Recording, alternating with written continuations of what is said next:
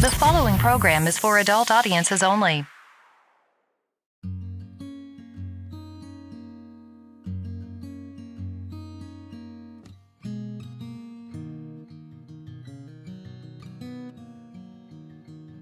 Waking up in the flower bed, the sun is up, table set, we eat and drink.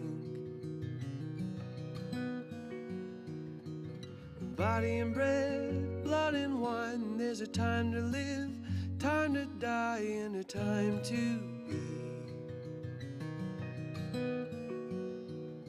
Slow down and listen for a heartbeat. With everything in motion, say a word, hold a hand. Life is not the sum of what we plan, but the in-between. This miracle of human life and the body and time that we occupy, it is all together sacred. Slow down and listen for a heartbeat. With everything in motion, oh, here now, see the beauty that is woven in every single moment. La da da da da da, la da da da.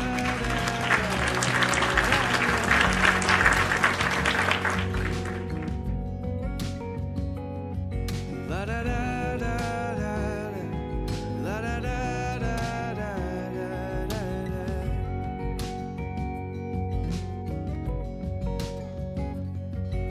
Tomorrow's still a mystery. Don't worry about what you wear or do.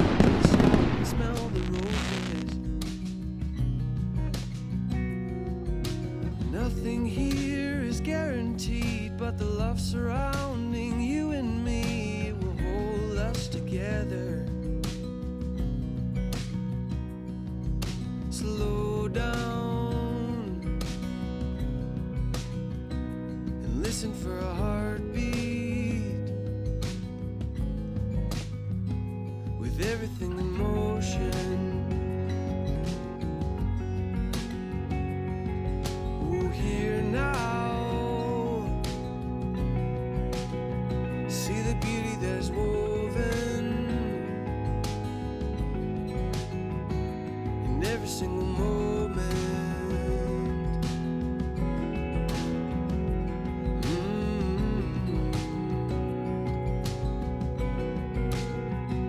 In every single moment.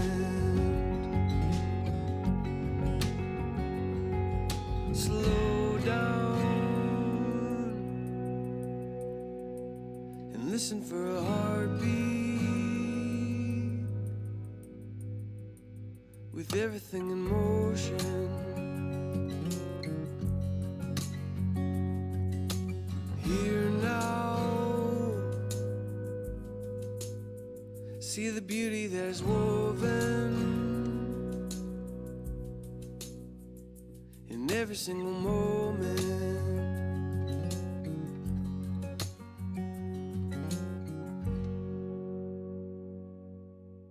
Never thought I'd be so far from home. Never thought our love could grow so cold. Never thought we had to run through burning fire. Never thought I had to miss you and I. Life changes as we know it. You do what you can, you just can't do it. It's a mystery how people can get by on as little love as you and I. Never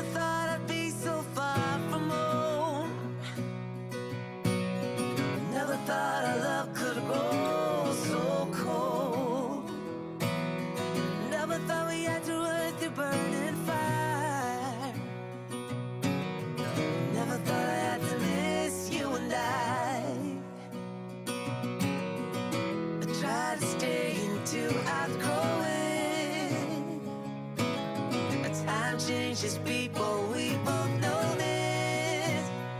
It's a change of season when the tide comes rolling in, and you realize there's nothing there to begin. Never thought I'd be so far from home. Never thought our love could grow so cold. Never thought we had to run through burning fire. Never thought I had to miss you and I. Oh, I'm counting roadblocks. It's time for the Mixin and Chillin blog. Even if they implemented some ridiculous laws, this is something that if somebody truly wants to do this, they can still do it. But it's going to take a lot of effort on the vapors' part to actually learn what it takes to make your own stuff. I wouldn't change anything. I don't know what the heck happened to the last hour of my life, but it certainly wasn't streamed on YouTube like I thought it was. Restrictive policies block progress towards smoke-free world. Many people incorrectly think that very little nicotine content cigarettes are less carcinogenic than current cigarettes. This risk misperception by people who smoke could reduce motivation to quit under a nicotine reduction policy. That's a bit of a problem. Someone who specialises in helping people kick the habit is Dr. Colin Mendelsohn. He joins me now. Look, vaping is a far less harmful alternative to smoking for adult smokers who just can't quit, and that's actually the majority of them. The road to quitting smoking is paved with candy. Double chocolate clear from TFA. Published in the Vaping Post, we have long-term study. Vaping increases odds of quitting heavy smoking. This is Kenny Thompson, the Vaping Heed. He's got a YouTube channel. He's been on here a lot longer than I have. I'm not going to stop until this is legal and available for everyone. You know, I cover things from all around the globe, but that's because science has no boundaries. I mean, you know, the FDA and everything would know that vaping is safer than smoking, but they'll have the pressure off the tobacco companies or the states that are in the MnC and all that. It's just a financial thing, and unfortunately that takes precedence against everything. And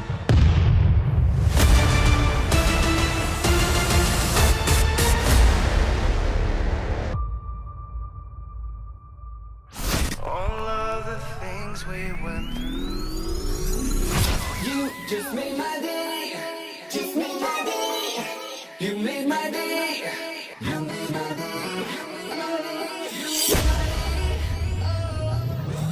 Grab your juice, grab your vape, it's time to get this party started. It's time for the Mixin and Chillin blog. Long-term study. vaping is safer than smoking. Smoke-free world. Smoke-free world. Hello and welcome, everyone. Time for another episode of Mixing and Chilling with Hunky Vape and Kenny the Vaping Heed. Hey, I'm alive this Another week, boys and wonderful girls. episode. We finally got everything awake all this week. ironed out. Things are working the way they're supposed to. There was a bunch of updates. Move transition got fixed, so that got rid of 90% of the errors I had in the OBS log files. What a fantastic week for us to be able to get together and talk about harm reduction and how our recommendation to every smoker that we meet out there is don't take up bird watching to quit smoking. We've got a much better way to do it. And I guarantee you'll feel a lot better trying this than bird watching. There's nothing wrong with bird watching. Didn't you knock that? I tell you. No, there isn't. And the beautiful picture before you today is from our trip that we took up when we went camping this past week. Almost a whole week. That is an osprey. Yes. Yeah. And it's actually known by a lot of people as a fish hawk or a sea hawk or a river hawk. Yep. But it's not actually a hawk. It is a large raptor, reaching more than 60 centimeters or 24 inches in length and 180 centimeters or 71-inch wingspan. And It's a bird that is commonly found in Cook's Forest where we were all hanging out. Awesome. You're lucky because we've got to go to Scotland to see ours.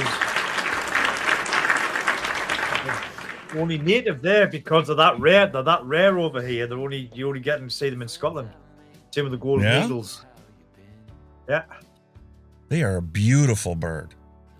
Gorgeous. Oh, stunning. They even have like live webcams that you can tune into and watch, and a lot of the like Moraine State Park. Good news, everyone. You can watch them on the nests as well. Got them on the cams on the nest as well with the nesting. Fantastic. Especially when they're sitting on the egg. I was an avid member of the RSPB when I was younger, so I was very. Were you? It's very what you would call an anorak. That's what we call a boring anorak who used to go bird watching. There's nothing wrong with bird watching. Look, mate, we got this here. Birds of Cook's Forest. And they actually have all the birds and when you can see them and when, the prime time is to look for them. All the different types of birds. We do have the Wildfowl Wetlands Park not so far away from us anyway. It's just Stone Throw anyway. Big Wildfowl Wetlands Park, so this lake, all that kind of stuff. Next to the river waves, so there's all sorts of very, very good. Very good. Very good. I was very good. I was an RSPB Twitcher. And I'll tell you what, my wife was so freaking happy. We were up at camp, right? Took us forever to get everything all set up. We probably dropped $1,000 to do this trip for us because we had to go to Lowe's, which is a 45-minute drive away, to get some cinder blocks because the way we have our camper rearranged, first thing we did was get up there and change the angle of it because it was like, this is too close to that tree over there and we want to put the grill here. We want to do this and this. All we did was change it 20 degrees offset this way, and it actually lined up perfectly with like the sewage connect and the water and electric post. And then, that put us a little bit over the hillside. So we had to go get cinder blocks. Barbecues or anything. To jack it up properly. You don't want no barbecues direct under trees and shit. You'll set the fucking woods alight. There really aren't that many trees around us. We've got one in front of us, and then we've got one behind us. And then our fire pit's actually towards the back of the camper. I didn't take very many pictures while we were there, but we did get some wonderful pictures because my wife was flabbergasted to find out that while we were sleeping, the second night we were there was a bear raiding the dumpster, trying to get some food. So we'll show that in the hand check section today, the pictures of the lovely bear that was there. We had such a wonderful trip. It's just like, and I truly want to say thank you to my wife. My wife is so wonderful. She came back a day early because she's got today off. We came back yesterday so that I could throw together a thumbnail and try and, put something together for the show. And we're truly winging it today. But listen, we need to get the message out there. And she's so supportive of me going and doing this that I want to say thank you to her. Here, Mrs. H. Very much appreciated. And typical, when we go camping for her birthday weekend, we always spend money that we're not supposed to spend. It wasn't part of our plans or anything like that. Last year, she bought the Chris Stapleton tickets, right? Spent like $600 for the three of us to go watch Chris Stapleton. Wow. This year, she's like, there's a Memorial Day weekend, right? Why don't you order some, e-liquid or something, go put a vape order in. I'm like, okay. Well, I know she's got a cruise coming up. So I'm like, okay, you know what? I'm going to order e-liquid for her pods. Because I'm good at making e-liquid for myself, right? I don't really need anything. There's one that I wanted to order for myself. I wanted to order this sweet apple sugar baby from the Frusion Juice Company in a 6 just to try it out. But everything else was exclusively for her. So the whole order, she doesn't know. Oh, shit. She'll find out. She'll find out Thursday or Friday when it gets here. E-Sig Mafia, thank you. Big softy. You guys are fantastic. You big softy. You big softy. Listen, it's the least I can do. She supports me. Well, I'm going to support her. I'm going to give her the commercial pod juices to keep her happy. And then she'll get a variety to choose from before she goes on her cruise in a month and get to take it with her. Plus, it'll be nice because I've got a couple pods that I need to do reviews on. And there you go. If it's nice, I'll hand it to her. She can test it. She loves the pods more than I do. So what's new with you? Any news on your front yet? Hey.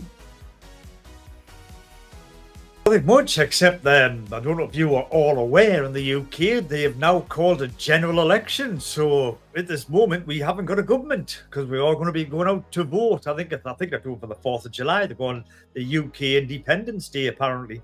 But we're all in the general election. So this, boys and girls in the UK, is a good time to pick your party wisely. Ask your local MP where their views on vaping and what they intend to do. There you see, no vape, no vote. And That's hold them to it. When they tell you something and they do the opposite, don't let them get away with this is why I did this and I had to part of that. No, hold them to their position that they told you got you to vote for them. This is how we in the UK have had it so lucky, because we've voted with our feet, and they know, there's a lot of people out there who vape, who now vote, and they want their vote. So choose wisely, guys and girls. Janine wants to know, is Sunak going to get in again? The probability is Labour, not Conservative. Well, the Conservative Party's been in power for what, 12 years now? 14 years. 14 years. Yeah. And they've made a mess. But you know what? You've got to look at some of the stuff that went through as well. I mean, we went through COVID and all that kind of shit. So, it was a new thing for a lot of governments. They're thinking, fucking hell, how do we fund this and what do we do with this? And so, I can kind of sympathise them in that way. But it's old adage in the UK: the Tories make the rich richer and the poor poorer. They always have. They're a rich person's party. The Labour Party is supposed to represent the working man, which I kind of think they don't so much now. They used to. It's the same here, mate. The Republicans have traditionally been for the rich, the business people. And the Democrats are supposed to be for your blue-collar workers, right? Yeah. But when you actually look and see what they vote for, they actually all vote for the rich and all vote for the corporations and don't really do anything to help the populace. Yeah, I mean, the Labour Party was supposed to be the working man when we had all the heavy industries, when we were coal mining, we're shipbuilding, we're steelworks. Your Labour Party was for them, the working men. Obviously, all them industries have disappeared now, so they're kind of businesses rather than the workers. So, And if you know history at all, especially American history, you'll know that the Democrats and the Republicans actually switched sides twice now. Fully switched twice in history. Back in the early 50s and 60s, there was a flop. They were transitioning from one to the other, and they literally became opposites of what they were. And back when Kennedy, not when Kennedy was president, when Abraham Lincoln was president, they did a flop. Yeah. So it's not, you can't just simply take a simple position of, I've been a lifelong Democrat or I've been a lifelong Republican. I'm gonna stick with this or I'm gonna stick with this. You need to look and see how their current stance is on things, and then make up your mind on who you're going to vote for. Exactly. And even in the UK and over here, sometimes you get a third option to choose from. And when you look at the candidates that are running and you go, what's the difference between if I vote for this guy or if I vote for this guy? I'm going to get screwed either way. This guy's going to screw me with these things, these issues. This guy's going to screw me with these issues. Can I just send a message, since it doesn't really matter, for this guy or this guy? Let me vote for a third candidate just to send the message and say, I'm not happy with any of you guys. The only good thing about this election being called is, the smoke-free Britain bill he was trying to put in, where that bill hasn't got tossed on the back burner. Yeah. So, but unfortunately, one thing that did go through is a disposable ban is in the works already. It's on paper. Yeah, that's the bill is done for that. So that got away, that one. But the other one on the back burner. But let's be realistic, okay?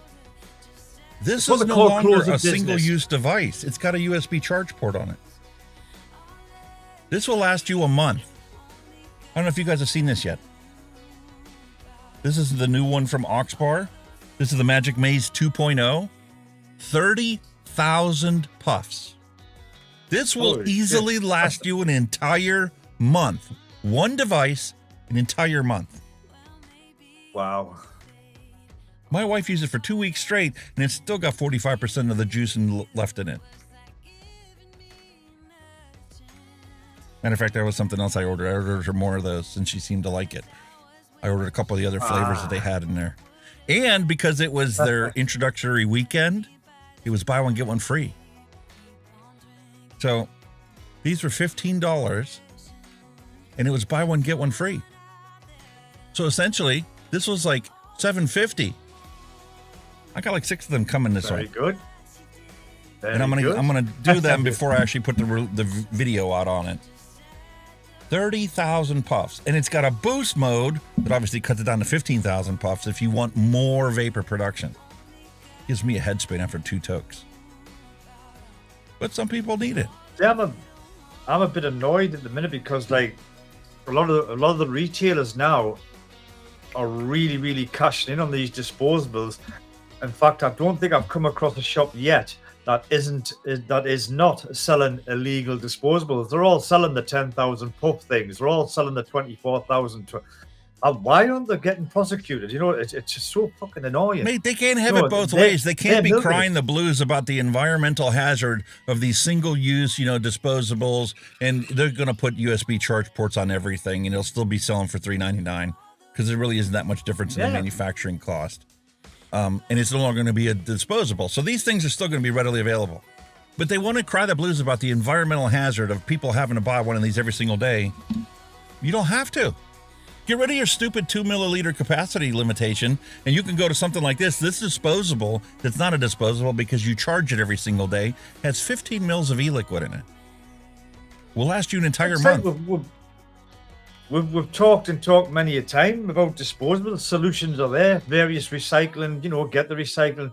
In fact, I found out something, right? Anybody who actually sells batteries, no matter what they are, batteries for your pen, torch, whatever, vape devices, by law, they've got to supply a recycling scheme for all batteries. Yeah.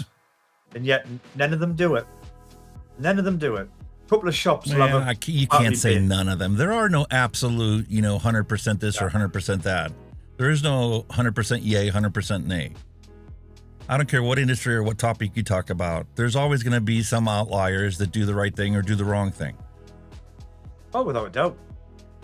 But you'll find, like, even your normal batteries, a lot of shops, even your corner shops that should be recycling them aren't. It's mainly your supermarkets where you find the battery bins. It's not your local shops. No, we haven't sorted out this whole Kenny Zapp situation. I think the mate had just had too many snacks last week. That's all. Plus, he had to work the night before in the China shop, delivering it for the Chinese restaurant. It was a long day, mate. We'll It was give a him really, a pass. really long. We'll give him a pass. We all have days like that. It was a very long day. It was a very long day that day, honestly. Nobody told me, when I was a child growing up, looking at the middle-aged people and looking at the elderly population, that we were going to all turn into rotisserie chickens. It's not like we used to be when we were young. We could fall asleep like a rock because we had such a long, hard day, and we'd pass out and sleep in the exact same position the entire night. Now I got to toss and turn every 15 minutes so that I don't creak or crack the next morning when I wake up. I'm literally like a rotisserie chicken, constantly turning all the time. That's in the dad joke section. Know that later. feeling. Know that one. But look at that. Look below us. We've got our retro vapes back. We're back to doing this. Woohoo! The Innokin SLIPSTREAM. You guys have to look that up and see how old that one is. But the Sigelei FUCHAI that we have here, the glow, that's from 2017. It's going to be a retro vape for today. Is it even going to work? Look forward to it, man. I don't know. Does it have a built-in battery? Do we need to put batteries in it? I have no idea. It's been sitting in my laundry hamper. I'm going to finally unbox that today and take a look at that. And I talked about this last week. I couldn't remember. Mowgli Vapes was the one that said, on numerous occasions, he's given wonderful recipes that I can mix up and whatnot. But he said, don't ever buy this one brand of VG because it's horrible. And when he told me that, I'm like, oh man, I've been using that VG for my fog machine for years when I was DJing, making my own, fog juice for that. And lately he posted something up about how he ordered a jug of this and was like, oh man, this is horrible. It ruined my recipe. It didn't taste right. I need to place an order from Apothecary Supply and order some of their VG. And I'm like, you can get that on Amazon too. And it's not as cheap as ordering directly from them, but see, people don't factor in the total cost. When I shop around, I look at the total cost. Apothecary Supply is so cheap because they don't tell you the shipping price until you place your order because they don't know how many boxes they have to send to you, right? So you can get that gallon. It's sold by the pound. That's a 10-pound jug for $15 from Apothecary.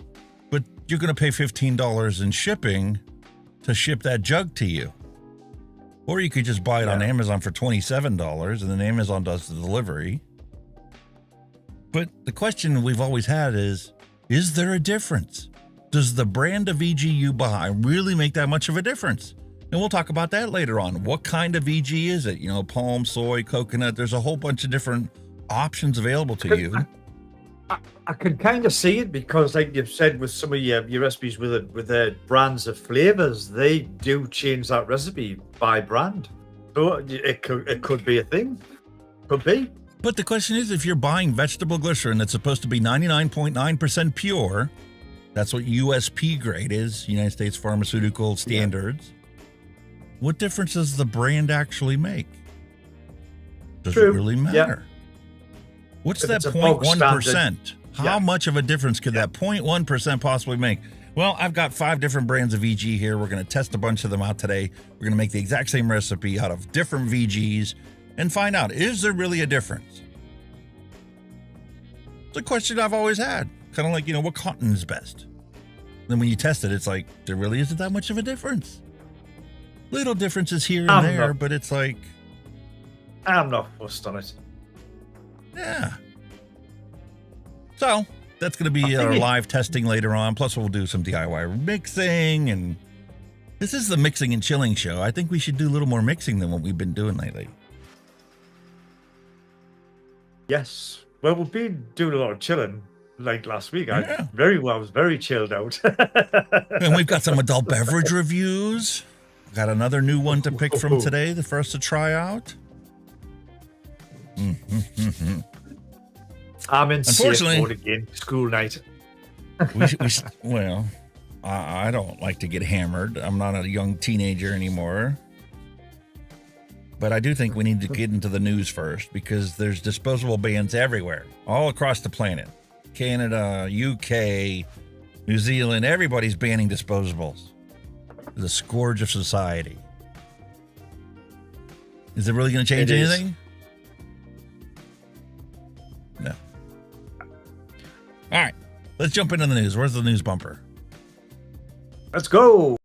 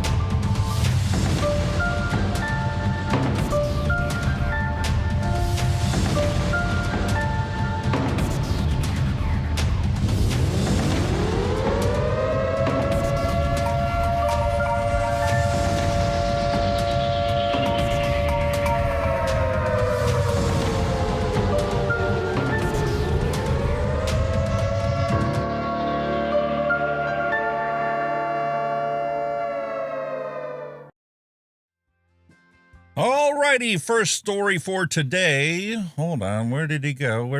I know he's here. Hey! I had it turned off from last week. That was my fault. Sorry. First story of today comes from the Philippines. Ladies and gentlemen, from the Philippines, Flava found guilty of vape law violations. Ban remains in effect. The Department of Trade and Industry announced on May 22nd the Flava Corporation and Lilac Sisin Tayaban, operating under the business name Lilac's Vape Shop, were found to have violated the vape law. They were jointly penalized with an administrative fine of 100,000 Philippine currencies. Following the finality of the decision of the administrative case, FC 2004-24-305. So they were found guilty of selling vape products, even though there was an administrative law that found out that, guess what, it's legal.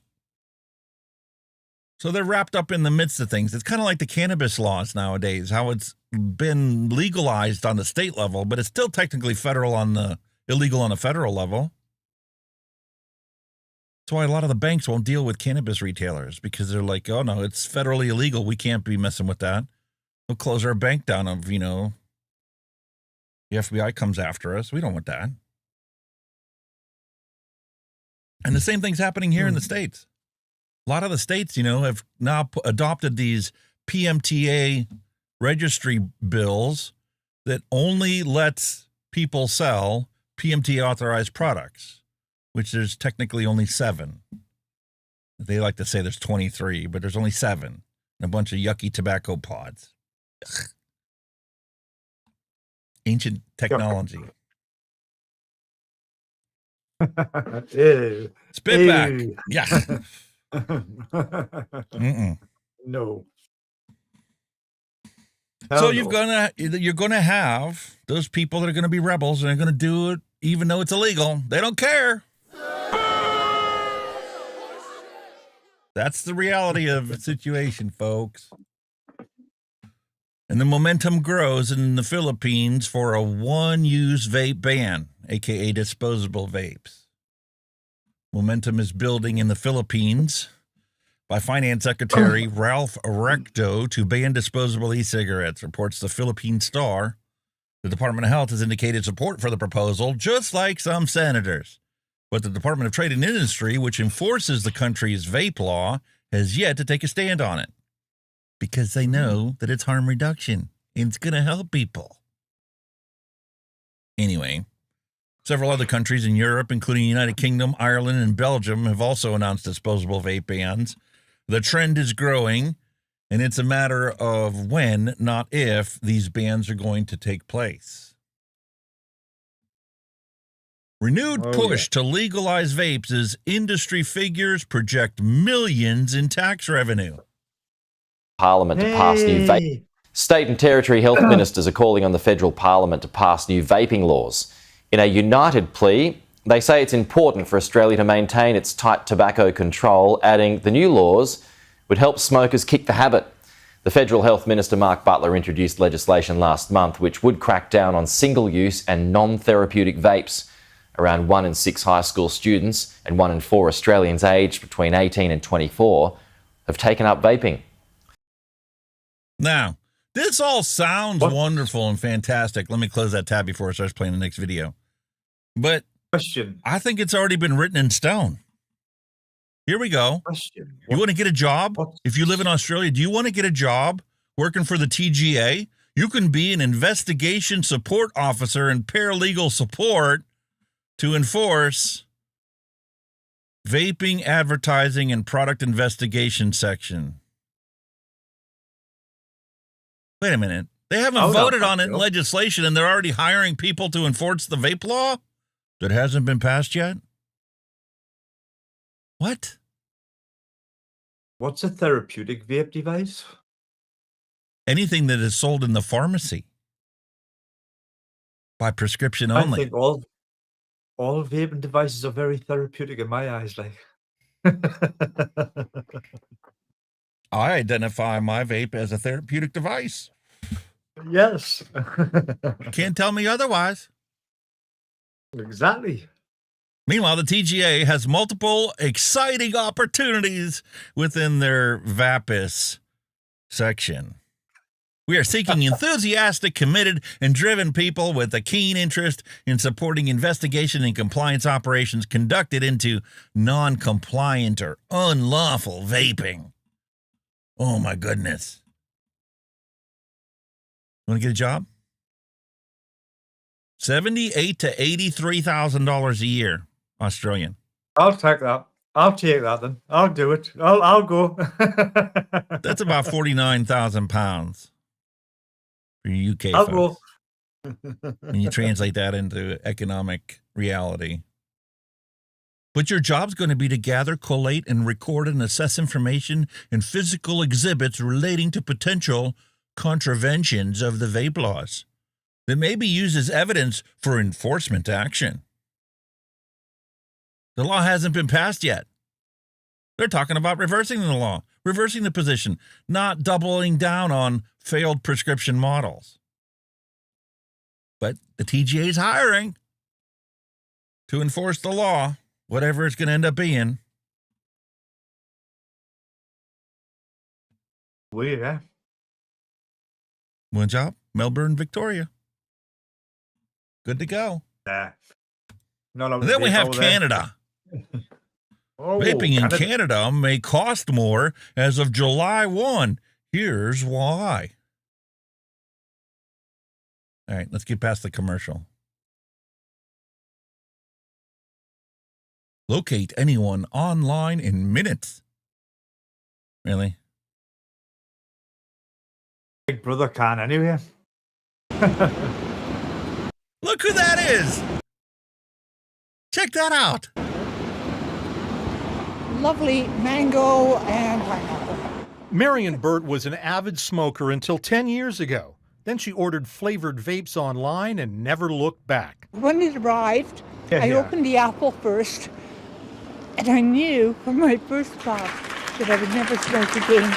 But even she admits she is not the vape industry's target audience. They should have presented vaping with people like me, with no teeth and a lot of wrinkles, and you bet the kids would lose interest pretty quickly. But the kids are not losing interest. In fact, 1 in 15 teenagers aged 15 to 19 vaped every day in 2022, with young adults even higher at 1 in 10 vaping every day. The federal government thinks it can reduce vaping use among young people by making it more expensive. Right now, vapes can be purchased for as low as $5. A pack of cigarettes costs $14 to $19. But on July 1st, the price of a vape pod will go up between 12 to 24 cents, depending on where you live. Public health experts say that's too little, too late. That's really close to inflation over the last few years, so it's not really much of an increase at all. I think the federal government could go even stronger. They missed the boat 10 years ago when vaping started to be introduced. But some researchers fear hiking vape costs could push some to get their nicotine fix from smoking cigarettes. We noticed that the use of conventional cigarettes go up after states adopting electronic cigarette taxes. The federal government did raise cigarette taxes by $3.72 per pack in the budget. So we do need to increase e-cigarette taxes. We do need to increase tobacco taxes. We can do both. Helping some, but hooking others. A persistent public health problem with no immediate solutions. David Aiken, Global News, Ottawa. Listen, the kids are going to do what the kids are going to do. They don't care how much it costs. So they have to steal a little bit more from mama's wallet. They're still going to go out and buy this stuff. Let's be realistic about it. Well, it's not that. They're not going to get it from your normal retail. They're going to get black market, because black market's cheaper anyway. Yeah. And that's the thing. If you keep raising the taxes on it, people are going to buy the untaxed stuff. Exactly. New Zealand's move to ban disposable e-cigarettes received support from Canada because we're going to do the same thing. We're going to ban flavors and we're going to ban vaping. Well, not really. We'll just tax the heck out of it. And then it gives us another excuse to raise prices on cigarettes because, $20 a pack isn't enough to create a black market. Let's raise it to $25 a pack. Then I'm sure we'll get a black market from, Nobody's going to buy $25 pack of cigarettes when they can pick up the black market brands for 10 or 12. Meanwhile, it still costs tobacco industry like $2 to make a pack of cigarettes. Anyway, New Zealand's government announced a plan to ban the sale of disposable e-cigarettes in the country and increase fines for retailers who sell vaping products to anybody under the age of 18. The move is an effort to make it harder for young people to get their hands on vaping products. We recognize that vaping got away from us, and it became very attractive to the demographic we definitely don't want to start vaping. New Zealand's Associate Health Minister Casey Costello told reporters on Wednesday. If kids didn't experiment, none of us in chat would be here. Difference in vaping won't kill you. Exactly. I just posted something on Twitter the other day about the fact that mortality, take and balance it. Okay? Morbidity or mortality. What's going to be the most important? Okay? Do we need to save the adults that are going to die if they don't find vaping? Or are we going to do it in the name of protecting kids from something that's never going to ever kill them? They may find later on that, this flavoring or whatever gave people this kind of a disease or whatever. But that is still better, suffering a lifelong disease, than letting 8 million people a year continue dying needlessly. When you've got a solution out there that's twice as effective as any other quit smoking method. Some say it's 10 times better, more effective. You can argue the science all day long, but the facts remain. This isn't going to kill anybody, ever. Anyway. The announcement comes after the government rolled back a law that would have phased out tobacco sales by introducing a lifetime ban on young people buying cigarettes. The new e-cigarette law will fine retailers up to 100,000 New Zealand dollars for selling vaping products to minors. Unlike in the UK, what do you get, 20-pound fine? If you get caught selling a vape to minor? 200? If that. Unlike in New Zealand, 100,000 New Zealand dollars for selling vaping products to minors. New Zealand's getting it right. Countless time after time after time, while individuals will be fined 1,000 New Zealand dollars if they sell it to minors. The regulations will also prevent appealing images and product names from being used on e-cigarettes. Listen, some are going to say that this is an appealing label because it depicts an actual fruit on the thing. And instead of it being an actual picture of a fruit that looks delicious, it should be a numeric code. AW whatever. For apple watermelon. Yeah, and since there's like 5,000 companies selling e-liquid that has apple watermelon, you're going to have apple watermelon number 742 or number 231. What? This is complicated enough. That's why disposables are selling like hotcakes all around the globe. Anyway, I'm not going to go into the rest of the article because it just beats a dead drum. It was the Lung Association. Pretty much. Yeah. It was the Lung Association that did it. And let's jump into Ontario. Let's look at Ontario, Canada. This ought to be a great one. Ontario cracking down on cell phone use and banning vaping in schools. Let me ask you a question. At least I have something. It's already illegal for these kids to vape. So why do you got to ban something that's already illegal? Oh, because it gives you an excuse to crack down on cell phone use now, too.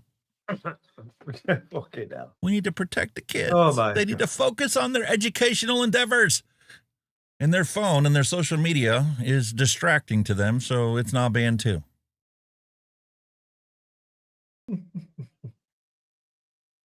We have heard loud and clear from parents and teachers alike that cell phones in classrooms are distracting kids from learning, said Stephen Leachy, Minister of Education. Our government is introducing the toughest policy in Canada to tackle this issue by cracking down on cell phone usage during class time. as well as banning vaping in all schools. When it comes to cell phones, our policy is out of sight, out of mind.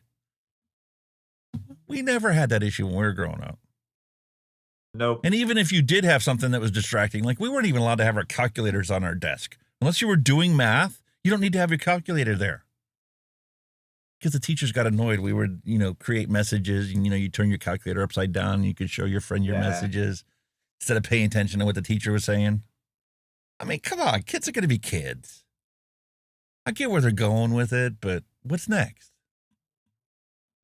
Oh, look at the money. Look at the money they're spending. To support these initiatives, the government is investing $17.5 million in new wraparound supports for student mental health and parental engagement. This is going to include $15 million to provide supports for students at risk of addictive behaviors.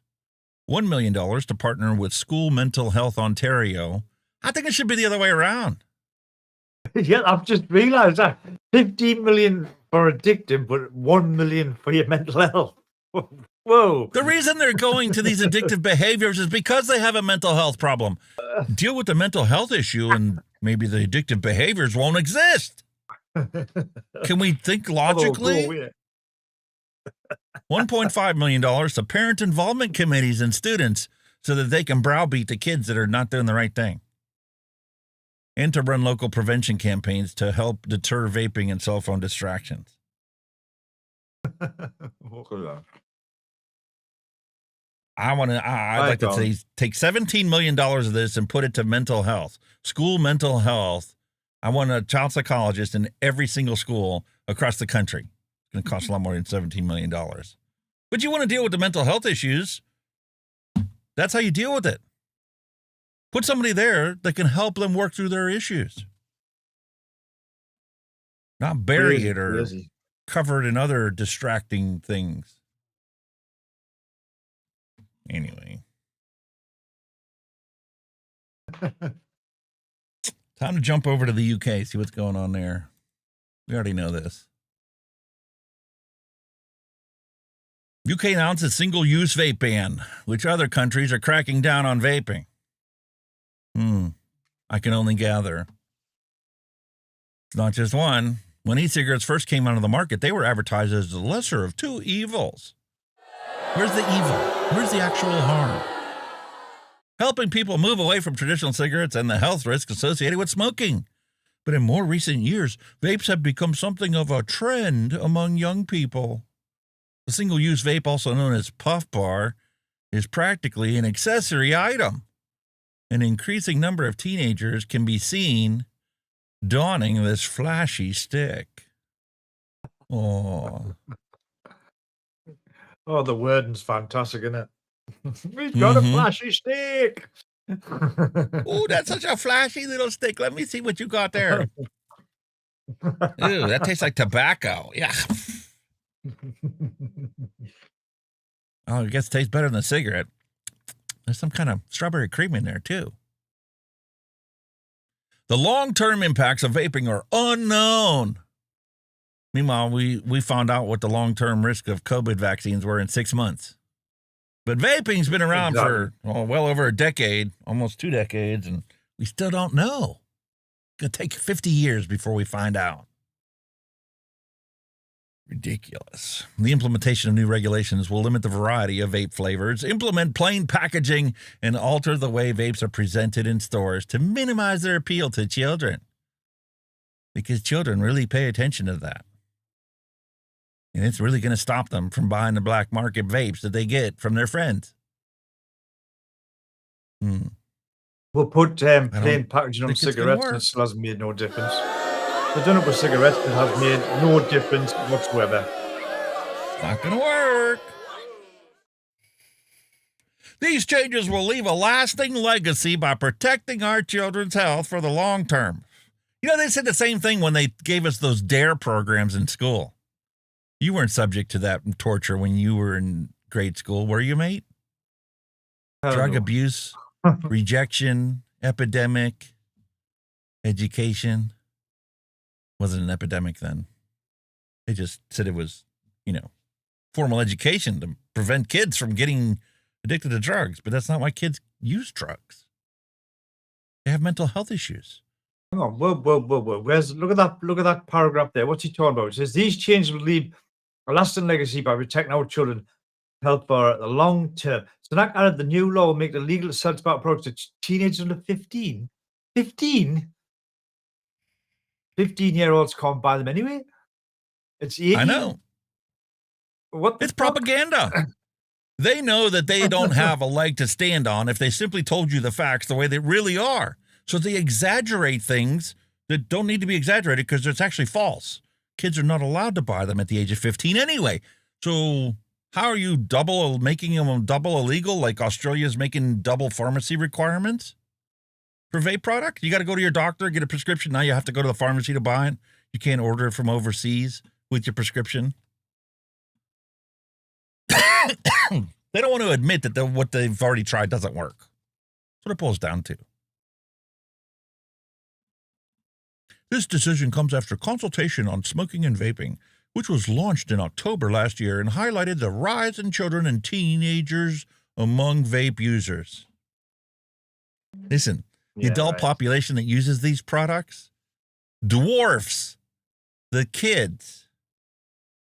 The total population of kids, let alone the population of kids that are vaping, at least tenfold the number of adults that are using these products to not smoke. But they're not going to focus on that. Ireland is seeking people's views. We just saw the UK VIA guy over there talking to Ireland government officials about, the potential ban that they're coming up with. But Ireland is seeking people's views ahead of a potential ban, while many health and environmental associations are urging the government to act now. For example, Voice Ireland has been very vocal on the issue, launching a petition and promoting the campaign #ban disposables on social media. Okay. Congratulations for spinning your wheels. These are all going to be sold with the charge port, and it's no longer a single-use device because when it dies, you plug it in and charge it. It's a second use. Exactly.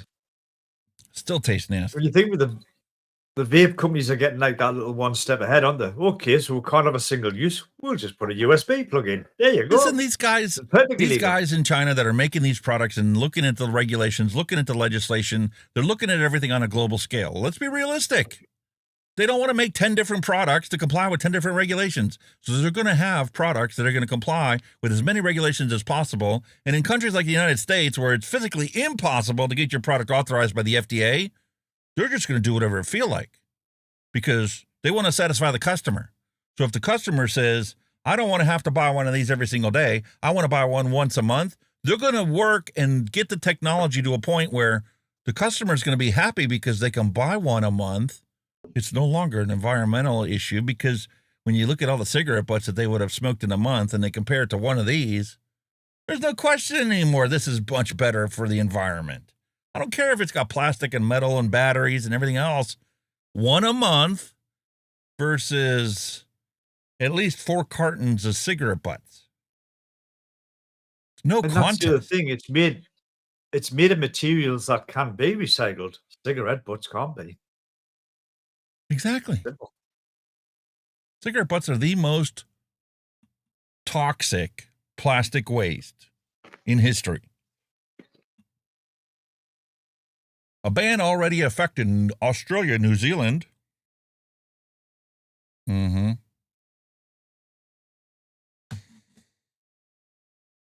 Well, since we're all talking crazy nonsense horse shit from all these lovely people that are trying to ban something that's not going to actually ban anything, it's just going to make them feel better for 5 minutes until they realize nothing changed. We still have these all over the place, except now they can be recharged. Or maybe the batteries can be removed out of them and put into the recycling system that we don't have for recycling batteries that are already. Look how many cell phones are pitched in the landfill. And they don't have the resources to enforce any laws that they put on the books because they don't have the resources to enforce the laws that are already on the books. We talked about that last week during the e-cigarette summit conference, talking about how, Ash UK wants to put the taxes on, and they wanted to give Border Force the power to confiscate these flood of illegal vapes that are coming into the country, right? Meanwhile, they just had a seizure of a banana boat that was loaded with cocaine. How's that control mechanism working for you, Border Force? They really got control of all those drugs, don't they? Heroin and cocaine. So, it's so hard to get cocaine across the border, so we'll just ship fentanyl, because I can take and put in a 12 by 12 by 12 box of fentanyl to equal an entire pallet, several tons of cocaine. You just got to cut it with, drywall or who knows what, because the drug addict's not going to worry about. As long as they get their high, I don't care whatever else they breathe in. Hell no. All right, since we're talking crazy nonsense, let's take a look at this one. You're going to love this one. It's been a while since we did this. Las Vegas alien video shows at least 2 beings using a cloaking device. And I'm opening it up to peer review. Block. A Las Vegas family reported a crashed UFO and told police that they seen 8 to 10 foot creatures with greenish color. Okay. There you go, man. Is it going to play? Oh. To the advert, yeah. No habla español. No habla español, señor. Señorita.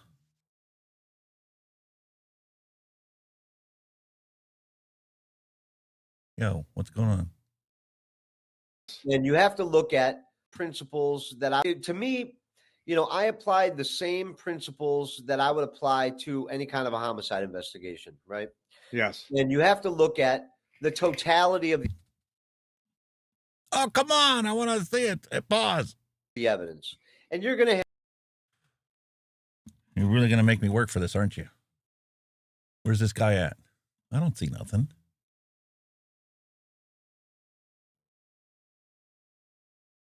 Do you see anything? Have debunkers that'll be like, well, investigation, right? Yes. And you have to look at the totality of the evidence. And you're going to have debunkers that'll be like, well, hey, with the shadow, it could whatever be that is. this, that, or the other. No, it cannot.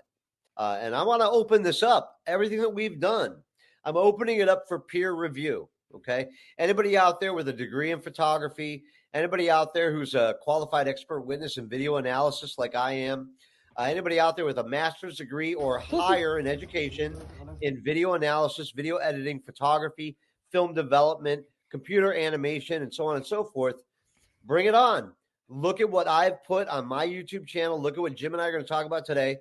And I'm willing to hear what professionals in my field have to say about this and open it up. And if I'm wrong, I'll admit it. But I think that the evidence at this particular time with what we've seen here is proof, couple things, that these entities, both in the background and in the foreground behind the fence, are real.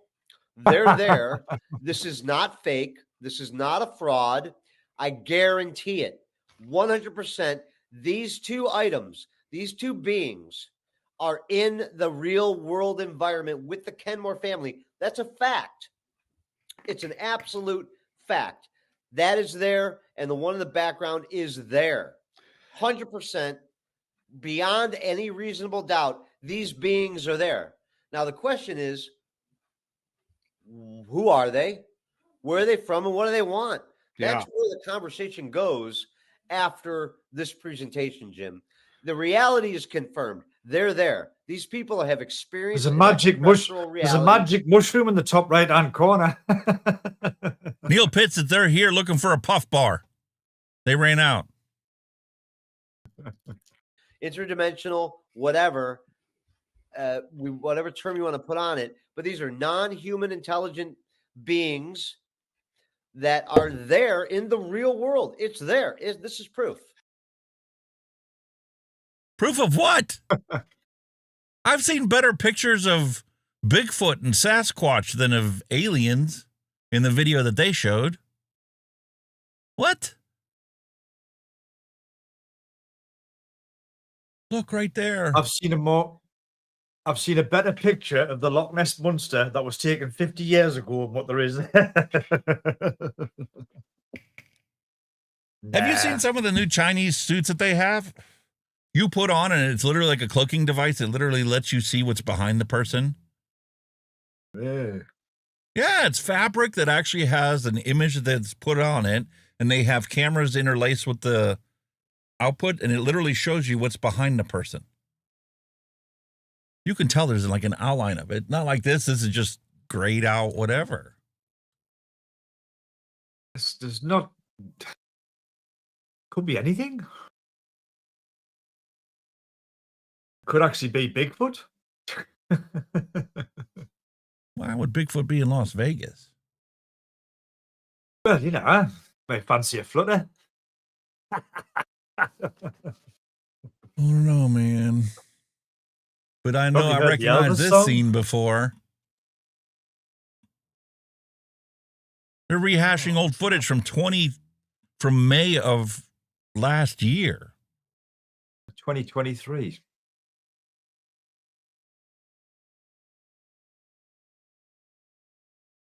Wow. Yeah, I don't know. It's could be out. Could be out.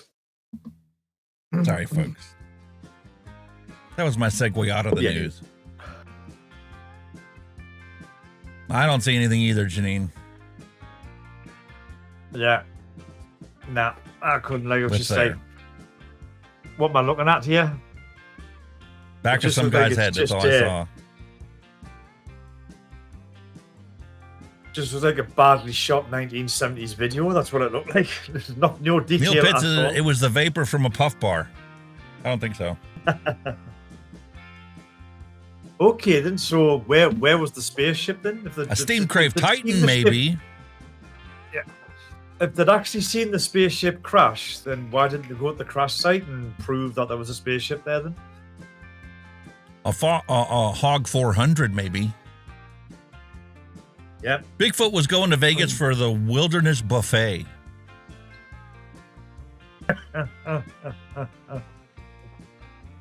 Alien. It was a grey blob on the right hand side. Nah, man, that was just a reason for us to drink.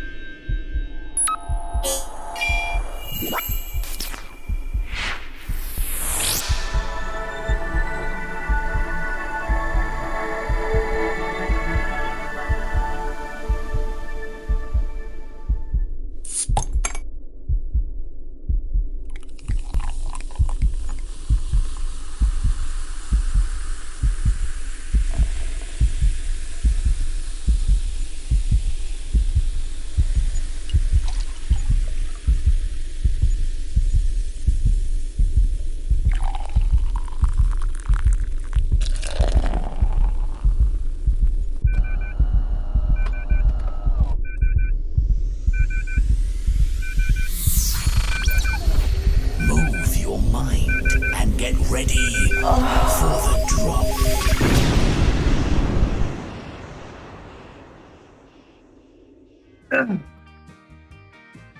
Right, folks, I'm going first because mine's going to be short and sweet because, as you know, it is my school night. I'm at work tomorrow, so I've gone with my usual favourite, which is the good old 1664 beer, the French beer, which is a pint can.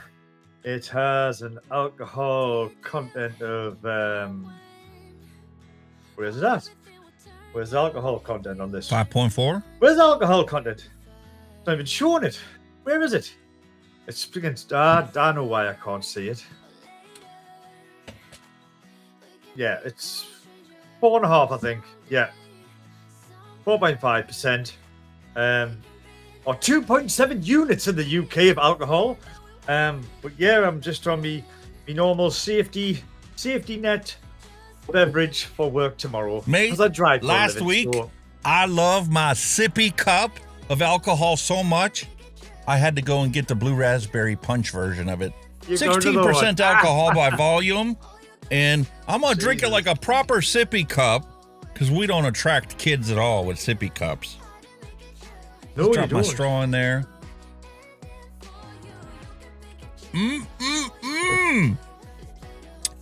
Blue raspberry punch with an alcoholic kick. Good to go. I'm switching glasses. So when I went to the when I went for my eye test of the week, with these being variable focals, I've got that little like half circle at the bottom. So that's why I'm looking up because I'm focusing down here. I just do this. Or I hold my phone down here and just look underneath them. Yeah, but I've got me varifocal, so that's kind of so what he said, get some reading glasses, and he told us the strength. So now I've got reading glasses for this, and I can look straight at it. Everything's big. Oh, that's fantastic. So these are me normals. These are for computers.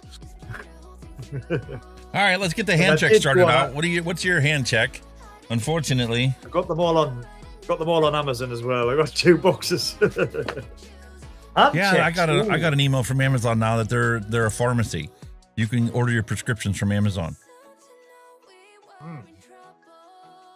Oh, fucking hell. What about casualty of my camping weekend? I'm gonna have to order a case of these bubble glasses for my Arbiter. Look at that. You broke another one. How the hell you broke another one, you Raji? I dropped it. Oh, Consequence of my lost Vape Law quest, the magnet on the top got busted off of there. Oh, holy moly. Still closes and works, but soaked in e-liquid. Yeah. You're rough as a badger's backside, mate. But don't worry, man. I have plenty of options. I have extras. I'm ready to go. I was expecting to have. I'd be very disappointed if you didn't have, mate. You know what I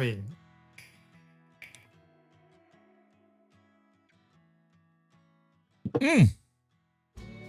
I'm still stuck on this watermelon. Something about cantaloupe and watermelon that just works.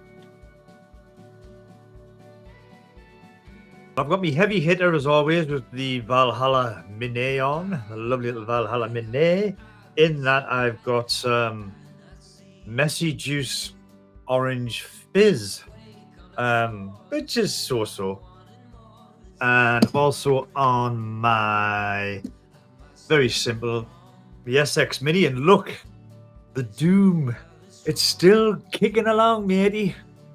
The Doom. Yeah. This has been my workhorse. I've been using this for work because the battery lasts for fucking ever in this thing. It's unbelievable. So I've got the Doom, and in that I have got Mango Cola. And what else have I got? I've also got an unbroken Arbiter from the Endura. You know, the one I'm very careful with there is the unbroken one with a very fine looking glass. And in that one I've got some chilled strawberry palm. So there you go. That's pretty much what I'm on at the minute. Awesome. That's kind of what I've got. Well, that's in rotation at the moment. Was there a Doom X? One more to download.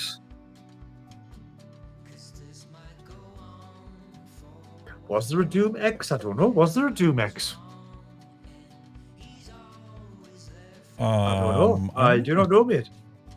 I don't know, my friend. Have a quick look. Always have a quick search. D-O-O-M-X.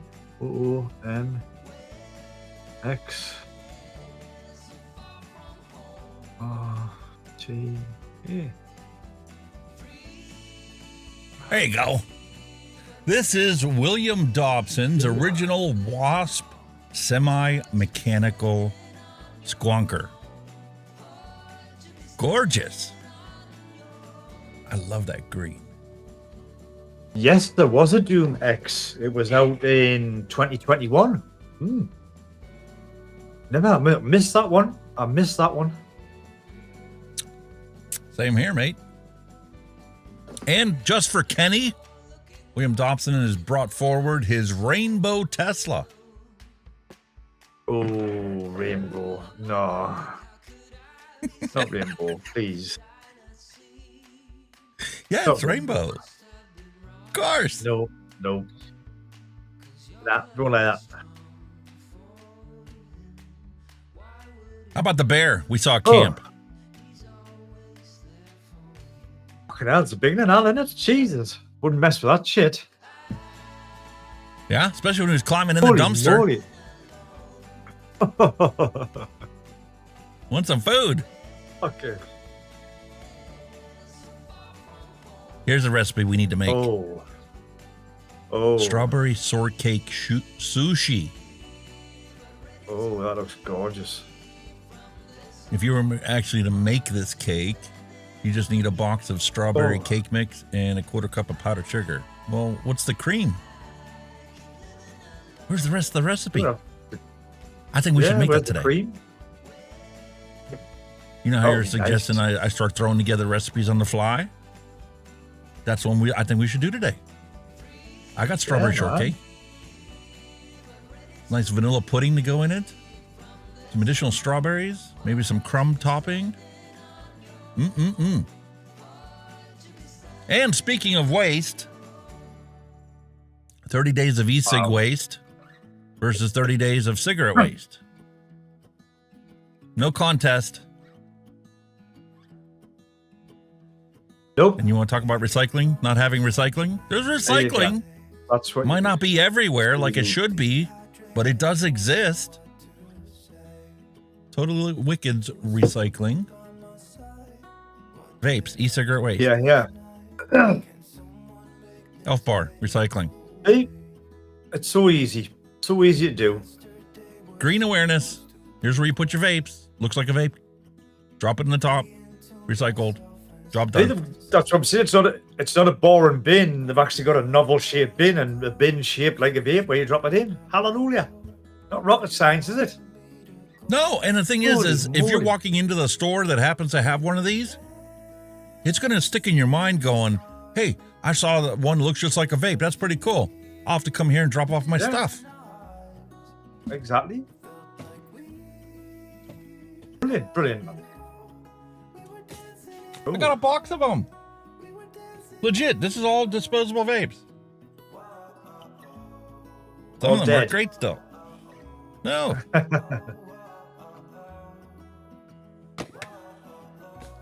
I use them for a while and then just toss them over here and I give them to my wife to finish them off.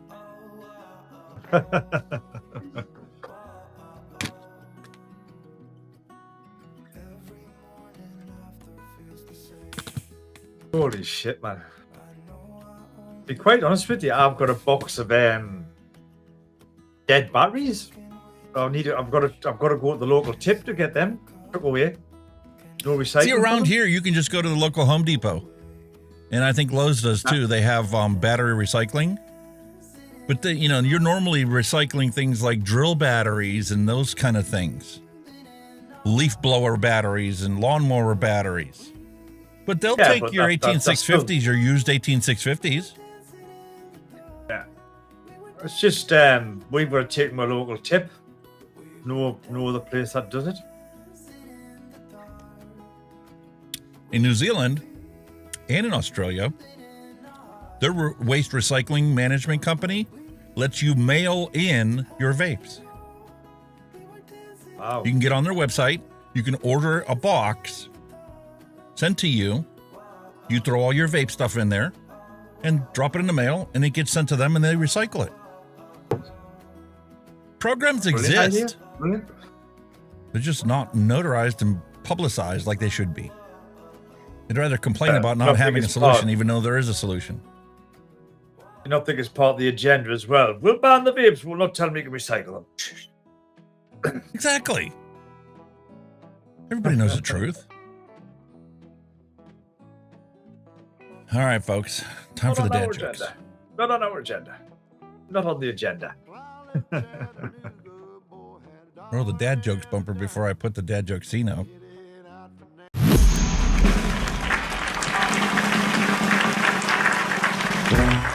No more despair. I have paid more than I owe. Now what you see is what I give you. If a vapor's been robbed, which detectives are assigned to the case? Sherlock Holmes and Dr. Watson. Yo, what is a vapor's favorite fantasy film? Cloud Wars, Episode 1, The Phantom Line. Hey man, what do you call advice from a vapor? Drip tips. Hey, is that a mechanical mod in your pocket? Or are you just happy to see me? Hey, don't throw your mod at people, or else it's battery.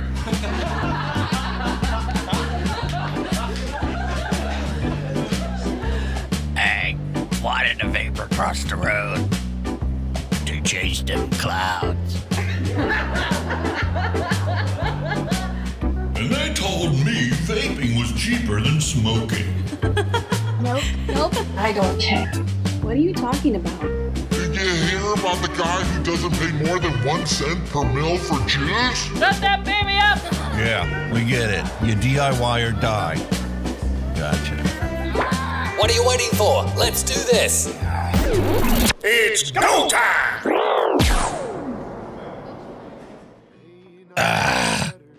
I've messed up a lot of cakes, but I never wrecked them like this before. Oh, God.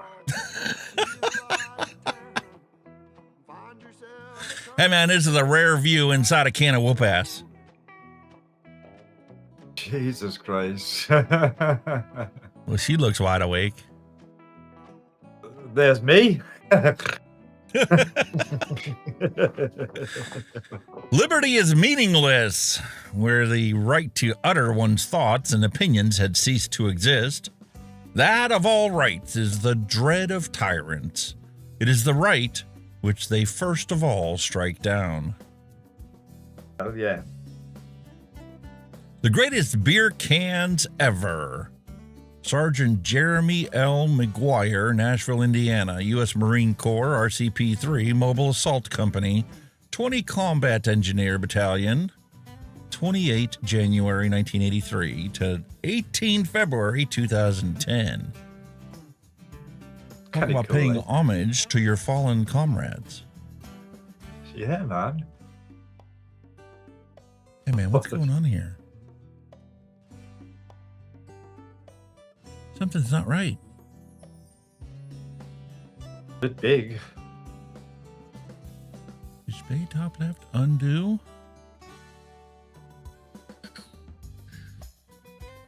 Wrong one.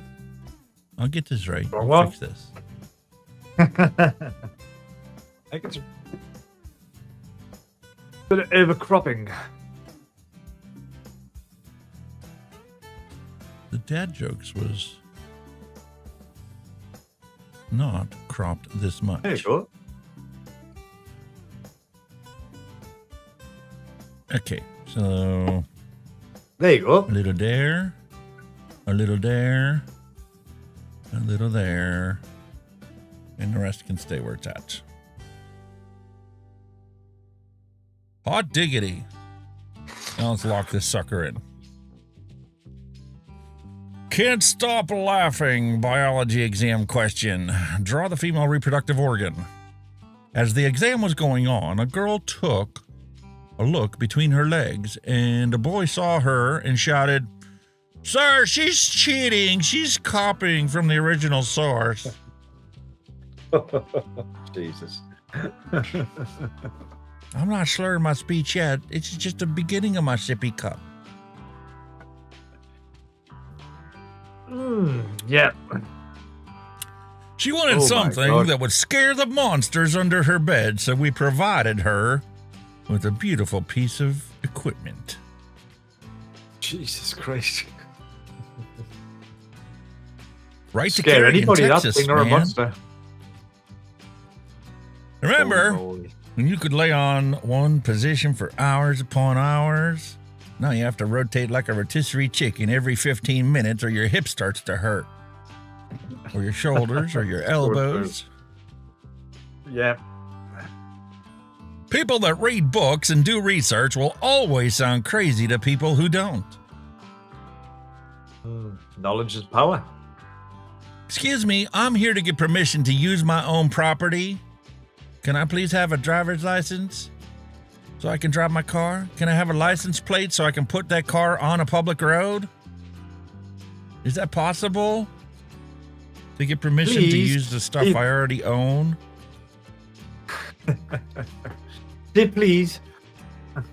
Pretty please. Pretty please. Thank you.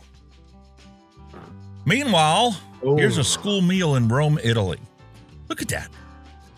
Who wouldn't love to eat that for lunch? Right with her. 96% of Rome school meals are made from scratch, and 80% of the ingredients are organic. 150,000 meals a day at 740 schools contain local produce from menus that reflect the seasonality of crops grown in the region. Hell yeah. None amazing, of man. my school meals ever look like that. Zero. Hell no. Nah. Nope. Not to school brag, is but I was disgusting. alive when you could slam the phone down to hang up on someone. It was a spectacular emotional release. Yeah. Try and do that with your $1,500 cell phone now. Fall to bits. Ugh. Meanwhile, as they try to ban disposable vapes, we have this mentality right here. We have a gas spill, and the clerk goes out, puts some kitty litter on the gas spill with their lit cigarette. Wow. If that was a that's vape, not even a good. disposable vape, you wouldn't have to worry so much about it. Shit. No combustion. I never lie because I don't fear anyone. You only lie when you're afraid. John Gotti. Hey, how many of you guys had one of these growing up as a kid? A Radio Shack Armatron. It was remote control. You could move that arm around, pick things up, move things Yeah. around, pick your Hot Wheels up. Jesus. That's a blast from the past. Holy Oh, yeah. moly. Covered in dust because it hasn't been used in a long time. I got a radio Obviously controlled, not. remote controlled fire truck. That ladder moves up, and you can fill the tank up with water, and you'll shoot water out of the top of the ladder. I miss the days. How when we were technology has younger. moved on, eh? How technology has moved on, eh? And so has stupidity. Eating carpet strictly prohibited. Airport Authority of India. Yeah. What? What prompted putting that sign up? Was there really people eating the carpet? What? I know, like, poverty's big in India, but eating carpet's a bit over the top, like. Hey man, you'll have to toilet seat up. Yeah. Did you unblock the sink? Fucking hell, look at it. Yes, dear. Did you pull the hair out of the trap? Plug hole? Yeah. People will lie directly to your face and then get mad at you because you don't trust them. Wonder why. Oh, shit. It is now highly feasible to take care of everybody on Earth at a higher standard of living than they have ever known. It no longer has to be you or me. Selfishness is unnecessary. War is obsolete. It is a matter of converting our high technology from weaponry to livingry. Hell yeah. We just have to choose to do it. Jesus. And you wonder why Gen X kids are the way they are? You ever wonder why?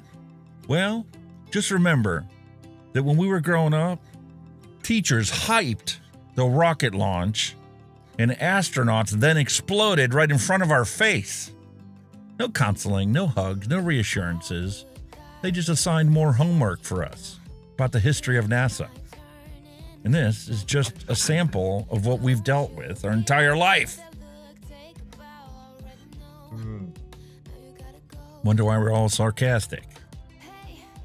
A man who dares to waste 1 hour of time has not discovered yet the value of life. Charles Darwin. True. Mr. Darwin, yeah. Audrey Hepburn. Audrey Hepburn. We have to feel for one another if we're going to survive with dignity. How quickly people forget the past. The mind once enlightened cannot again become dark. Thomas Paine. Very famous quotes. To blame the poor for subsisting on welfare has no justice unless we are also willing to judge every rich member of society by how productive he or she is. Taken individually, individual by individual, it is likely that there's more idleness and abuse of government favors among the economically privileged than amongst the ranks of the disadvantaged. True. Very true.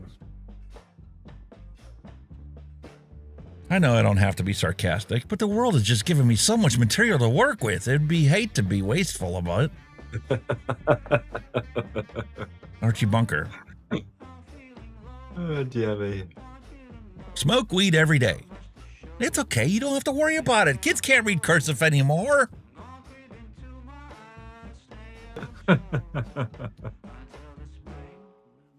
You know, at this point, Jesus doesn't need to take the wheel. He needs to pull over and spank some of you all with his flip-flop.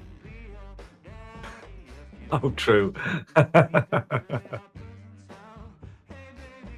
And like I said before, the reason my generation doesn't get offended easily. Nope. Hey, man, I saw somebody rob the Apple store yesterday. Now I'm being called as an eyewitness.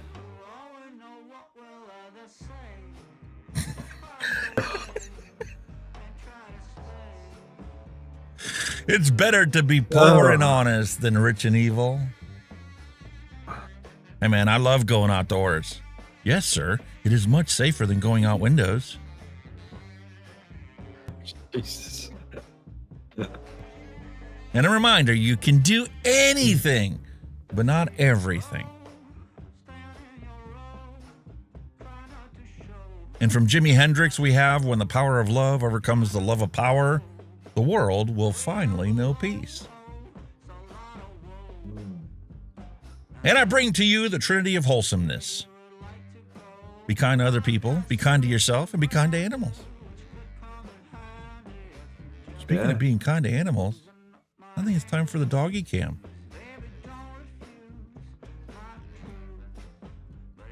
And there's out. We can change Is it Biggie time? Who wants a bone? Time. Whoop, there's one up. Look at that, get up. One bone? Look at it.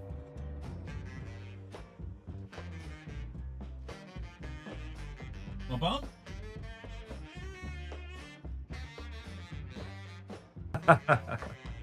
It's like, oh, wait a minute, there's a bone already over here. I know he's just never bothered to get it. It's gonna be asked. Can't be bothered. He got there in the end.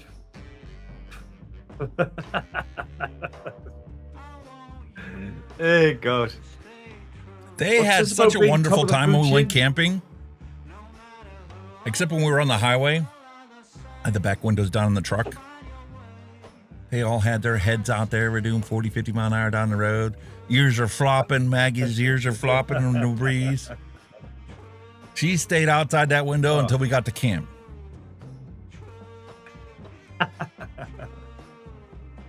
Oh, that's so Then when we daft. got there, they didn't take naps at all.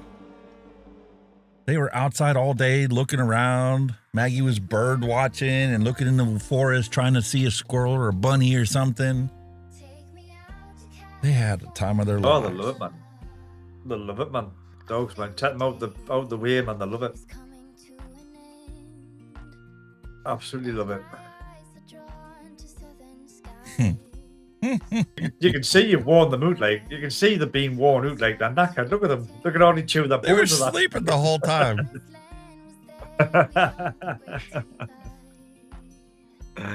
Oh, bless. Warning, low-flying owls. Lost Chihuahua. Please call if you find them.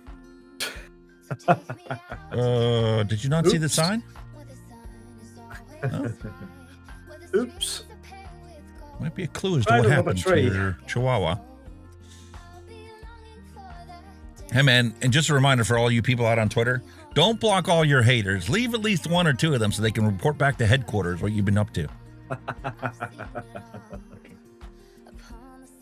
Yep. Living their minds rent-free. And if there was ever any question about the current state of affairs in the United States, Oh, God, what's that? President's dog is cleaning up after the president.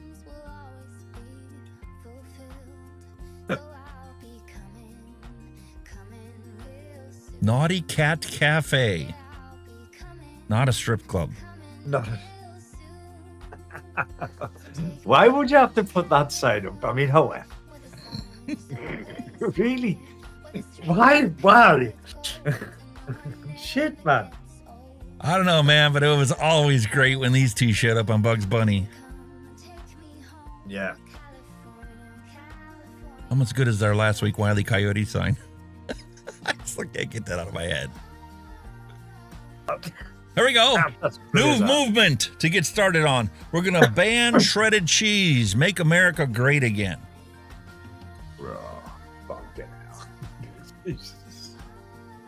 I can't figure out this one, though. Is this a hooker on wheels? Is this a new moving company? I mean, what's going on here? Is it a mobile prostitute service? What's the deal?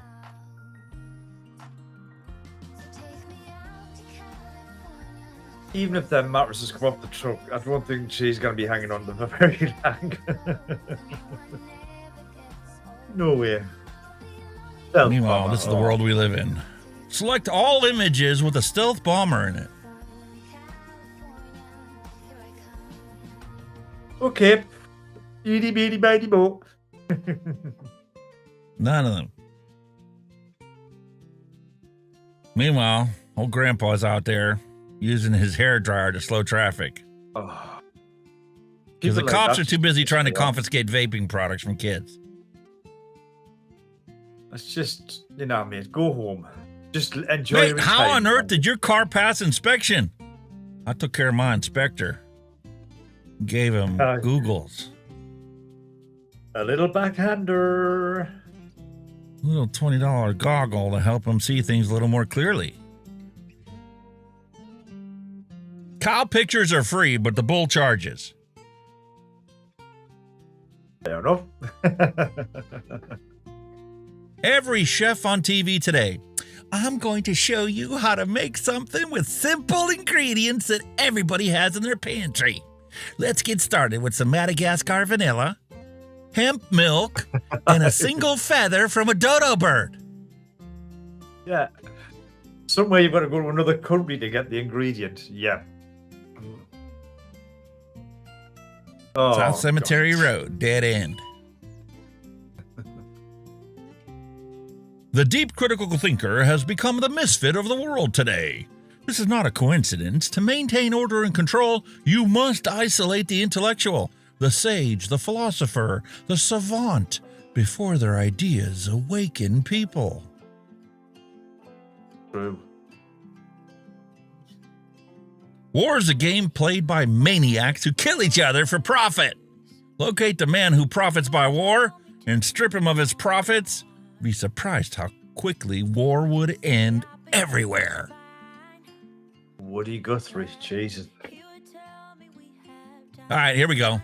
Here's the real test for today. All you folks out there, I need you to go and comply with this and tell me. For those of you that check off every single one of these, we're now best friends. Okay?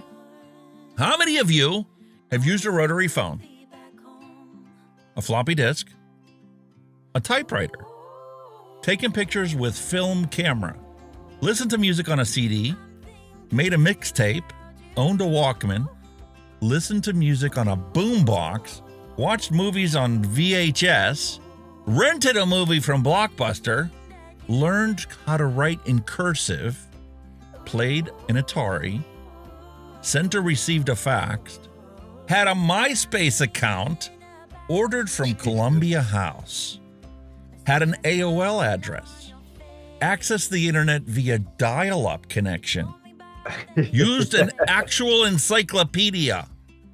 How about a phone book? Did you use a phone book? Have you ever sent a postcard to someone? Or used a paper map to find your way somewhere? Or owned a physical dictionary in a book form? Or hand wrote a check? And the final one is, how many of you uncurled the telephone cord?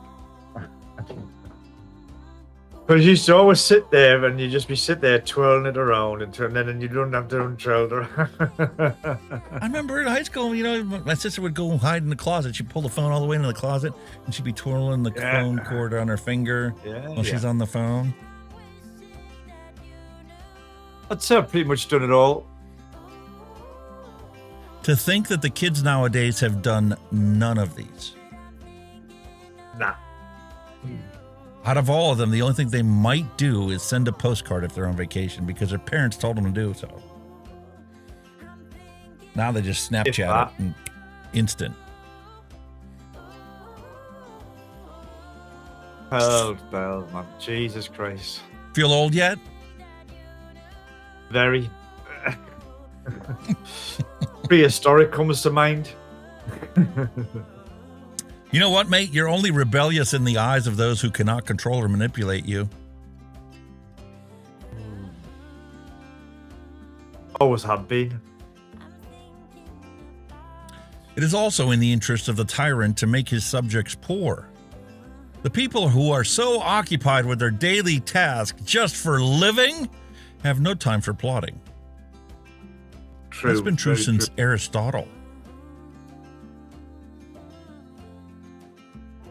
Hell yeah. Here's how we know the country's gone wrong. You know, I'm normally not a very religious person, but have you noticed that our coins have turned their backs on "In God We Trust"? Oh, God. The fuck? One thing you would never notice, is it? Eh? I got a new recipe for you. Here's some banana bread. All it's missing is some peanut butter. Oh, hell no. And if you like these, stay tuned next week for some more recipes.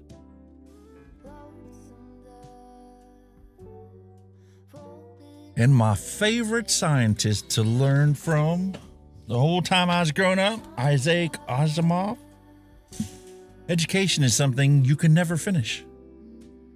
No. The more you learn, the more you realize you don't know. It's like science. More you learn every day. You learn more every day. You learn something new every day. Here's something new that you might have never known before. Chuck Norris admitted to using stunt doubles in his movies, but only for the crying parts. Well, believe that. It's not me. It's me double. Uh-oh. Yeah. If it's facing that way, it's a big uh-oh. Feeling naughty? Oh, my God. Thanks for your service, heroes. Yeah. Veterans stood up for us. Now let us stand up for our veterans. Memorial Day. Undress me with your words. You have a spider in your bra.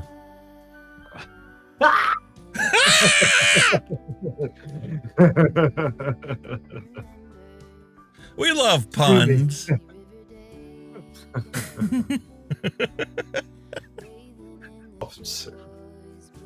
Holy moly. It's a 5-minute walk from my house to the pub, and it's a 35-minute walk from the pub to my house. The difference is staggering.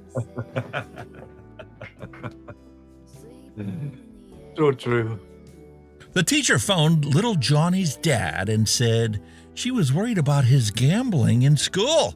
He was betting on anything, and he was very good at it because he was always winning, taking all the kids' pocket money, calculators, even some of their watches. Dad said that they should try and think of something to stop it. A few days later, the teacher phoned him back and said she thinks he has solved the problem. When Johnny's dad asked how she did it, well, I asked him to stay behind after class to talk about his gambling, and suddenly Johnny asked me if I was a natural blonde. When I said I was, he said he didn't believe me. So I bet him everything he had, which is 110 pounds, that I was. He said, prove it. So as nobody was around, I lifted my skirt, pulled my panties down, proved it, and won all his money. I hope that taught him a lesson. The dad. That little shit. He bet me 500 pounds this morning. He'd see your woo on the end of the day. And the kids I had 390 pounds. Clever. Very clever. Indiana Bones Temple of Groom. Doggy Daycare Boutique. Holy moly. Favorite sign of the day. Some people.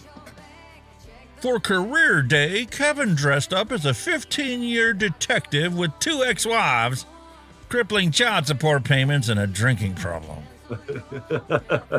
There you go. Career day. Welcome to the Muff Festival. Friday 1st to Monday 4th August. What the hell is that? Yeah, we did this one already. Gen X kids. I see what the problem is here. I'm talking in English and you're listening dumbass. Good old Clint. Clint Eastwood. Is this a real cold? Is this just Or allergies? is this just allergies? There you go, mate. You can sing it. Pouring a landslide, a pouring off the trees. Open your eyes, look up through the skies and sneeze. I'm out of Kleenex, need antihistamines because my stopped-up nose cannot blow. Fever's high, then it's low. Anyway the wind blows, it's always full of pollen for me. For me. For me. Ding, ding, ding, ding, ding. Clever. Very clever. Oh, God. What's your horror host name? Oh, Binger. Oh. Yeah, shite. Fuck off. Slayer of Rage. I'm Harbinger of Men. Get to feck. Halloween Mistress shite. of the Dark.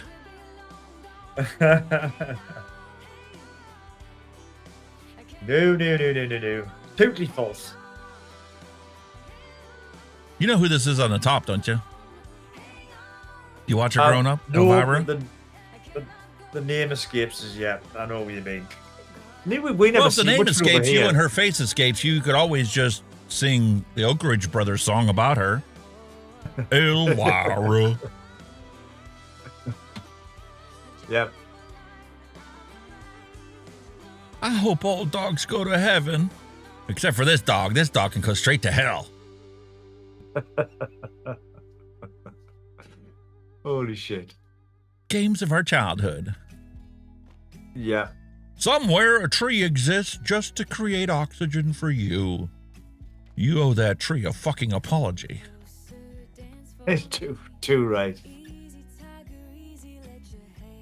That boy's got more loose screws than a hardware store in an earthquake. Oh, fucking come on. Foghorn Leghorn, that's him. Foghorn Leghorn. I said, boy. Got that right. A clown's average salary is $40,000 to $50,000 a year, and here you are being one for free. Jesus. Go ahead, hop in the bun. If you're gonna act like a wiener, hop in the bun anyway. Jesus. Uh-oh. I don't know what this sign means, and at this point, I'm too afraid to ask. Yeah, it's right. The fuck? That's the question. Even the street signs are tired of it. Stop, Karen. Just stop. Karens. I'm Just tired stop, of your yeah. shit. Enough's enough. Hey man, if the number 666 is considered evil, then technically 25.8069758 is the root of all evil. True. Technically it is. To-do list. Make vanilla pudding and put it in a mayo jar. Eat in public. Number 2, hire 2 private investigators and get them to follow each other. That'd be interesting. Number 3, wear a shirt that says life and hand out lemons on street corner. When life gives you lemon, go make lemonade. Get into a crowded elevator and say, I bet you're all wondering why I gathered you here today. That'd be so creepy. Like, what the fuck? Major in philosophy and ask people why they would like fries with that. Jesus. Because I fucking Run into a store and ask what year it is. When somebody answers, yell, "It worked!" and run out cheering. Oh, God. Become a doctor and change your last name to Akula. Dracula. Dr. Dracula. Dr. Dracula. Better than Hakuna Matata. Well, got a better meaning. Change your name to Simon and speak in a third person. What? Simon Says. Not Simon Cowell. Buy a parrot and teach the parrot to say, "Help! I've been turned into a parrot." Then go try and sell it at a Petco. Follow joggers around in your car blasting, "Eye of the Tiger" for encouragement. Dun, dun, dun, dun. Dun, dun, dun. Dun, dun, dun. You laugh at the dumbest things. No, I don't. The things I laugh at. Local police bust a nut. Whatever tickles your Sometimes you fancy, feel like a nut. Sometimes you don't. Meanwhile, the retail price is $2.98 for orgasmic blueberries. Ooh, get me a pallet. Listen, this was the most popular one because not only did Mallery post it on the Discord, but I had downloaded that off of Facebook too. These are my Google Photos for today. Mr. Sandman, bring me a meme. Make it the dumbest shit I've ever seen. Peas. Taste the penis. The what?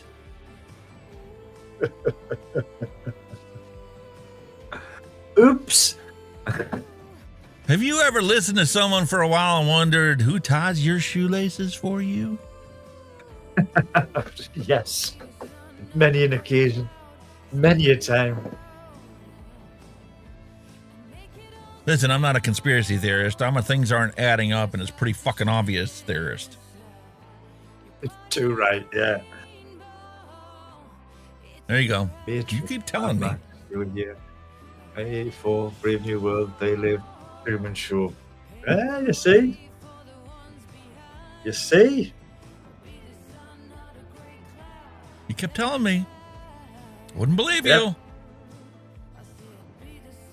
Sorry, but there it is. The evidence is there. Yeah, you know what? I am a cult. We love to brainwash people into thinking for themselves. Hell I yeah. guess that's called a cult nowadays. Possibly. More than likely. We don't want people thinking for themselves. You know, I feel weird when I keep liking the same person's post all the time. Like, I'm not obsessed with you. I just think you're fucking hilarious. Fair enough. I was high as fuck last night and realized something. Donald? That's class. Wow. Yep. Holy shit. How do I land? Listen, man, I've flown airplanes before. If you can do that, you definitely can fucking land. And not crash. But you can't sure. Fucking hell. I guarantee you, if you can write like that in the sky, you can land. John Connor watching you all make friends with AI. What? What's that all about? I'm not friends with AI. I'm just drinking my sippy cup. Not aimed at children, of course. That is not aimed at children. This is for an adult beverage. I spent half an hour trying to talk with them, wanting to learn about their culture, until the bartender cut me off and told me that they were patio umbrellas. Okay, that's brilliant. Jesus. Henson, master of puppets. The dude come up with Kermit the Frog and Miss Piggy and married the Hell two yeah. of them. What can I say? What kind of weed was he smoking? Most embarrassing sex moment, go. Our grandma walked in. Our Oh dear. grandma walked in? Our? What? Okay, remind me not to ask that question again. Throwback to when my kid ate whatever I made for dinner without complaining. Yep. No choice in the matter with that one.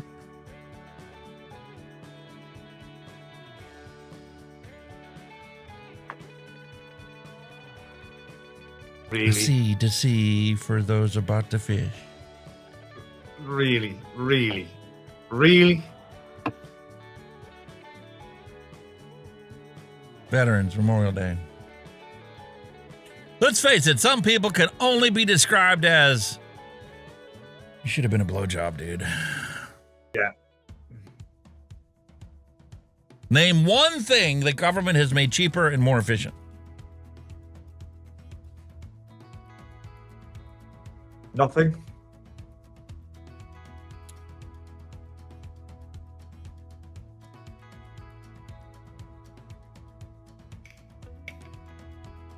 Healthcare for you. Nah. Yeah, not really. It's always been the same. They just tax more to pay for it. Yeah, but you know what? At least they negotiate prices when they go to buy the pharmaceuticals that they give you, right? Here in this country, it's against the law for them to compete. They ban you importing drugs from other countries. It is technically illegal for me to cross into Canada and buy my medications from a Canadian pharmacy and bring it back to the United States. Why? What's wrong with the old good old free market, as they say? Well, go ask the pharmaceutical companies that got the politicians to put it in the law that it's against the law for you to do that. Also, it's an MSA agreement for pharmacies. That's what it is. Car faints after seeing the price of fuel. Yeah, I fucking didn't know. Can you imagine Herbie doing that? Herbie flipping out? Oh, what? Herbie will never ride again, not Herbie rides again. Yeah. What Maniac was like. Yeah, go ahead and just toss this in the elementary school story library. They'll love it. Scary stories to tell in the dark. Mm-hmm. Listen, all you gotta do is read some history books if you want to see some scary stories. Too right. And what's even more scary is we haven't learned anything from it. Government killed 262 million of their own people in the 20th century. And if you think they care about you, you're delusional. Hell yeah. Holy shit. Parents, Sorry, you should be saving money for the future. Oh, yeah? The future. Is that really going to do me a lot of good? Jesus Christ. Is there any point in me having lights here that sun's just decided to blast out and just totally fucking illuminate this room? Is it any good for me to be breathing in this vapor from vaping so I don't smoke when the dog releases toxic waste out of his rear multiple times a day and subjects me to breathing that in? I don't know. So we'll just add a little more dried blood to this happy little demon over here. Hey, God. I watched a documentary about him, you know. He had some fucking shit going on him, you know. Bob Ross, really? Tell me about it. Yeah. It was the other company that he was with that when he was famous, they like bought his brand type of thing. Like when he passed away, he wasn't in it for the money type of thing, but they were. And even when he was ill, they were like pushing him to keep doing his shows and all that stuff, right? And then when he passed away, obviously his rights went to his son, but the other company who bought the name weren't happy about it, and there's been loads of legal wrangles over it.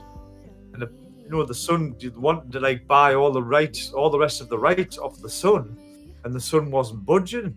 But they were saying like they were giving him hell over that. They were making him work and everything when he was ill, before he died, just so they could that's make money happened off our his name. entire life, more times than we could ever count, let alone actually know about.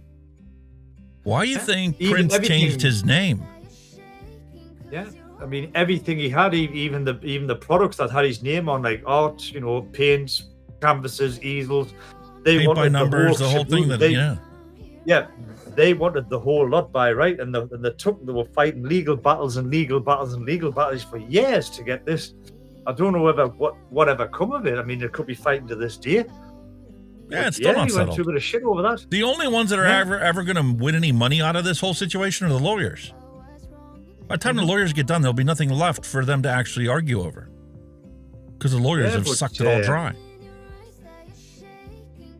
But he was one of the only guys who've done what he did for the love of what he done. He loved painting. That's all he was interested in. He wasn't bothered about money, profit, whatever.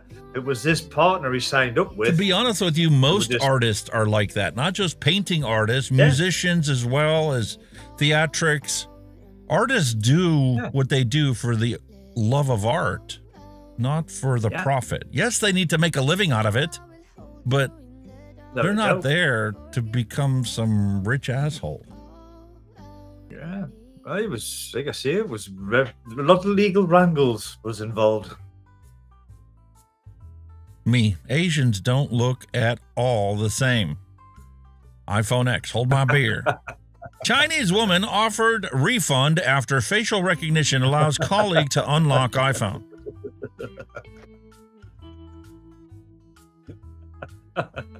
I can well believe that. That would be so funny, wouldn't it? Ah, yes.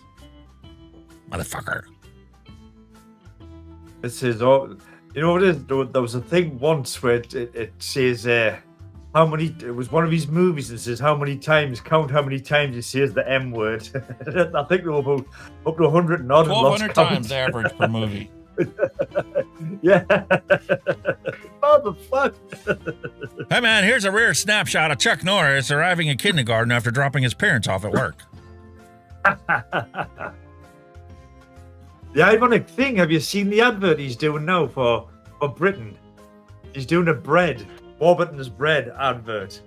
And he does not say motherfucker once. I'm telling you, no shit, he's doing a bread advert for Warburton's. What And a he doesn't say the disappointment. M-word once. It's shocking, isn't it? How you low you'd go to earn a crust. There's some shocking information for you. Here's an English breakfast and a Haitian breakfast. Oh, God. Oh, that English breakfast, damn. Come to daddy. Oh man, when we were up at camp, my wife made me breakfast on the charcoal grill. Eggs over easy, sausage and bacon and home fries, potatoes. Oh. All I had to do is make the coffee and toast the bread. What an amazing breakfast. And she made it on a charcoal grill. And they were done perfect. Eggs, man. Beautiful. Pray for the manager. We're not Karens. We don't demand to see the manager. We pray for the manager to come. Mom, did you want a daughter or a son? Actually, I wanted a back rub.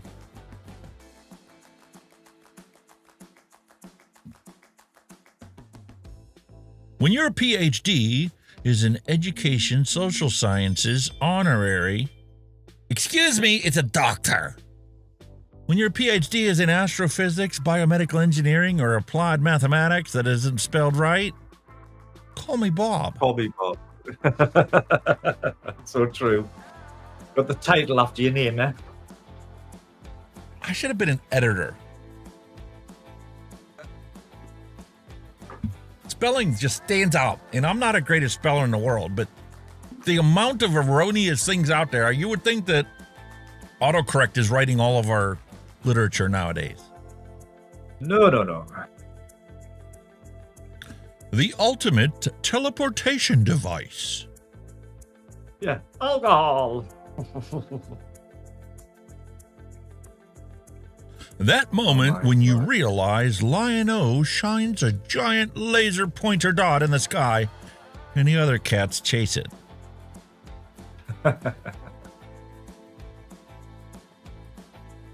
The difference between government and thieves is that thieves don't pretend they're helping you. Yep, that's so true. Read the vowels in Celine Dion out loud. Thank you.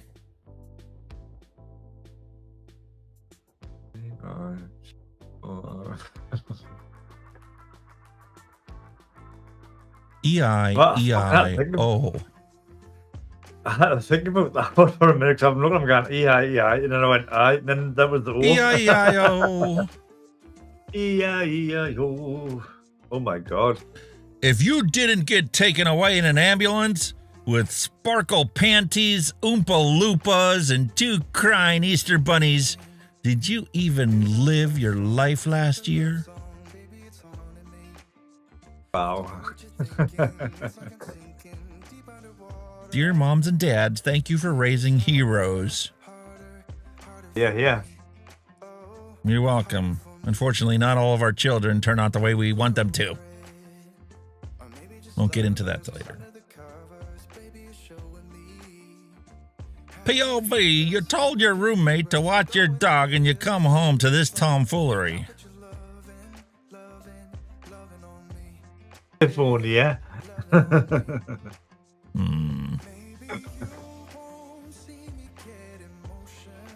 Which staff would you win this brawl?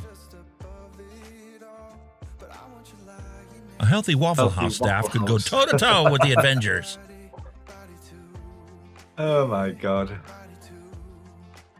Meanwhile, I'm surprised the McDonald's stores aren't 100% fully automated at this point. Not far away. They were the first ones to go touchscreen. You didn't even have somebody at the register to take your order anymore. You had to do it either via app or use their touchscreen in the lobby. That's right, yeah. What's next? You're going to walk in and a tray's going to come out with your food already on it. And it's all going to be done by robotics in the back room. There's going to be a single soul in the building other than you. They know what you're thinking. They know what you're thinking. That guy wants a Big Mac. Out it comes. Hello, darkness, my old friend. I stood up too fast again. Too fast again. Take 5. Free oil change for all Teslas. False advertising. More false advertising. And most people are too stupid to realize it. I'd be very worried if I had to put oil in a Tesla. When the cops pull you over because you were going Mach 3 in a school zone, you're flying an SR-71. Oops. Shit. Never forget, folks, Memorial Day. Chinese cuisine. Can you smell what the wok is cooking?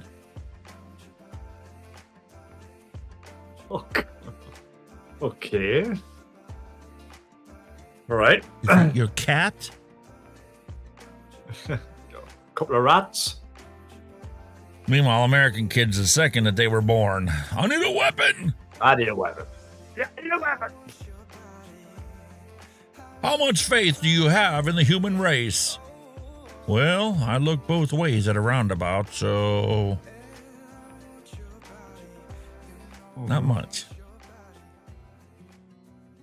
The kids weren't happy when we got to Disneyland. Disneyland chicken and pizza. I don't know why they were so upset. They wanted to go to Disneyland, so I told them. I said, and they even got to choose. Do you want chicken or do you want pizza? Because that's the only thing that are on the menu. They were spoiled for choice. Kind of like in the Blues Brothers when they pull up to Old Bob's Country Cafe. And they go, what kind of music do you usually have? Oh, we got both types, country and Western. Western.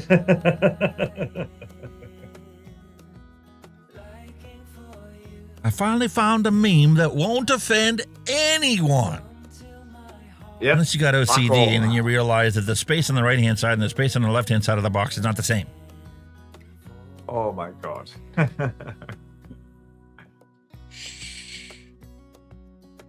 Only the OCD people notice. Somebody. That would totally annoy somebody. This picture someone's kid drew of their family snorkeling. Shit. Doesn't look like they were snorkeling. It looks like somebody got pretty good at drawing hangman's noose.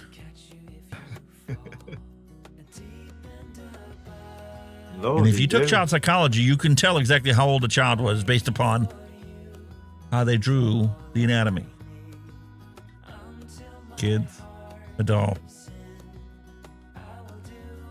Wow.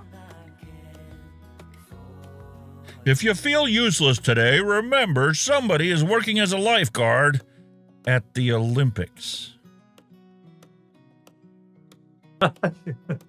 Never thought of that. There is lifeguards at the Olympics. Today's episode of Why I Want to Quit My Job. Working at Starbucks. Item 1 of 1. Items in order 1 for Edward. VT Caramel Crunch Frappuccino. 5 banana, X caramel drizzle, extra whipped cream, extra ice, extra cinnamon dollop. 7 pumps, add dark caramel sauce, extra caramel crunch. 1 pump of honey blend, extra standard butter, 5 pumps of Frappuccino roast coffee, 7 add Frappuccino chips, heavy cream double blended. Just freeze frame that, and we'll put that on vape recipe and see if you can make it.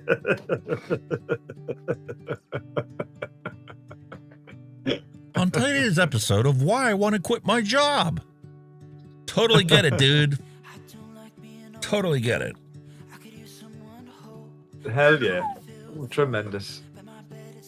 Just like I totally get how these sippy cups are for adults only. Hello. A couple more big sips, and I will be slurred on my speech for the rest of the show. Only 16.0% alcohol by volume. Wow. Blue raspberry Not aimed at punch. kids. Not aimed at children. by the way. Holy flavor, man. My jaws just cannot stop watering. Really that nice. And the more it waters, the more I taste the blue raspberry crunch, and the less the alcohol is present. Yep. Until you try to stand up. Then you'll know. Until you try to stand up. And then you're going to swear it's like drinking tequila. 1 tequila, 2 tequila, 3 tequila floor. Yep. We used to have a brand of lager that was called LCL. It was made by the Federation Brewery. And that was kind of nicknamed Lose Control Lager. For obvious reasons. Big style. It was fantastic and all. Absolutely fantastic kind of lager.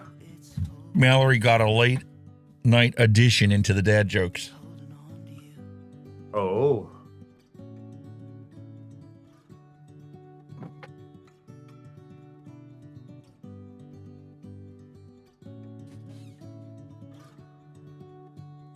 Oh dear. Mail order dear. bride for the Amazon delivery.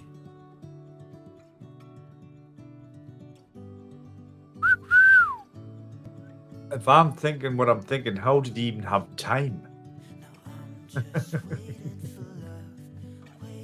Some people just don't care about their job. Wow.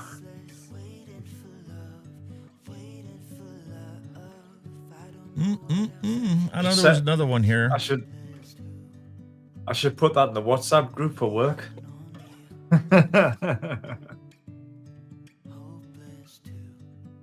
Remember the sacrifice of her fallen comrades.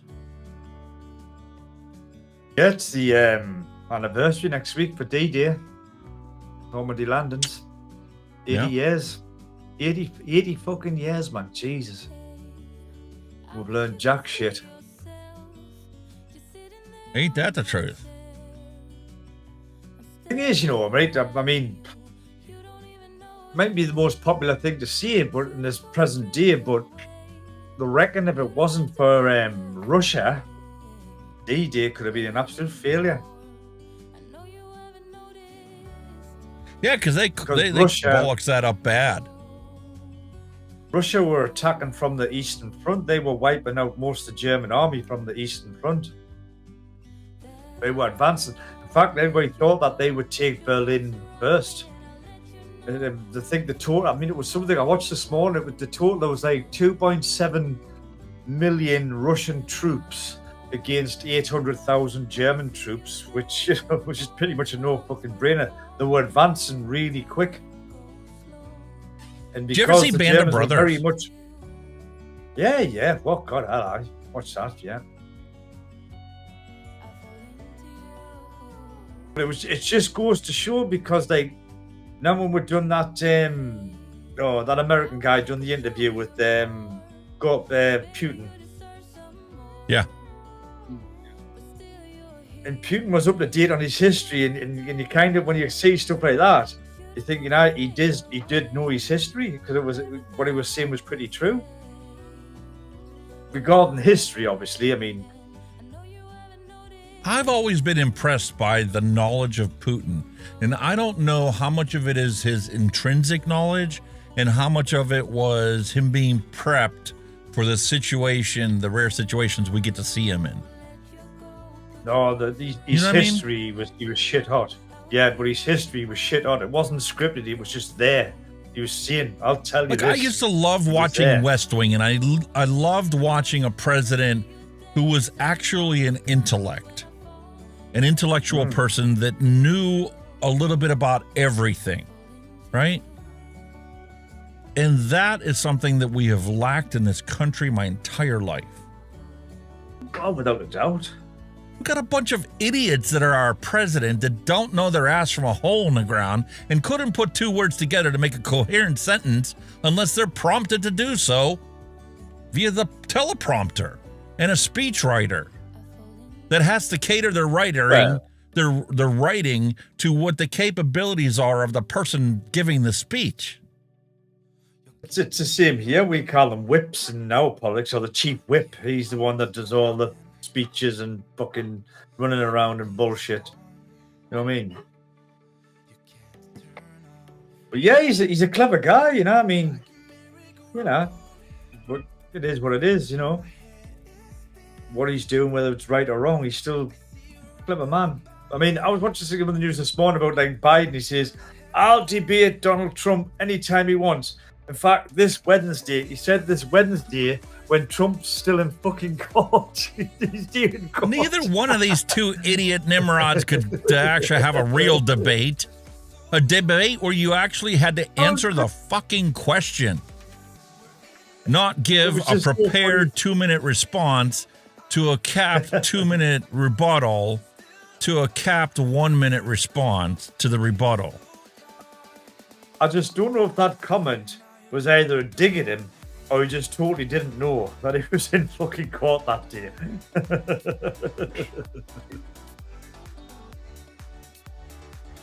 I'm not going to get into the whole political views and whatnot and what people should choose to do. I'm going to let people make their own informed or uninformed decision like they do year upon year. But I'm sick and tired of having idiots as our president that doesn't know their ass from a hole in the ground.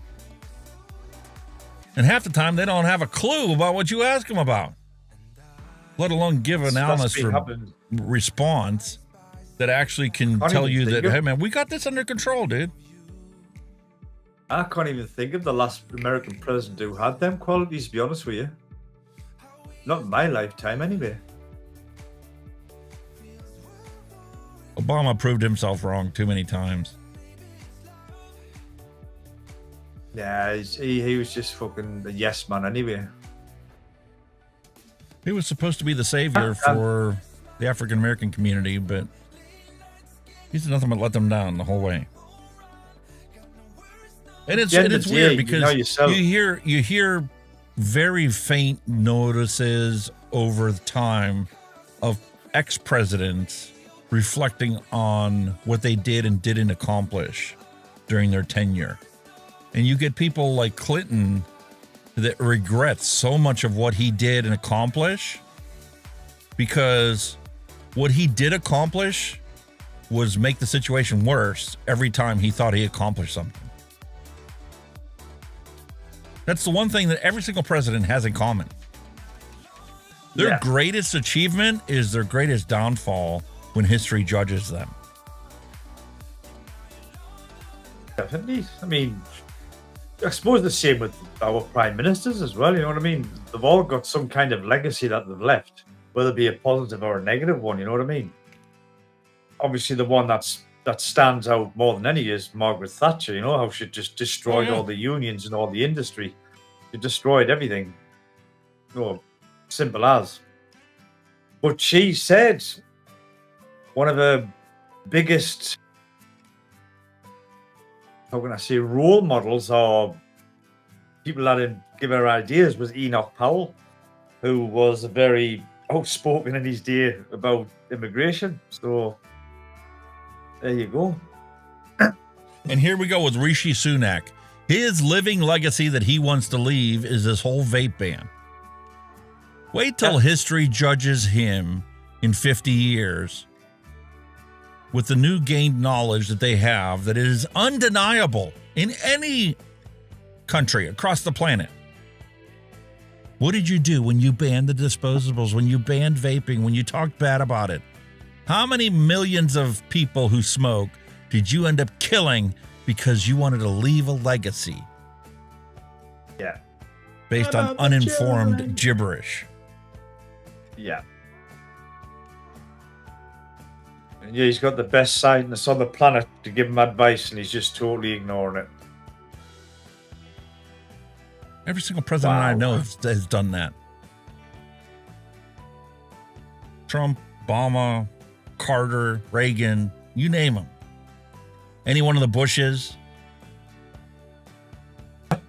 I find it hard to give a difference between Biden and Reagan because they're both similar. They're both old and senile. Didn't have a clue what they were doing. Yeah. And it wasn't until years after he was out of office that Nancy admitted, sorry, he was senile the whole time he was in the presidency. Exactly. What the fuck? We just didn't tell anybody. There you go. Talk about the land of the free, eh? You don't have to have all your marbles. He did get Gorbachev to knock down these walls. That wasn't one accomplishment you can't ever hold against them. Yeah, I suppose that's it. But wasn't him. But the whole Reaganomics model of let's hand all of our riches to the richest of the rich because it'll trickle down to the poor. That's the dumbest economic model ever invented. Don't work. Let alone sold to the American populace. Don't work. But the Koch brothers, thank you for it.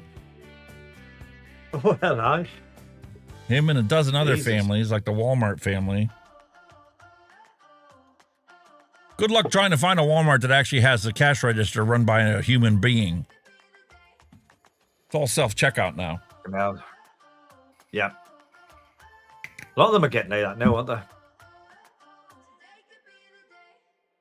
If I ever see one of them in the Atrocious, shop, man. It's atrocious, the world we I live blatantly in. go to a checkout. I don't go to checkout self one. If there's a self one and there's a proper person to check out, I go to a proper person. Me, I want to speak So to do a I. human. Fuck I don't that. care how long the line is. I'll wait for Yeah. 20 minutes to check out if there's somebody actually checking me out. Exactly. I don't care if I only Oh, have two shit. things to check out. I won't go to self-checkout. Nah.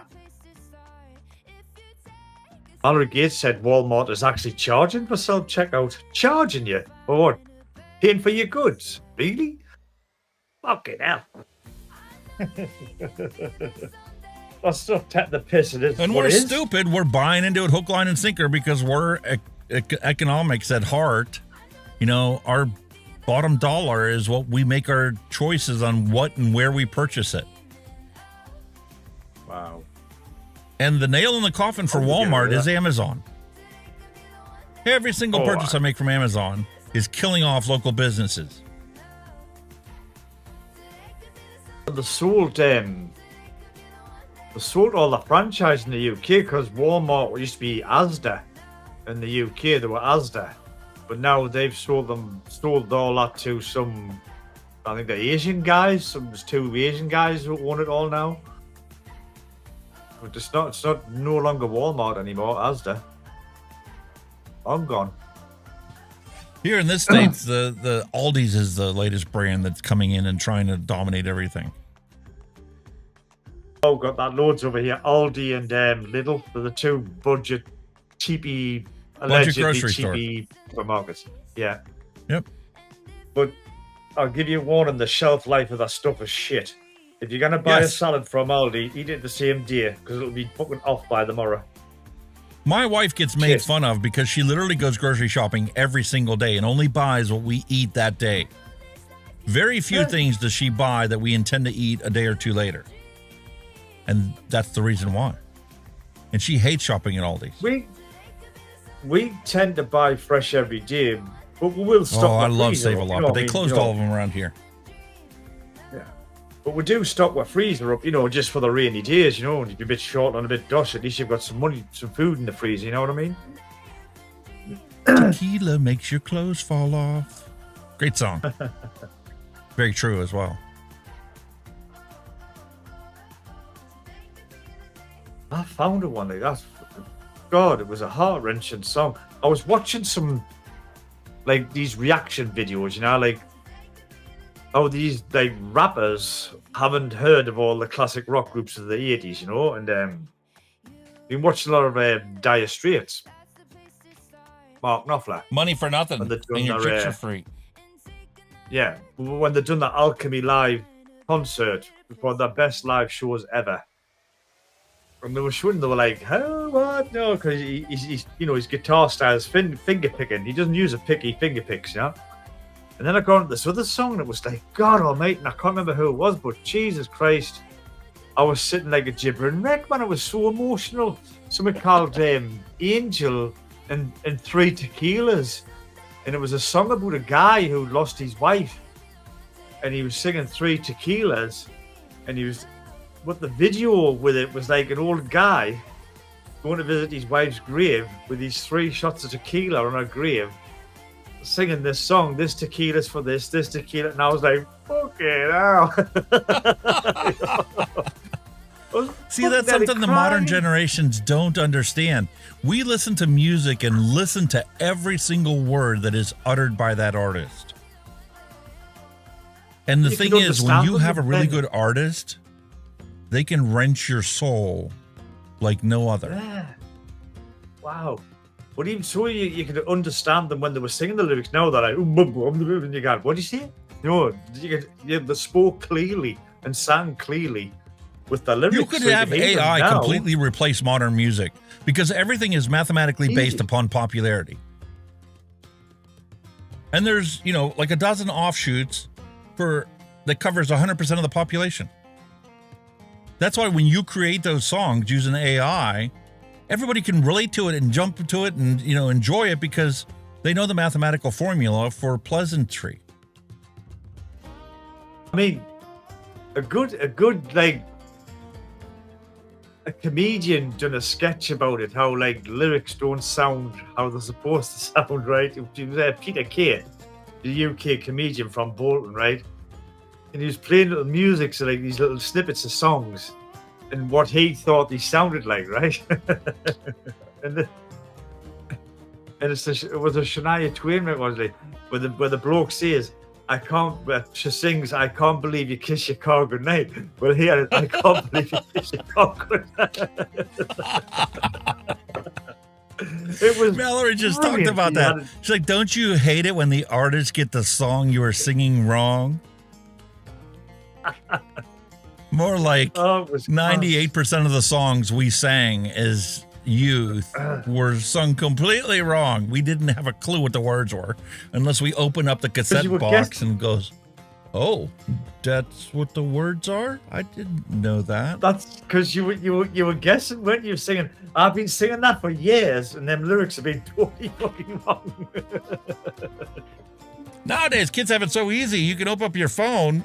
It'll not only recognize the song, but put the lyrics on your screen so you can actually learn them proper.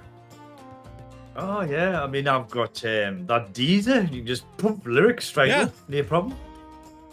Easy.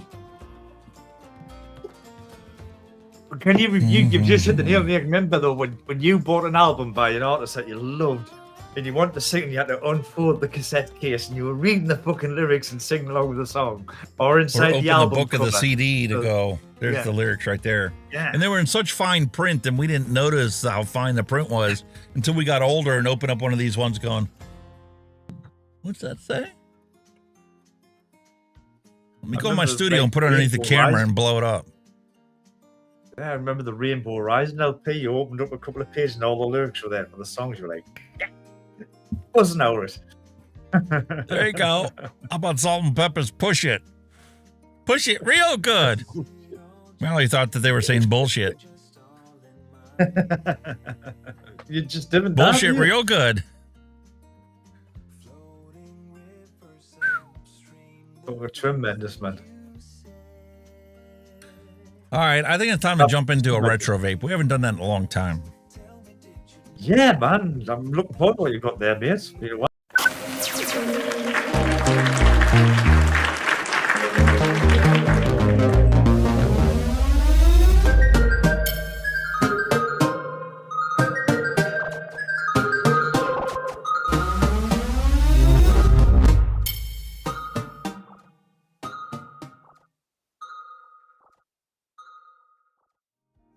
One more thing before we jump into our retro vape. I wanted to show you last week.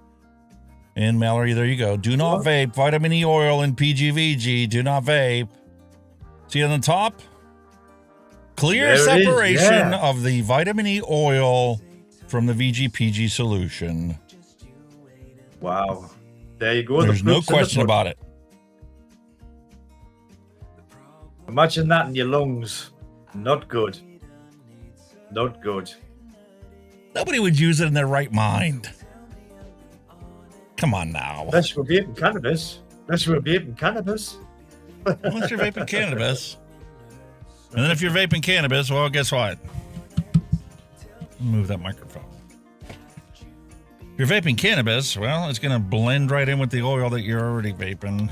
That's the reason why cannabis vapes are completely different than regular vapes, because when they vaporize the oil that's in there, it's not meant to get into your lungs.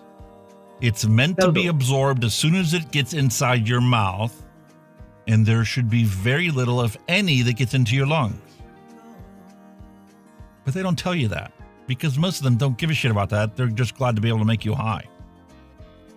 Hence, that's why you had lots of people in hospital saying that they were vaping. Yeah, well, you didn't tell us what you were fucking vaping, did you, people? No.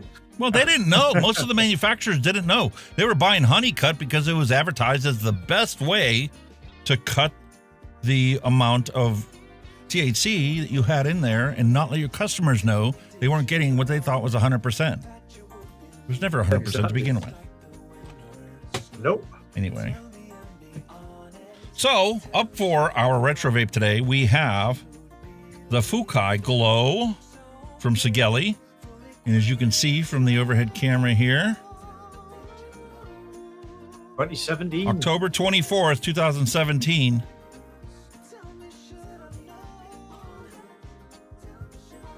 The FUCHAI Glow. And so simple as well, isn't it? The Innokin SLIPSTREAM. Quick and easy top fill, removable drip tip, child-proof cap, 100% stainless steel, Japanese organic cotton, TPD compliant with 2 mils of capacity. Okay. 1 half ohm stainless steel 316L coil inside, 1 0.8 ohm Canthal bottom vertical coils inside. I don't understand why they always did that. BVC coils. Bottom vertical coils. Recommended temperature, 160 to 230 degrees Celsius. Nowhere near the 1,000 degrees Celsius that the scientific study done by AI looked at.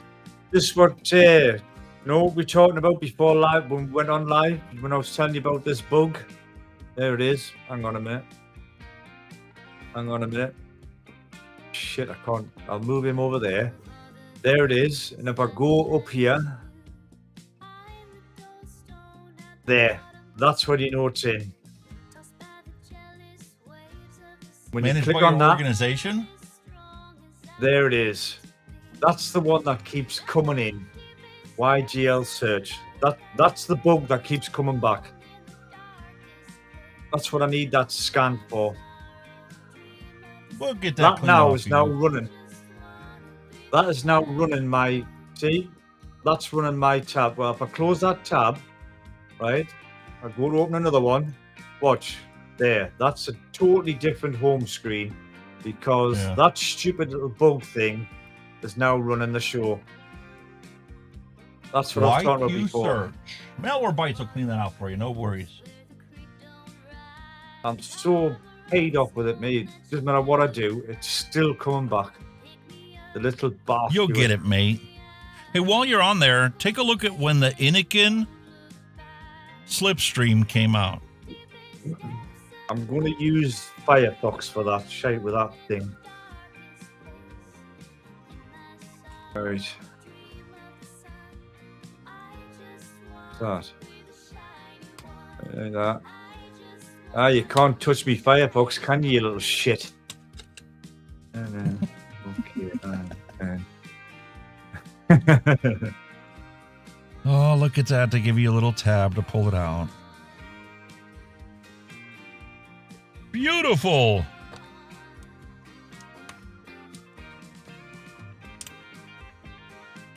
Come on.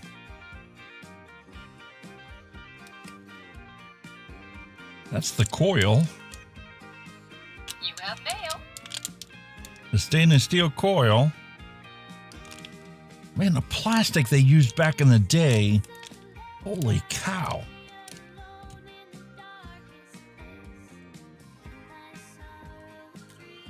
There's the spare O-rings.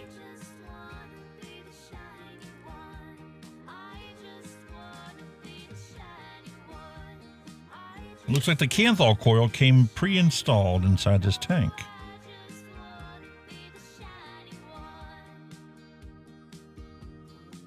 All right.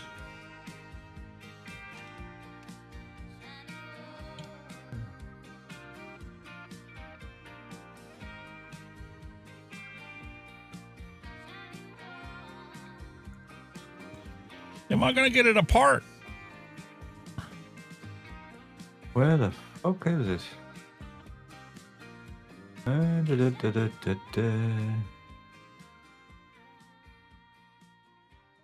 a date on it. You can still buy it to this day, apparently.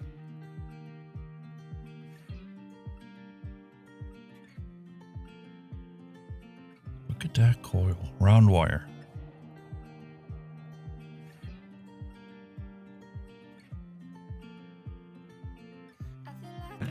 SLIPSTREAM.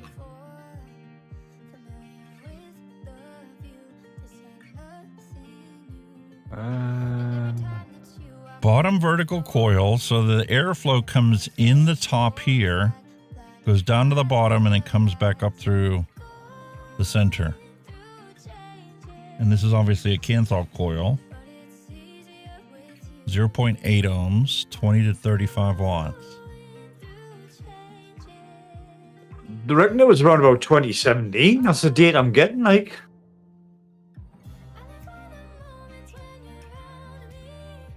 Around 2017-ish.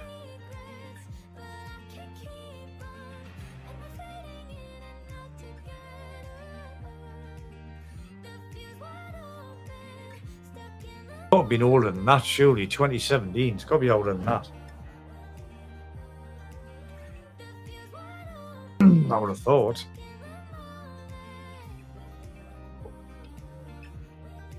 So is this airflow stuck? That's my question. I pulled the drip tip out of there. No, you can still adjust it. Need to get some air e-juice on there to lubricate that. 510 drip tip with the double O rings It's top on it. airflow, so 2017 would be probably about right because of it being top airflow, because that's kind of when they were starting to appear, weren't they? And there's the max fill line to the top of the glass.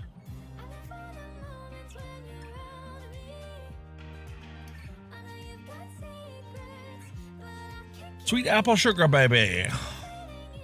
Yeah, man. Lube it up, bunny lad.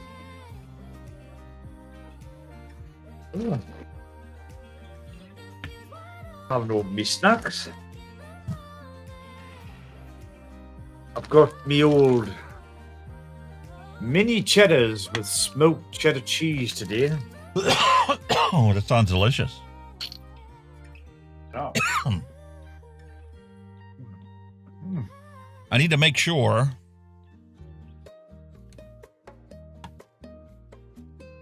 that the fill is below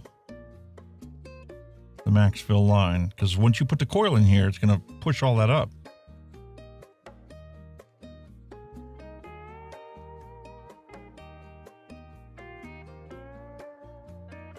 Called displacement, sir. Yes, sir.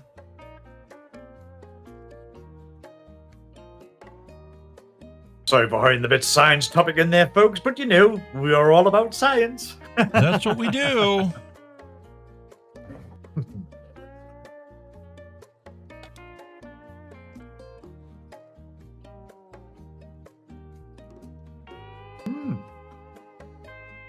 Lube that up a little. Clean off the excess, because it is now time for the FUCHAI Glow. Looks a very simple device, doesn't it? Yeah, but it's not for you because it's got all these lights. Oh, no. You're like, oh, get rid of all those lights. I don't need that lights.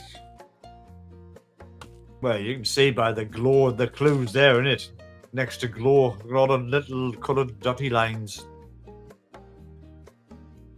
Certificate of authenticity, quality control passed stamp on there you can't even see. Just. Well, you can see, you A can see proper what's going to user light manual. up, can't you?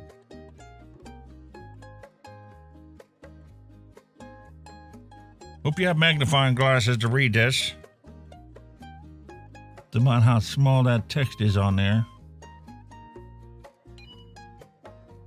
Wow. But I do love the look of it. Proper anodized aluminum exterior. Beautiful shade of blue. Appropriate That for the big time. lump of USB charging port. That big white band on the bottom is obviously going to be the disco lights, isn't it? Okay, now. Plus and minus stamped into bottom cap. Nothing on the bottom. Can't see in there anyway. The people probably look at it and goes, why should we mark the bottom? You can't see nothing in there. I used to mark it anyway.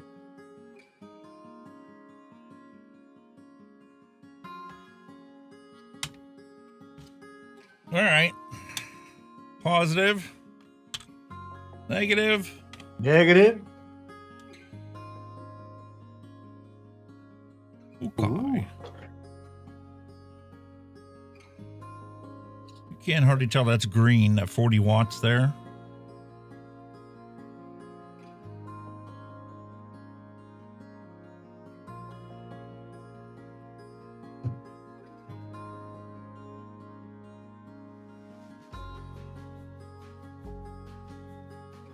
It's gonna take forever, isn't it? Oh, 200 watt mod. 214. It turned red. Whoa. And you see how it's lit up blue? Yeah. How can you miss it?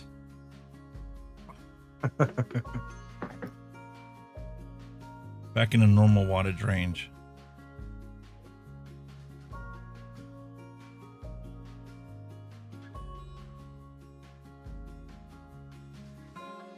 It's quite small, isn't it, though, for a 200 watt box mod?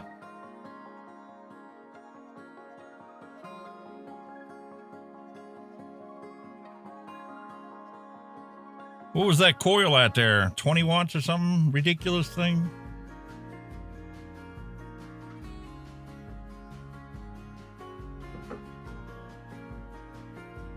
Have to hit rewind and take a look at it.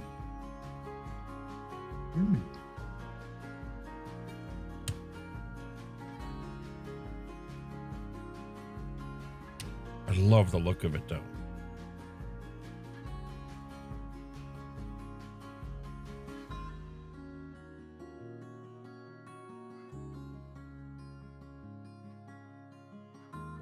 It's glowing. And the button's got it lit up. It's a fucking night light, that man, not a mod. I love it.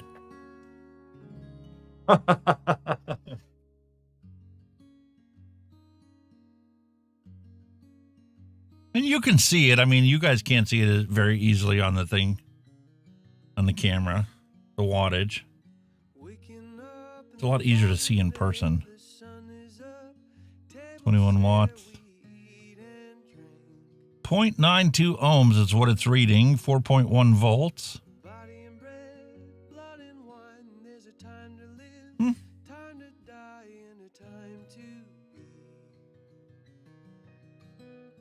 It's actually pretty comfortable. It's a little slippery on the side, though. For that light. The thickness difference. Doesn't look like much.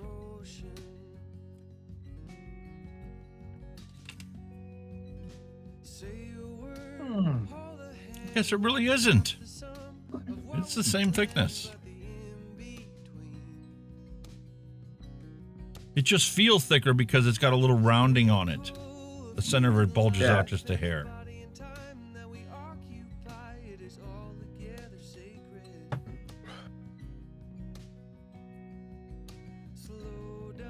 You can see it's not a proper square. It's got like a bit of a roundness on it, and it's not proper flat. You look down the top.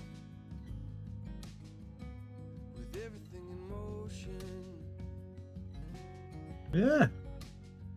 For 2017, though, I mean, I'm not gonna, kick it out of bed for eating crackers.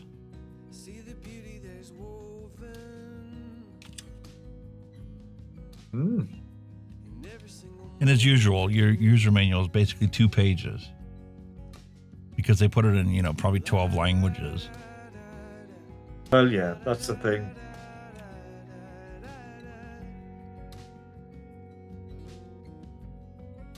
It says it's got temperature control for stainless steel, nickel, titanium, and it has a TCR curve mode. Temperature range is 100 to 300 degrees Celsius, 200 and 570 degrees Fahrenheit. And there's 5 TCR settings you can pick and set it up. Save those 5. Like a memory.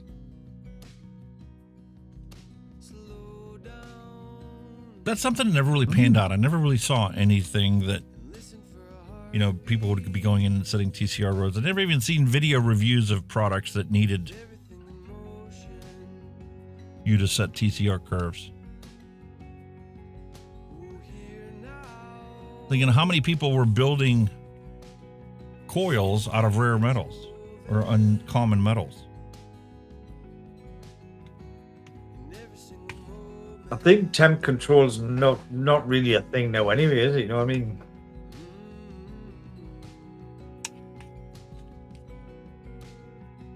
You're a hobbyist anyway.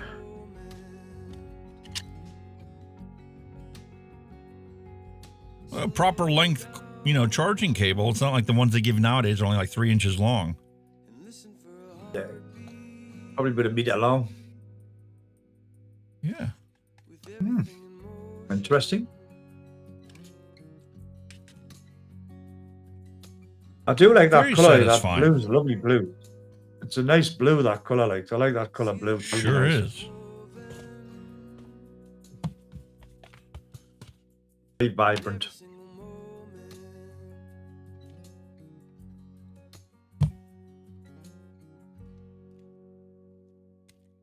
And let me steal the black tape off of the package.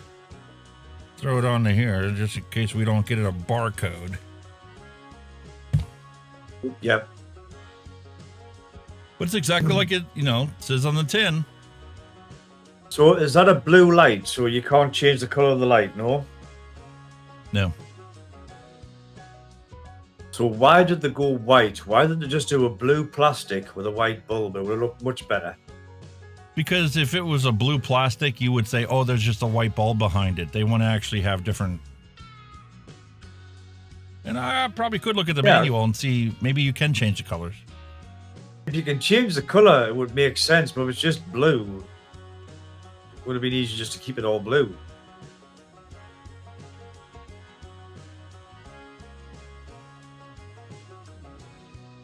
You were asking?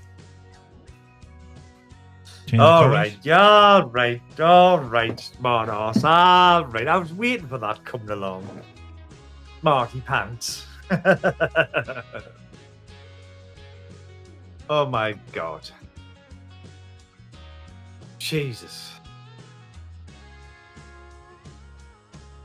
And lights on, light off when using. Or you could leave it on as a night light, like you said. It's always going to be on.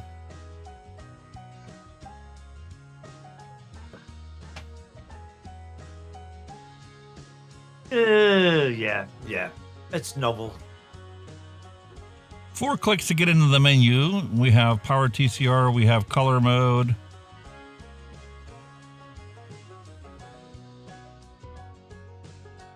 Power stainless steel, titanium, Ni200 and TCR curves.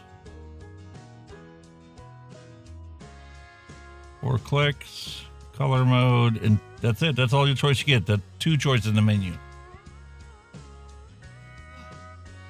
Very simple. That's it. No wrong with that. Keep a nice, simple menu. There's nothing wrong with that at all.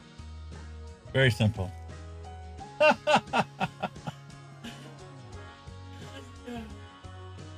That's the tree topper.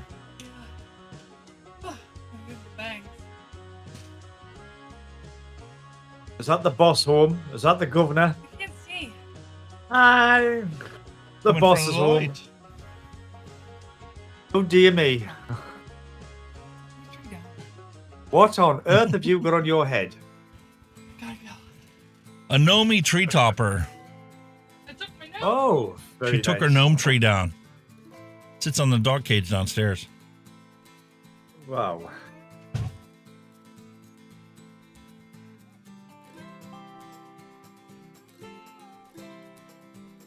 Should have wound her up and said you've just done that in front of 1 million viewers.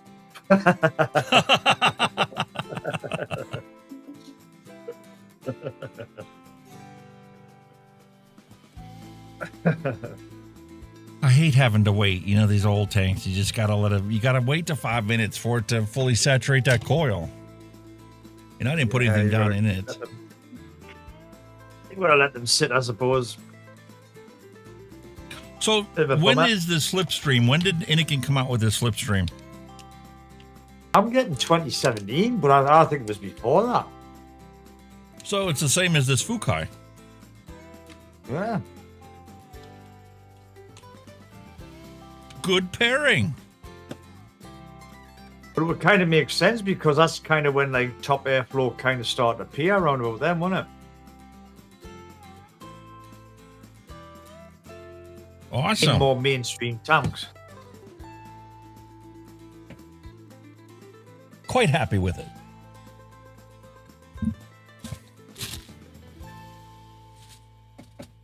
Could be wrong. I could be wrong. I could be wrong, but I definitely think I'm feeling my big sippy cup. I don't think you're wrong, mate. I think you are actually feeling it.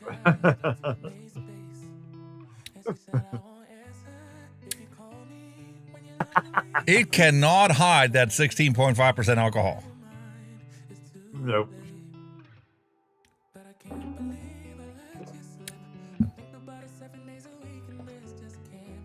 I've got to drink 4 of these to match your 1. It says right on the package, this is enough for 3 cocktails.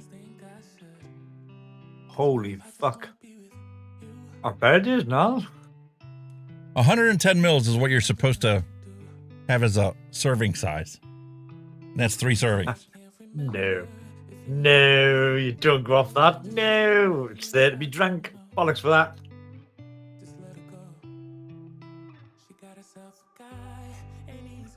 People don't have a problem with this being sold out in the market and not being for kids. I mean, how much more kid-friendly could you possibly make it?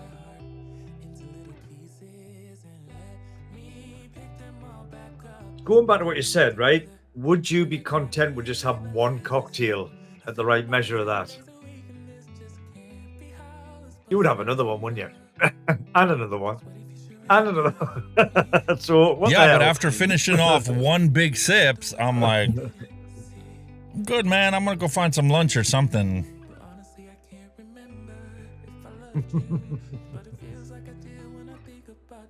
Holy moly. I think you'll be quite the, shall we say, relaxed by the end of the stream.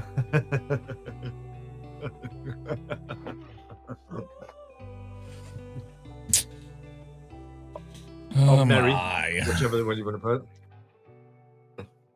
The things we put ourselves through for in the name of entertainment. I mean, and to create a community for you guys to hang out in. Exactly. Oh yeah. All about, man. You know what, though? I have come to the realization, though, after attending the e-cigarette summit and thinking about everything that we covered last week and about just the state of the industry and the affairs that are going on with the tobacco control freaks and how they're just relentless. No matter what you give them, they will always want more. Because if they can claim success in achieving their goals, there's no more purpose for them. They don't need to exist. You've stamped out smoking. Within the next 10 years, combustion will be done. And Rip Trippers was right. Yeah, it will be the future. So what are they going to go after next?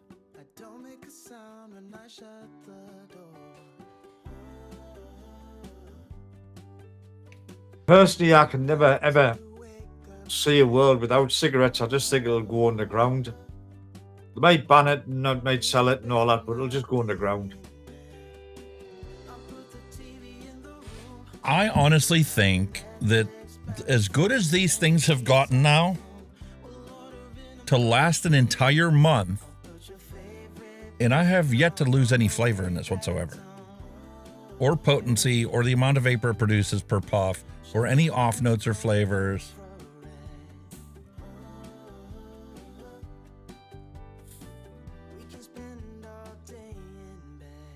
And they keep improving these. You saw during the presentation, month after month after month, there's always a new product coming out. More puffs, more features. I mean, the original disposables were just like these little things here. No displays, no nothing, no charging port. You got it in the package and hoped that the battery hadn't died because the internal resistance drained it naturally.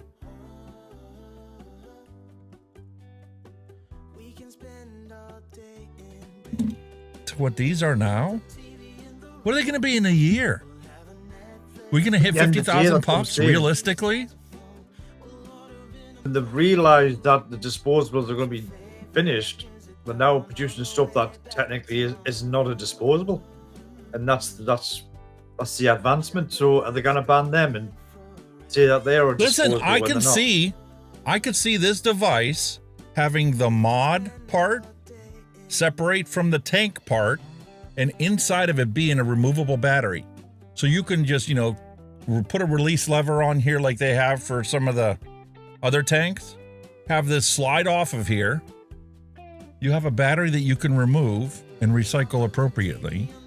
You have a tank that you can attach on here. You could replace the battery. We're essentially minimizing a proper modern tank into a modern unit with a sealed tank of e-liquid and a sealed coil. And when the tank is empty, the coil has to be replaced, which now means that from a scientific perspective, nobody will ever be vaping junky coils that have a shit ton of crap built up on them. It's kind of gone like, I think one guy's mentioned, Chad's kind of maybe it's like a bit of a closed pod system where the mod will be. That's essentially what it is. Yeah. But it's not a pod, it's an actual part of the device. Yeah. Because a pod literally is just the coil in the reservoir of the e-liquid, and people can screw a hole in there or drill a hole in there and then fill it up with whatever they wanted. You could still do the same thing with here, refill the sponge with the e-liquid, but this ain't going away. And like I posted on Grim Green's tweet the one day, I said the industry really had no other choice. The massive failure of this PMTA process requiring 178,000 pages to be a complete application. That's the minimum threshold because that's what it took for the ACE to be authorized. 180-some thousand pages with studies specific to that product. That massive failure, combined with the fact that Trump signed Tobacco 21, and in Tobacco 21 they banned flavored pods. What else could the industry do? Invest in the next tank and mod? And for, let's say, $1 million, how many of these could you make? Versus $1 million invested in these type of products, how many could you sell? Yeah. Quick and You easy could to make. aren't easily they? sell 10 times as many of these as you could these. So the industry went to these. And listened to customers, and customers wanted something that lasted longer. They wanted to have a display, and they wanted to have everything that they got on these is now incorporated into a non-disposable, multi-use device. But a multi-use device that cuts you off before your coils go bad. It's the epitome of public health, what they wanted. What original tobacco control back in the 2000s asked for, we've got. And it keeps getting better. You can't stop technology. Oh, God, no. Again, you know, the authorities that be created that problem, and obviously the vape companies have reacted to it, and they're using technology. And the vape companies are selling $13 billion worth of these. Yeah. No customs on any country is going to be able to stop them or find them. None of them. And the more people pick this up, the more demand there's going to be for it, and the more companies are going to make. Good old supply and demand, isn't it? It's the old supply and demand, and simple economics teaches you once that snowball is rolling down the hill and gaining steam, you can't stop it. I don't care who you are or what you think you can do. Australia is literally putting in $32,000 fine and 2 years in jail for somebody that vapes nicotine without a prescription. Is that stopping the 90% of people who are using these products illegally? No. Of course it's not. You think a double ban and another, law saying that it has to be bought in a pharmacy is going to fix it? No, they're going to look even more ridiculous in 5 years when 99% of the market is ignoring them.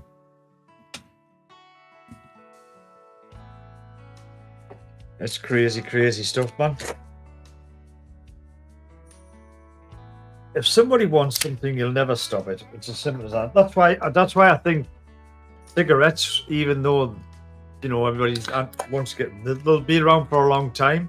Whether they get banned in our local shops or they get banned in your country, they'll be still. I don't think they're going to go away because of bans or laws or restrictions or taxes or any of that other bullshit. Of course they won't. That's not what got me to quit smoking.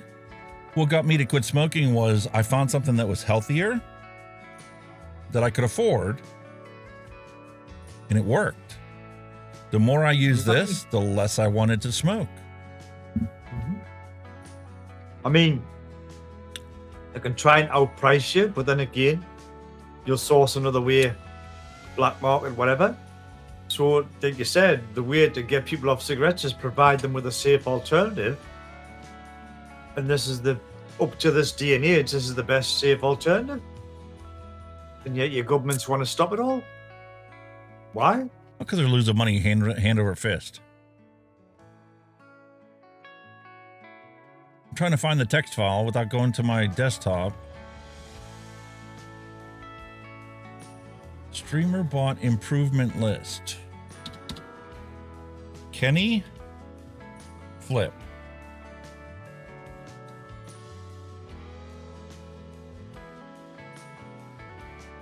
I'll create that for you next week, Michael.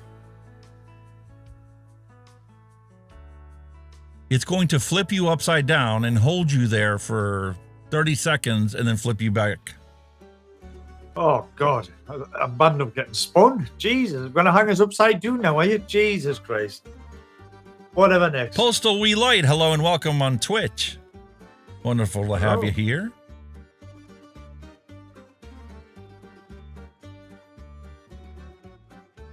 Yeah, we've got all kinds of commands here. I think this is a fake. I don't think this is real. It will be next week. Kenny Flip will be a real thing. Let's keep on vaping like our lives depend on it, because they kind of do.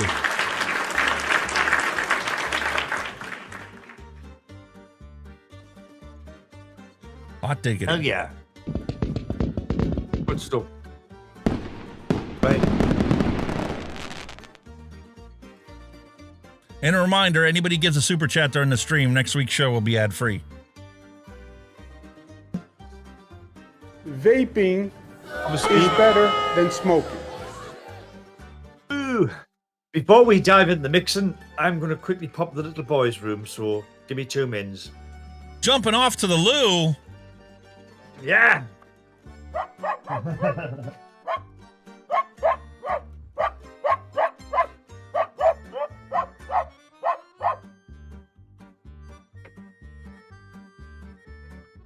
All right, well, in that case, it's time for us to go and do a random recipe.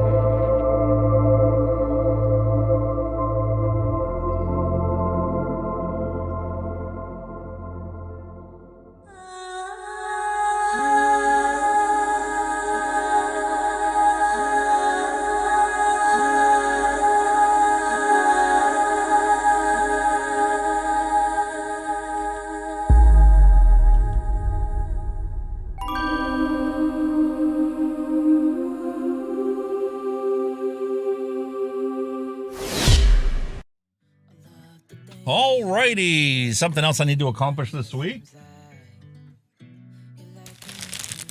is to add all these new flavors into my flavor stash, because 547 flavor options to choose from is simply not enough to make the perfect all-day vapey liquid recipes. So I got these to add into the stash. Darren said that he's going to be sending us a package over, so I'm getting restocked with the orange and the pineapple and all the other ones that I'm out of. And some new stuff that we can add to the repertoire there. And we're going to shift the focus a little more and do some more DIY mixing here on the show to try and get a handle on all of these individual flavors. We're going to do single flavor testing. I'm going to try and add that into the thing, otherwise I'm never going to get through these 547 flavors. I probably only single flavor tested about 50 of them so far. So it's going to take a while. Even if I do 5 a week, I might need to do 10 a week. And it's going to take a whole year to get through them all. But I've got more to do. And even with what I have, it's going to be ridiculous what Sherlock Holmes comes up with for me to mix up today.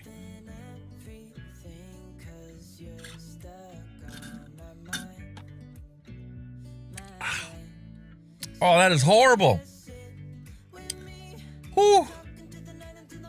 When you get down to the last of your big sippy cup,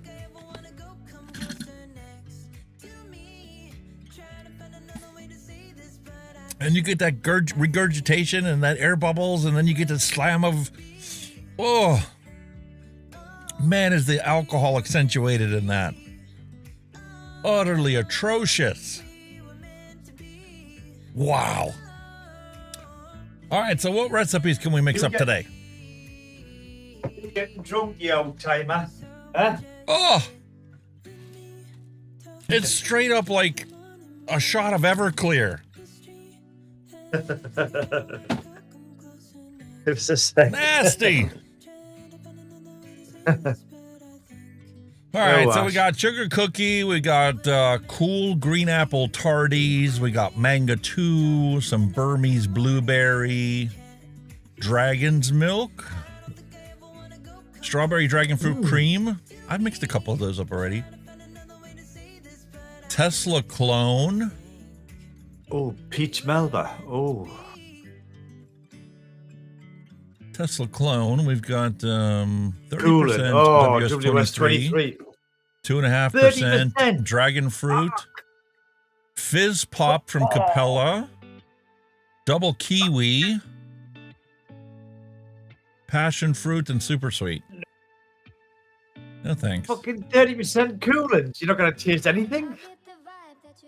My coconut. Oh, Miss Faye has a beautiful Coconut DX from TPA at 6.66%. Madagascar Bourbon Vanilla TPA 3.34%. We did another recipe that was like that. And matter of fact, I think we mixed this one up before and I added some double chocolate to it and it ruined it. This coconut, this My Coconut, this 2 combination of just coconut, Madagascar Bourbon Vanilla tastes like the coconut candy inside of an Almond Joy. I should try mixing that up with some glamour chocolate. Mullenberry's glamour chocolate. Bounty bar. We would call it bounty bar in the UK. I love them. Bounty bars are fucking fantastic. And I am definitely not a fan of grape anymore. I'm ruined when it comes to grape. I went to clean the tanks out and I'm like, okay, well, what's on this little Bushido V3? I smelled it and I'm about gagged. It was like, oh, that's all grape. Oh, no. And to think that that was my all-day vape for probably the first year. In between cotton candy and keep it 100 OG blue, not this blue crap they're selling nowadays. That was my all-day vape. Purple Rain. Grape juice. I can't do grape anymore. So odd. That's so odd. Cupcake cream collection. Oh, custard cream. Custard cream, perfect vanilla cupcake, shisha vanilla Capella, and super sweet Capella. Suggested steep time, 2 weeks. Oh, we'll do with that. Cream, vanilla. Custard vanilla, cream, you don't get full flavor of custard cream for a month. I don't care what anybody says. Nah. I don't, at least. Exactly. Maybe you can taste it in 14 days. To me, it still has some kind of off note. Yeah. It takes at least a month to get any kind of custard that I've tried to mix up. Definitely. You've got to leave custard at least 4 weeks, whatever. But that does look like a pretty interesting recipe. Especially if it tastes like that. But how's it going to taste like that? Where's the fruit in it? We just have custard cream, vanilla cupcake, shisha vanilla, and super sweet. So this is more like a creamy cupcake. Creamy vanilla cupcake. Pretty much. And the thing is, to try and put fruit to it could make or break this recipe. They're probably just full of icings, you know what I mean? Probably not an actual fruit. A collection of different vanilla cupcakes with fruit or coffee. When I tried Capella Perfect Vanilla Cupcake, it was something completely different to what I had expected. But I was pleasantly surprised. It tastes only slightly cakey and more like a custard cake and has a great vanilla flavor. In combination with the new Capella flavors, custard cream and shisha vanilla, I was in love. This is a great base for fruits and coffee. Now that's something I hadn't thought about, pairing that up with a good coffee.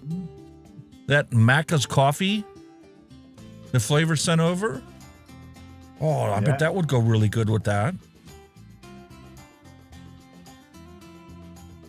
It's a base recipe where you can add a fruit or a coffee too. Yeah. You know, I'm going to save this, I but I'm can't not see mixing it. this one up today.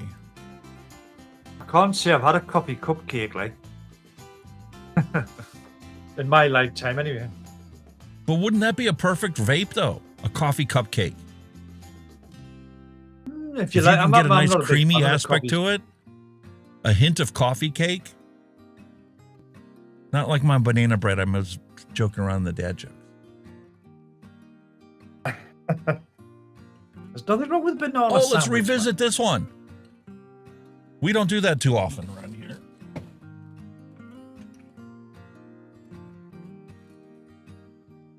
Neil Pitt's White Grape Tangerine.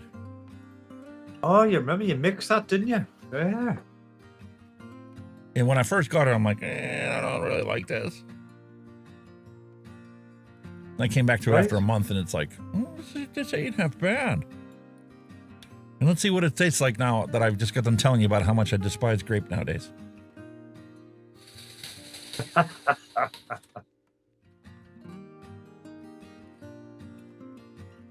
See? Not all bad, is it? Need more power. 0.4 ohms, 45 watts. Let's try that.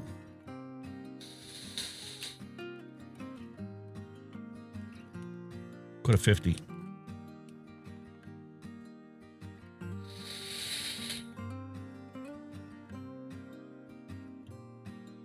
What a fantastic recipe.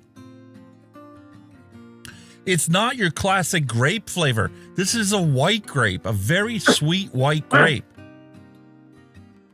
And that sweet tangerine, now that it's been sitting here this whole time, we mixed that up back in March 5th. April, May, almost June. That is a perfect recipe. God, I know why he loves this now. I know why he recommended us try this.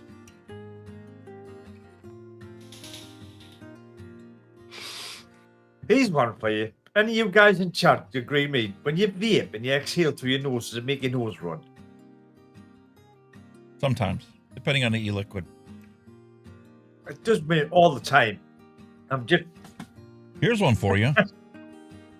Makes one sneeze.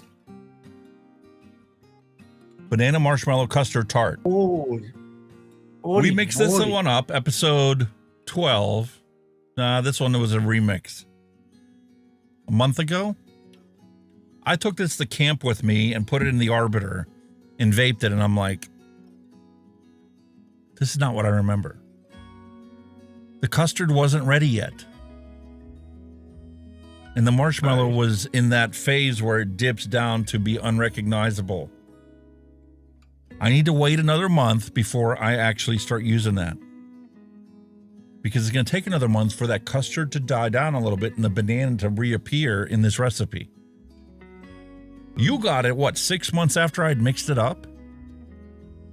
And even you needed to wait another month before you thought it was good. And added a little more super sweet to it. Yeah. There's a definite advantage to letting things steep, letting things ripen. Don't expect every recipe you mix up to be ready right away. Not everything can be a shake and bake. Because that's my Achilles heel when it comes to mixing. I'm not the patientest of people. I want to go of it. and I'll Listen, probably that's vape the it great when thing it about tastes this Water Malone. I can mix this up and vape it tomorrow. I technically could vape it today. But after tomorrow, it's mixed enough and steeped enough to be ready to vape. The last 3 bottles I mixed up, this is what it was. And that's what we're going to mix up today to test out the VGs, the different kind of VGs. I want to see if there's any difference in these VGs. Is there a difference in the brand of vegetable glycerin you buy? I'm going to use the Apothecary VG. I'm going to use the one I've been using. Right here, this raw care. I mean, just out of curious, word didn't come out. Just out of curiosity, do you think you'll be able to taste any difference of a knuckle test on it, on the VGs? I'm going to knuckle test them all to see if there's a difference in the taste. and then I'm going to actually mix up a bottle of e-liquid in all of them to see if there's a difference in the vape. Because sometimes you can catch one and not the other, and vice versa. I've done that with flavoring. If it's pharmaceutical grade and it's all made at the 99.9%, it's a standard mixture. It's not as if it's like it's 80%. It's a bog standard. Yeah, even the food grade is 99.7%. Yeah, and when you ask them about standard, what's in the 0.3%, it's like it's usually water. We don't purify it enough to get rid of all the water in it. Yeah, that's what I'm saying. So it's probably, I think that's probably where the difference is going to be, but in the water content. But again, if they're all claiming to be 99, the water content's going to be the same. That's what I'm saying. It sounds like it's going to be a standard, an industry standard. I did have the privilege of trying vegetable glycerin made out of coconut. Okay. Wow. And it did have the scent of coconut, but no coconut flavor to it whatsoever. Yeah.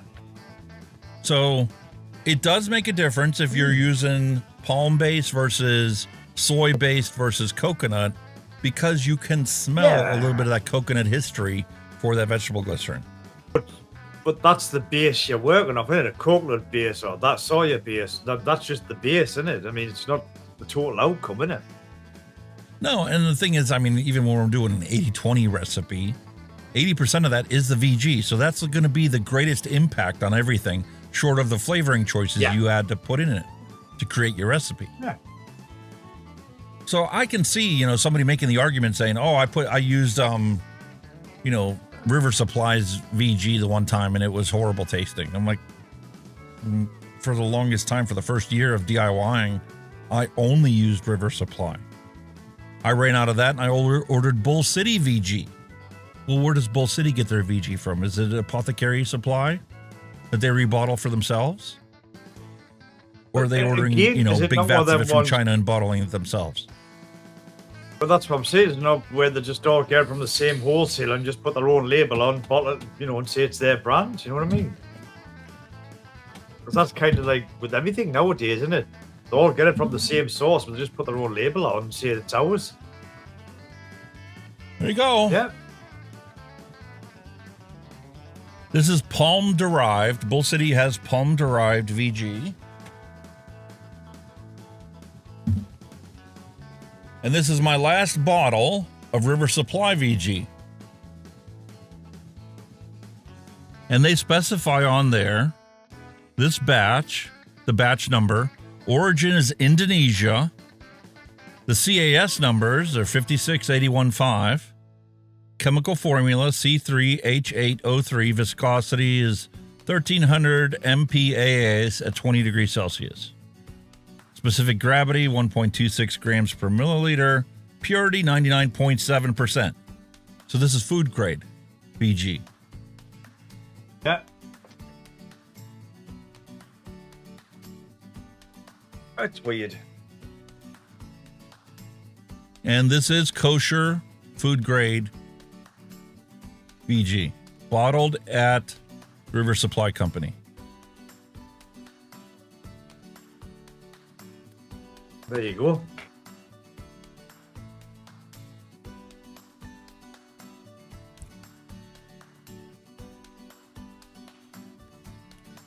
There you go.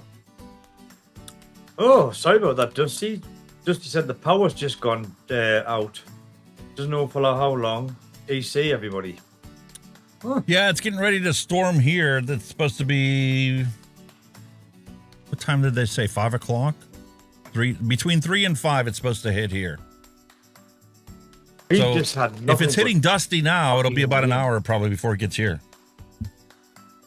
We've just been inundated with fucking rain. I'm sick of the sight of rain. Honestly, it's just rain. It's still warm. It's still like kind of clammy, but it's just peeing down with rain.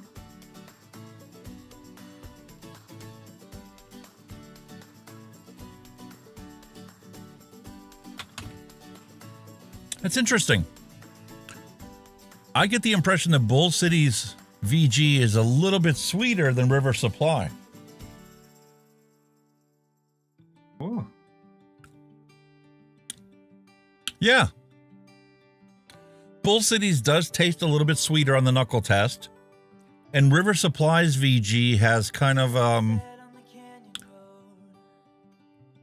a hint of citric acid to it.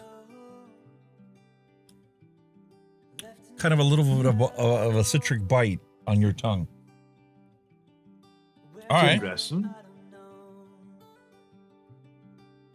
So let's go with this raw care. And actually, I have that in this old River Supply bottle for dispensing.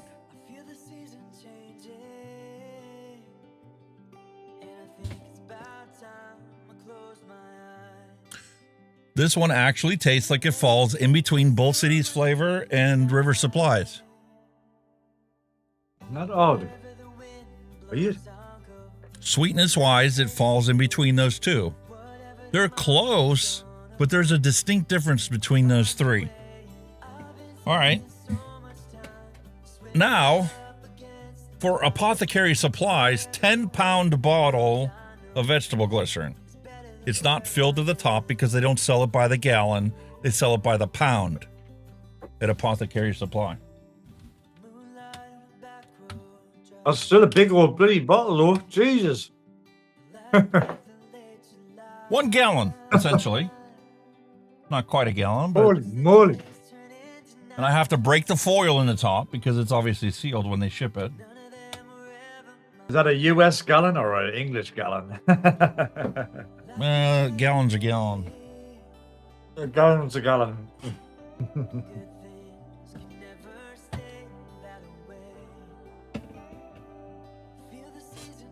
Brand new pipette.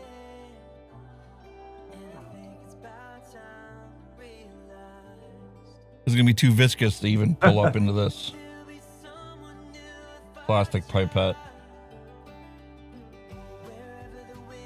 Nope. I got it.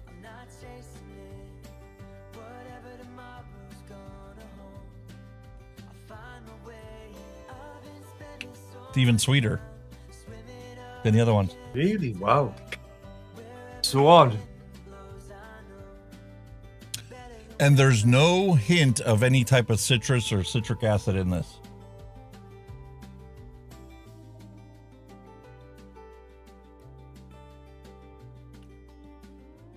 Okay. Mowgli, I'm sorry. I apologize. There is a difference with Apothecary Supplies VG compared to these other ones. I'm like, how could there possibly be that much of a difference?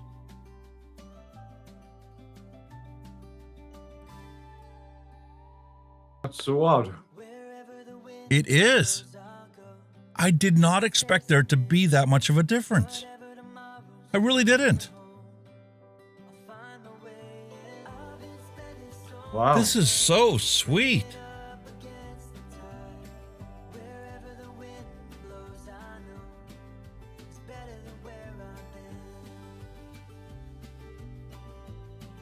Now the question is this a batch of their soy or palm-based VG?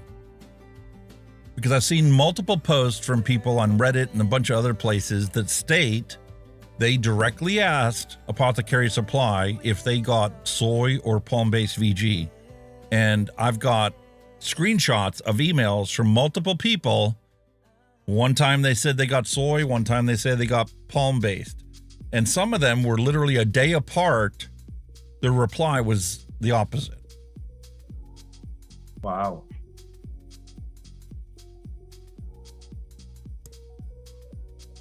I totally get why this is in our ice cream, though.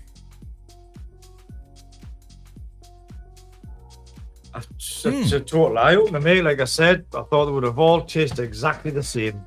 What an eye-opener, huh? Trying them side by side, you can tell the nuances between this one and this one. And based on sweetness and purity, Apothecary Supply is the sweetest of all of them. It's also the cheapest to get. Because obviously they deal in bulk. And obviously from the replies that people have gotten when they've asked them directly, what did they get? Did they get soy or palm? based on their order, they can tell them exactly what they got because they have numbers on the bottle that tell you, just like Bull City Flavors, when you order VG from them, it gives you the actual lot number and the test that they perform to verify purity of it. Like a reputable company, they're going to actually test their product before they rebottle somebody else's and sell it to you. Yeah. And that's what you see printed on their label. And it tells you that Bull City's flavor is palm-based. At least this particular bottle was. And like River Supply says, country of origin was Indonesia. And they have the batch number for their bottling. And then you get something like this multi-purpose raw care. You know what I mean? This is made to be sold as for skincare products and soaps and, you know, other kind of home DIY tasks. It's not meant for vaping. Yeah. None of them are going to authorize it for vaping. No. You probably get They don't banned want to if take they the potential liability of it. But it says for all natural humectant for skin rejuvenation and cosmetic application. USP food grade, kosher certified, halal certified, derivative from vegetable oil. Well, yeah, but it doesn't tell you what vegetable it's derived from. Is it the palm based, soy based, or coconut based? Could you derive it from other fruits and stuff? Sure, but it's not cost effective to do so. The cheapest, depending on market value, is going to be soy or palm. And they go back and forth between two of them. Coconut is always going to cost more because coconuts are expensive to produce. And the waste material from coconut is much less. would be nice for them to let you know what it is, where it is soy or palm. You should have that on the labeling. Well, depending on who you order it from, they are going to tell you what it is. You order from Bull City Flavors or River Supply, they're going to tell you exactly what batch it is and where it came from. But when you're ordering it as a raw skincare thing, if you're putting this on your skin, you don't care whether it's soy or palm or whatever. All you care about is that it's VG. You don't need it to be 99.9% pure. True. And then that also leads you to wonder, when you order your Nix and your Nix salt, especially when you get one that's 50-50 mix, like this, for making my pod juice for my wife, what VG did they use as the base to dilute the Nick in? That's going to affect your recipes as well.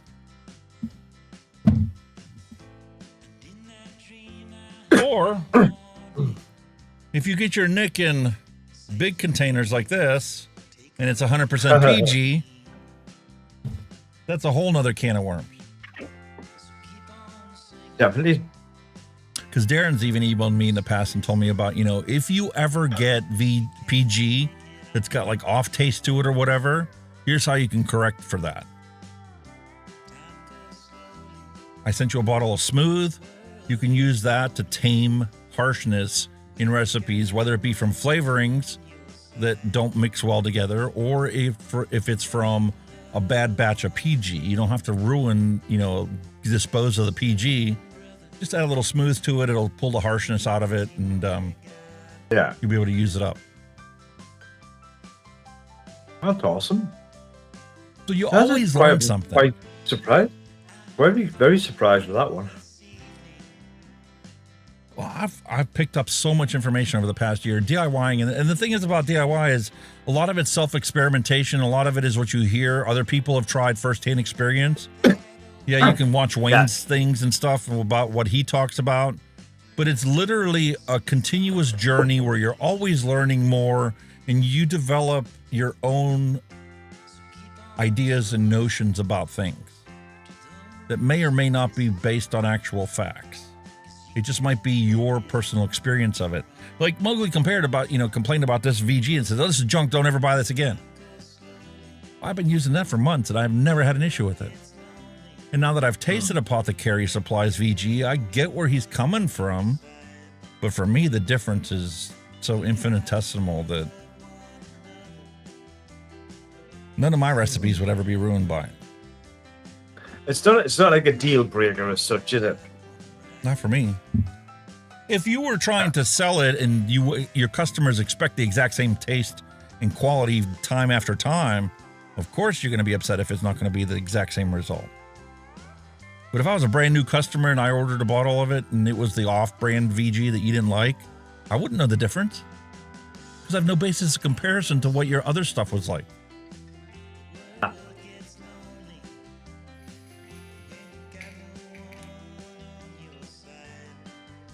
Yes, yeah, I normally when I normally order mine, I'd stick with the same brand anyway. I'd very rarely change brands. I'd just stick with the same brand anyway. So that means I'm definitely looking forward to mixing up different bottles of this watermelon recipe to see if there's actually a difference in the recipe after you use different kinds of VG. We've already found out that there's variations between VG. Will it affect the recipe? Because as pungent as this wild melon flavor is, this is only in there like 1%. Flavor's watermelon is in there at like 2.5 or 3 or something like that. This is more of a subtle flavor than the wild melon, but the percentages that he has in his recipe equally balance these two flavors out. So neither one is more dominant than the other. Yeah. You get a watermelon aspect and you get like a cantaloupe aspect to it. And with the apple, that just is a beautiful, juicy mouthfeel and a distinct flavor apart from all three of the ingredients that go in it. Yeah. Or should I say flavor profiles?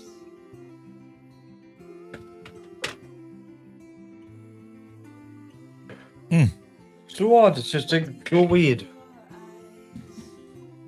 Good old PJ's got different. That's the nice thing about DIYing. You're always learning something new. And here's a recipe that I wasn't too excited about when I first mixed it up. And a month later, I'm like, oh, this is really good. Here I am a month now on top of that. And this is like, it's not grape. It's not repulsive at all to me. This is a beautiful, sweet, white grape juice.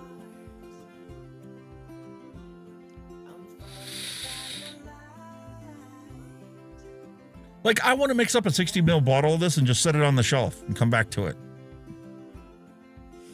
When I'm tired of this, watermelon, or I just don't have anything in particular that I'm interested in, I know I can come back to that after it's sat here for a couple months and totally enjoy that experience while I find a new flavor that it entices me.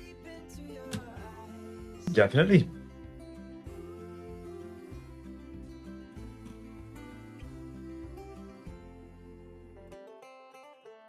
Neil is actually in the house, so there you go, Neil. Another crack recipe set.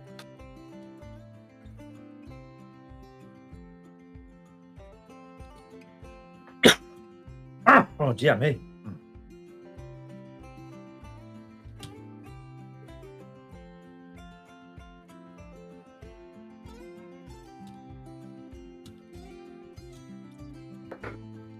They recommended steep times on that. Blah, blah, blah, blah, blah.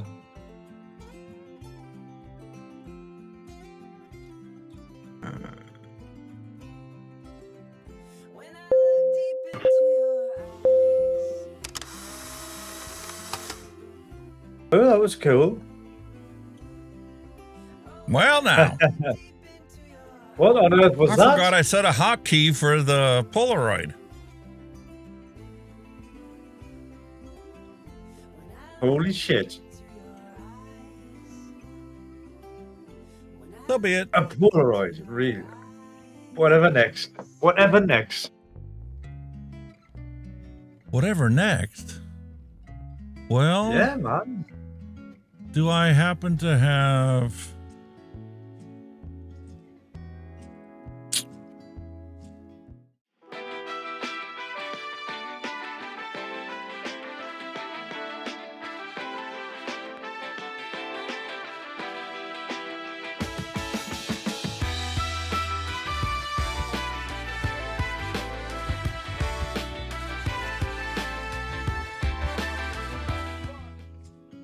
Sorry. I was in the wrong position. Oh, way off there because the cigarette was sticking with your forehead. Well, Yeah, because I was looking at the screen over there instead of... If I sit in my normal position just looking at the camera, it'll be perfectly placed right in the corner of my mouth. A combustible device. Listen, my daughter graduates next month, okay? Actually, she graduates this month. She'll turn 18 next month. After that, the reins are off, mate. We can have fun as much as we want. All right, this one's got my attention. Orange Julius. Ooh. Orange Julius is a beverage, iced beverage, milkshake kind of beverage available at the local Dairy Queen. Elton Brown has a fantastic recipe if you want to make it at home. And his tastes better than Dairy Queen's. I want to see, can we come up with an e-liquid that replicates that? You know, me and Juicy Orange, Capella Juicy Orange don't get along. But I have found that the Juicy Orange and Sweet Tangerine, if you let it sit a month, oh, it's got some orange real juicy potential. I think there's a random recipe for today. That tickled my fancy. Adapt this. And I'm going to go straight to a 60 mil. And I'm going to add super sweet to it.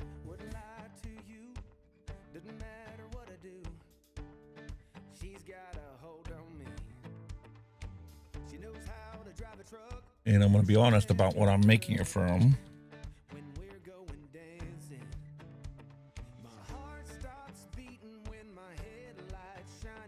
Okay. Interesting. Interesting.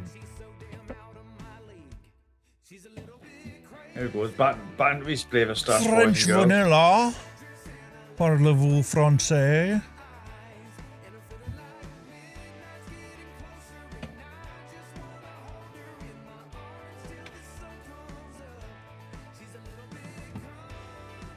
Juicy Orange.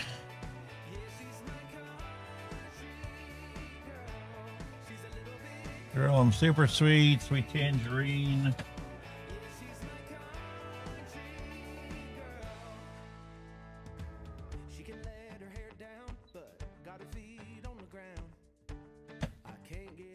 Gotcha.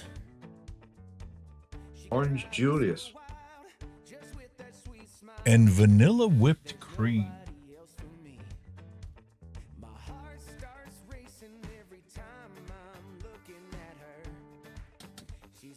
Boom. There you go. Boom. Boom shakalaka laka.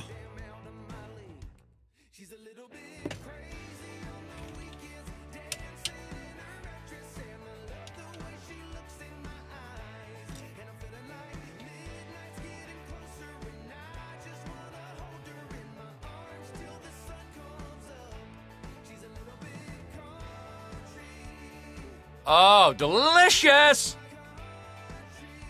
Mm-hmm. Couldn't resist. Some secret sauce. 3.73.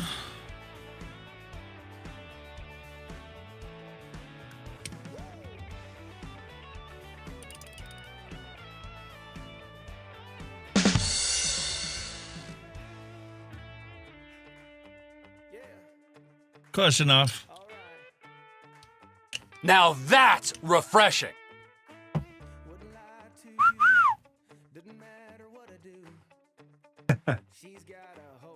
Oh, a little French Vaping vanilla is better than smoking. 1.2. Just not have a play then yet. Have you seen Graham's latest video? Oh, Nick, yeah, his dad's passing. Fortunately, he lives in a state where you can choose that date. You know what I mean? If he was here in Pennsylvania, you'd have to wait until it happened on its own. Long after his dad would have lost his dignity. Also, he's actually going for the euthanasia, yeah? Yes. Wow. That's my understanding of the situation. That's so hard. It's gut-wrenching because in one aspect you know that it's coming, and the closer it gets, the more like you are to have to face reality. But it's better than having somebody live 10, 12 years long after they became a vegetable, and they're still kept alive because of, required nutritional supplements and feeding tubes and round-the-clock nursing care like they would have here in Pennsylvania. I think that's something we've been debating in the UK for a long time. Up to now, they've just kind of, they're not having it. It takes hospice to a whole new level. You get hospice care when you have been diagnosed with a terminal condition, right? And they're just basically, the sole purpose is to make you comfortable. The problem is modern medicine's gotten so good that they can not only make you comfortable, but prolong your life by another 10 years long after you've turned into a vegetable, because they're just keeping you comfortable. There are circumstances and situations where totally warrant being able to choose, you know what, after another 6 months, I want to be done. When your quality of life diminishes to a certain level, you are no longer prolonging life, you're prolonging death. And unless you've worked in the medical field and seen this type of situation firsthand, it's very hard for people to relate to it. Yeah. And I can see a lot of people having their religious beliefs questioned because of it. Well, I think I think they kind of go along the guidelines of, preserve life at all costs, you know what I mean? But, all costs aren't exactly the best scenario, are they? All costs are not revealed to you until you've been in that situation or you've had a family member in that situation and you realize the agony and suffering their life entails from sunup to sundown every single day. Yeah. And even if you live in a perfect situation where, like, the UK healthcare system covers all costs so that there's no burden on the family because this person's still alive long after the rest of their brain and their heart should have given up but didn't know any better. It's hard to justify that to other people that have no basis of comparison to it. You know what I mean? I believe if it did come legal in the UK, they would charge you for it. It wouldn't be free.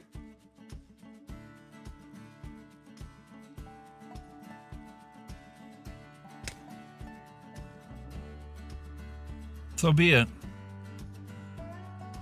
Because I think I'd pay it's for been it based if it was because me. that person's. Yeah, it's because that person is making a choice and they're not being controlled by doctors. If you're making a personal choice, then they'll charge you for it. It's as simple as fucking that. But Yeah, but even though the fact that they're charging you for something that is actually going to save the healthcare system, because normal hospice care would have kept them alive for another year or 5 or 10 years longer. You're ending that cycle of cost. But at the end of the day, I mean, I've had relatives that's died of cancer. And when it come to the end, they didn't even know it was the end anyway, because they were that off their face on whatever drugs they were pumping into them anyway. You know what I mean? That's what's making you comfortable is it's getting you off your face on whatever frigging drug they're high in you. There's a John Wayne movie about that.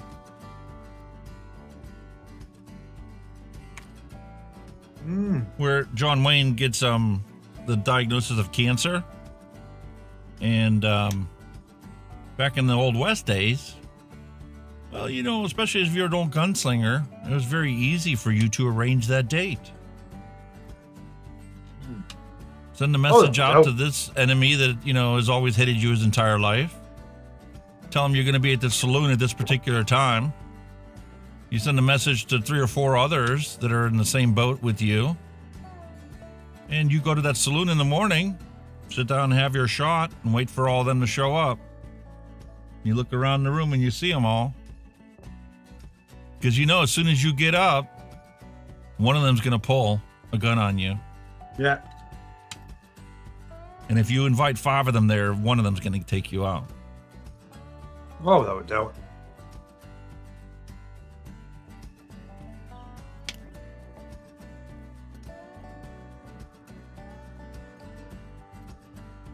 Ron Howard was in that film. Ron Howard, bloody hell.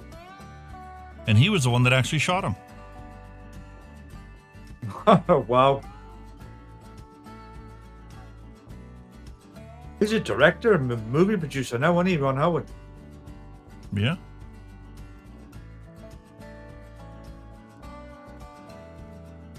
I remember watching him in Happy Days. Andy Griffith's show. When he was Opie. Sheriff's son. Yeah. Come a long way, hasn't he? He directed Backdraft. That's right. Yes, he did. Whatever's happened to him now, Kurt Russell? You didn't see him in many films now, do you? He was a big action hero in his day. Is he alive? I thought he passed away. I wouldn't know. Well, yeah, if it could have, but like I say, that's a possibility. Probably why we haven't heard of him. I liked him in the Thing. He was good in The Thing. And what was the other one I liked him in? Big Trouble in Little China. He was brilliant in that one. And Escape from New York. That was another good one. Big Trouble in Little China was fantastic. Like, good old Bert. When I say I paid my dues, yeah, it's in the mail. Fucking crazy, man. I don't even know why I look up at the recipe anymore. I know it's going to be 52.97. Just double checking, mate. Or unless that 16% alcohol's kicking in, you are just double checking anyway. You think, but I make sure that's correct before I make myself look silly.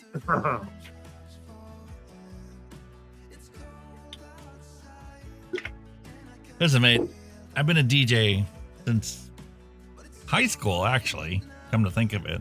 Yeah. Had a few pauses in there, but I DJ'd school dances in high school. And listen, the first thing you learn when you're a DJ is you're there to entertain. So if you want to be good at being a DJ, your personal image is the least of your worries. Yeah.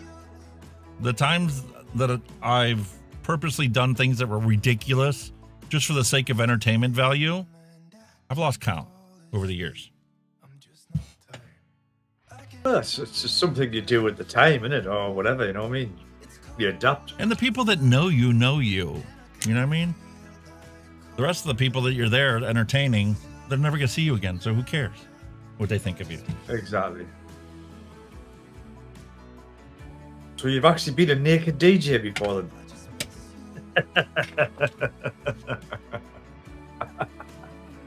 He's not telling. I'll take the fifth. I cannot did you a favor, though. deny that. I did a favor for you. Oh my god. No more saran wrap crinkly thing. Oh my god. I need to clean out the little container. I've got a little container that I've washed out, but it hasn't been dried out for the actual nipples. But no more crinkly in the microphone for you. Yeah, nice little plastic tubes. I like the little click of the lid from now on.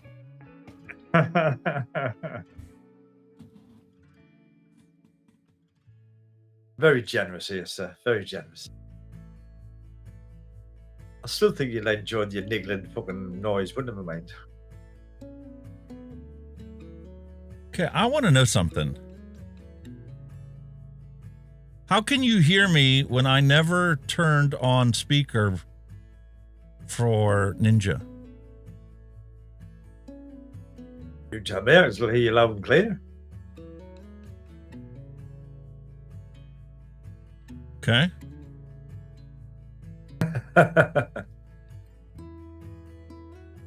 There you go. When I turn it on, I get the echo. Ah, there you go. Problem solved. So as long as I never touch that, no echo. But we figured out last week after the show how to fix that. All I have to do is reload the page. If I reload the page, there'll only be a single audio output. Now we've found the solution. Don't turn your speaker on, matey.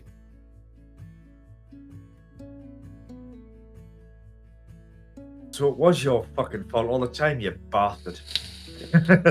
Yeah. How many hours did we spend trying to change your audio chain? Let's do it this way instead. Let's do it that way. There's half a dozen ways to skin a cat. Let's do it this way. Yeah. There's nothing wrong with the thing. All over my I OBS. bollocksed it up from the get-go by telling you there was a problem that didn't exist. Yeah. He was all over me OBS. He was all over me friggin' bloody mashed potato shit and all that crap. He was all over everything. Try this, try that, try that. Okay, right, bro. Nope, not working. Oh well, we'll just soldier on. Fucking speaker, or of all things, Jesus Christ. Told you, something simple. That's the problem with Ninja. It's not 100% accurate as far as what it's doing and doesn't do. And it doesn't update things like, you know... Like when I told you that, you know, OBS webcam wasn't working. And then you're like, oh, I fixed it. It's working. And then I'm like, my thing still says that you were still connected to your HD capture card.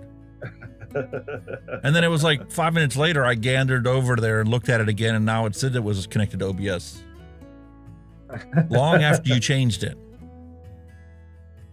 Wow. Software problem. We'll not blame anybody. We'll just say it's a software issue. Yeah, but you know what? As time goes on, it keeps getting better and better and better. Just like with this move transition, now fixing OBS, no longer glitching our cameras and doing this and goofy stuff.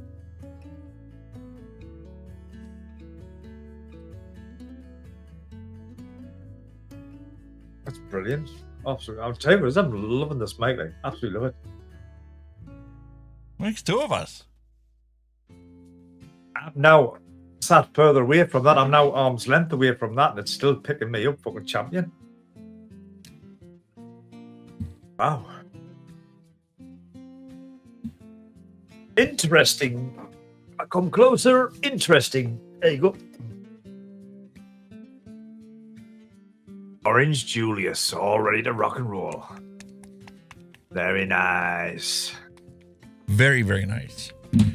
If this comes out the way it's supposed to come out, I'm going to be so excited. Me and orange are like two peas in a pod. Well, I'm kind of on an orange myself. I'm on like an orange fizz.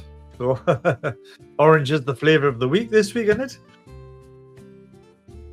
Listen, I'm out of flavors orange. It's one of the main ingredients in my Hunky's Hawaiian Punch, right? Not one of the main. There's yes. so many different fruit flavors in there. But when I single flavor tested that, Orange Sunkissed is my favorite treat to have as a soda here in the States. It is sickeningly sweet, but it is the most orange of oranges. And that's exactly what it tastes like.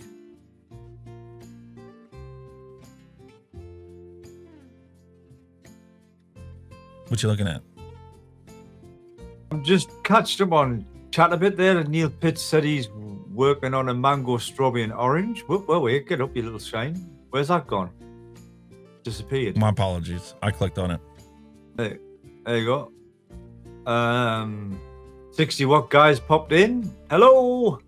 And he said he has ordered some a Shinobi hog. Interesting. Nice. And there's loads of eye spinners. Bugger off, you spinners. We're dizzy. Oh, that's Twitch trying to help out. Ah. Good stuff. Good stuff. Good.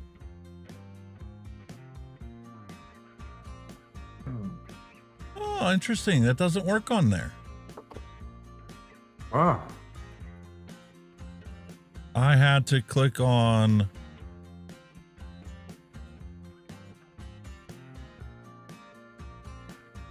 here for it to work. The combined chat it works in. I can't click on the actual chat window. It won't work there. That's because Aaron Pernicki's thing only works on YouTube. That's right. That's the reason why we use the combined chat. Besides letting you see exactly what I see. That's and pop awesome. it up on the window. Love it. Yeah. Technological advances. Next one I'm going to try for us to go live on is our other platform. Ooh. Rumble.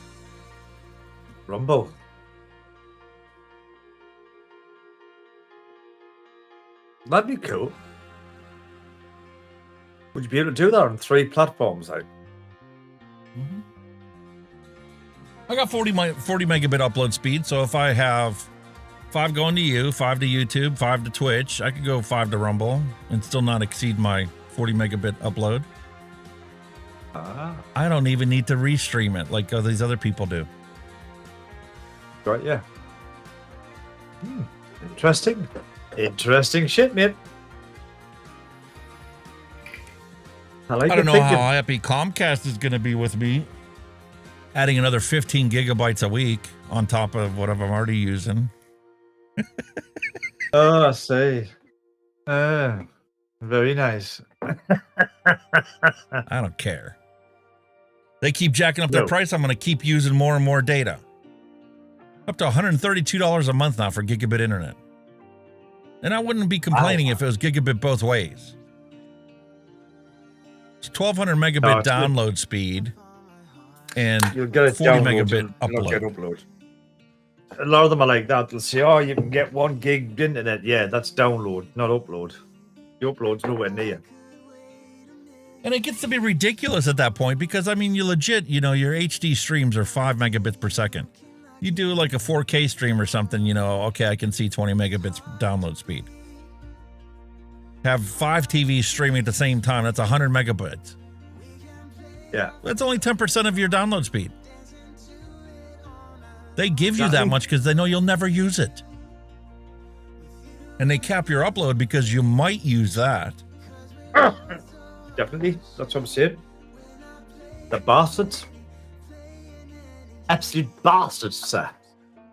Really It's nice, to their I like benefit to give you gigabit download speed because your download times, if you're going to download anything large, are going to be quick. So the amount of time that you could potentially saturate the network is very short because you got to download it right away.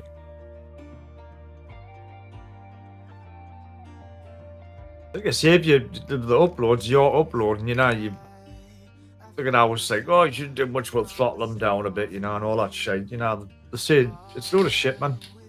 Because you'll find that a lot of them have a clause, they'll say up to whatever speed, up to the 2 words. Yeah. Up to, not guaranteed. 5-star recipe, Neil Pitts. Man, am I glad I mixed this up. Took me a while to get convinced of it, but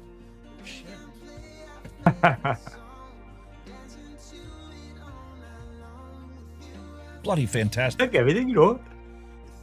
All right, so now it's time for this FUCHAI that's finally been sitting here. Oh, God. With this SLIPSTREAM. Should be ready now.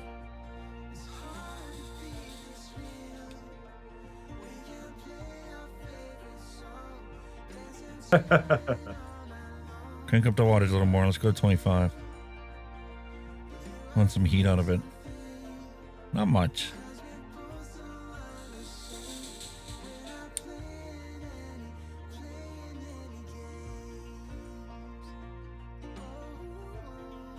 Sat back in the chair, folks. You know what that means. You know what that means? 2017 technology. And just like you were asking about.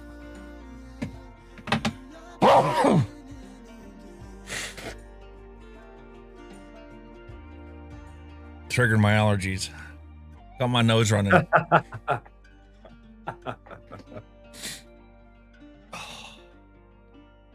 But the enjoyment is worth the suffering, as they say.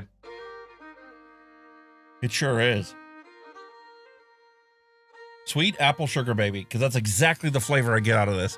And this is 2017 round wire technology on Canthal coils, and I'm still loving the flavor of it. Wow. We have come so far with our flavorings in these liquids nowadays.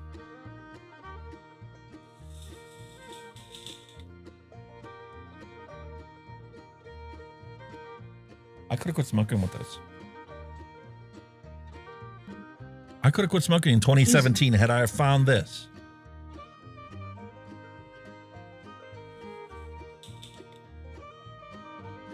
Wow. I see the mods performing well. I see the mods performing well because it's glowing like a fucking lamp fucking post in the dark there, but you know. I love it. You done a bit of Daniel there. You done a bit of Daniel there, you went.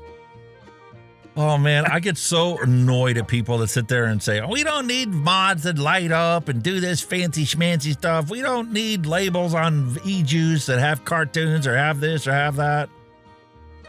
I call bullshit. My entire life, our rights have slowly been whittled away from us. Why can't I be a 55-year-old man that enjoys a bottle of e-liquid that's got a cartoon character on it that reminds me of my childhood? Yeah, I get that. I get that. Yeah. You put a Bugs Bunny on a bottle of e-liquid nowadays, are the kids going to even know who the hell it is? Probably not. The guy's got a rabbit on it. So what? Silly rabbit, tricks are for kids. Remember that old cereal? Yeah. We'll just do it. We'll just do a Daniel like before.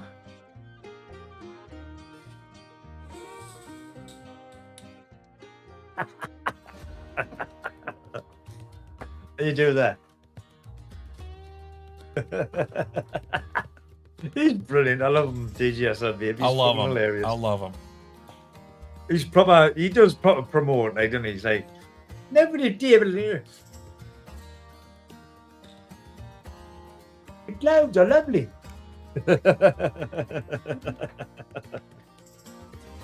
Oh, bless him. He's awesome. Love him. He did an amazing job over the years, you know, developing his channel and building up his audience, and the amazing detail he puts into his reviews. He's one of those reviewers that scripts everything and can literally upload a web page because he's got it verbatim and copy and paste and create a web page, take screenshots of the individual reviews, does B-roll, the whole 9 yards. I love it. Definitely. Puts Lauren a bit. He does put Lauren a bit. It kind of reminds me of Phil Basardo's videos back when he was doing reviews on new things day after day. Yeah. But he's a genius as well because he's got all the oscilloscopes so he can do all the fucking voltage and resistance and bullshit, all that crap as well. You know what I mean? And measure the charging. He can do just like Mooch does, you know, measuring the actual charging capabilities of these mods and the battery capacity and discharge rates and the whole 9 yards. I remember when he actually used to take them apart as well. He used to take mods apart as well, didn't he? Yeah. Yeah, he used to take them apart. See what the crack is with them. I never got brave enough to that because I spent way too much money to get these damn things, and then it took forever to get them to my house. When you're paying for shit like that, you think I ain't fucking touching that. Like. No, but if you got 10 of them showing up at your house every single day, I'd be tearing them apart too. Oh, without a doubt, yeah. Speaking of which, I got an email yesterday. I was so nervous because when we got to camp, first off, there's no internet at camp, which is a good thing because that's exactly what we want to go to camp for. to disconnect. If you're outside the camper, you got 5G, so you can keep up on the latest, emails or whatever. So if you have to reply back to somebody right away, you can. But that wasn't my goal. My goal was to just every once in a while throw something up on Twitter, especially when I come across some stupid post that needed a freaking sarcastic reply. But you do. It was so nerve-wracking for me because I get notified of what mail I get every single day. So we got to camp. It was the next morning. I got notification I was getting a package that day.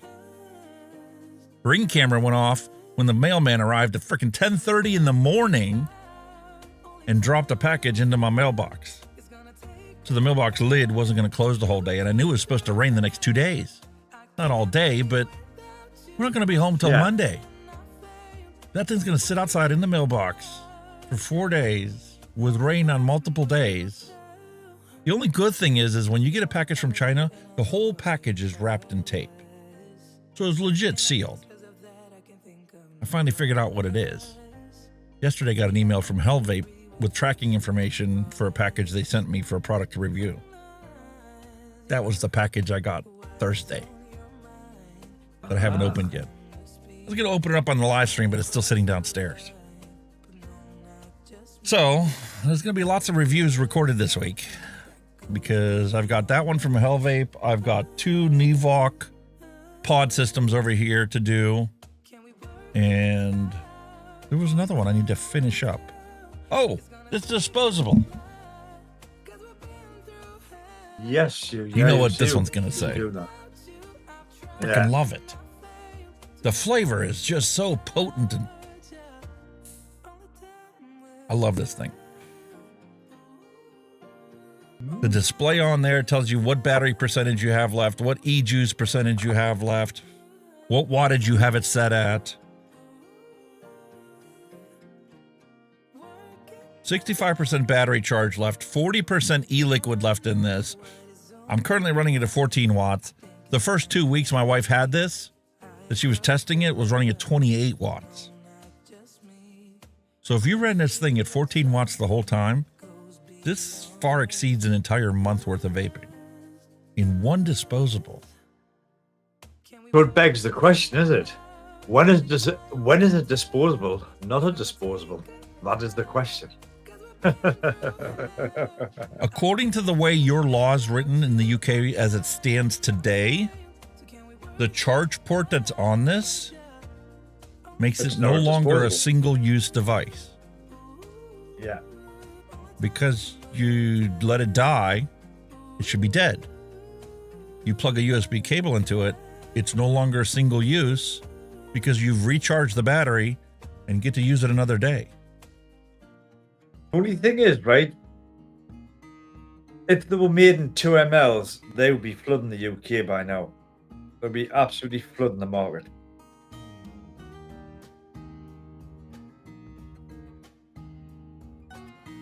Which is a shame. I think you need to get rid of your 2 milliliter TPD compliant bullshit. Oh, fucking without a doubt. But put an exception in there that if it's a sealed system like this, you can go up to 15 mils of e-liquid.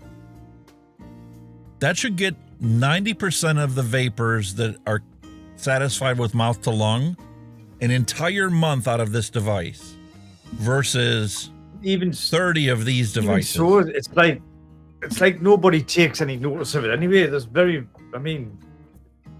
few people who've got 2 ml tanks. I mean, I've done it with us. I don't even think that is a 2 ml. I think it might be a 3.5. But nobody takes any notice of it. There's very few people that use them, except for the pods, the disposables that they can get.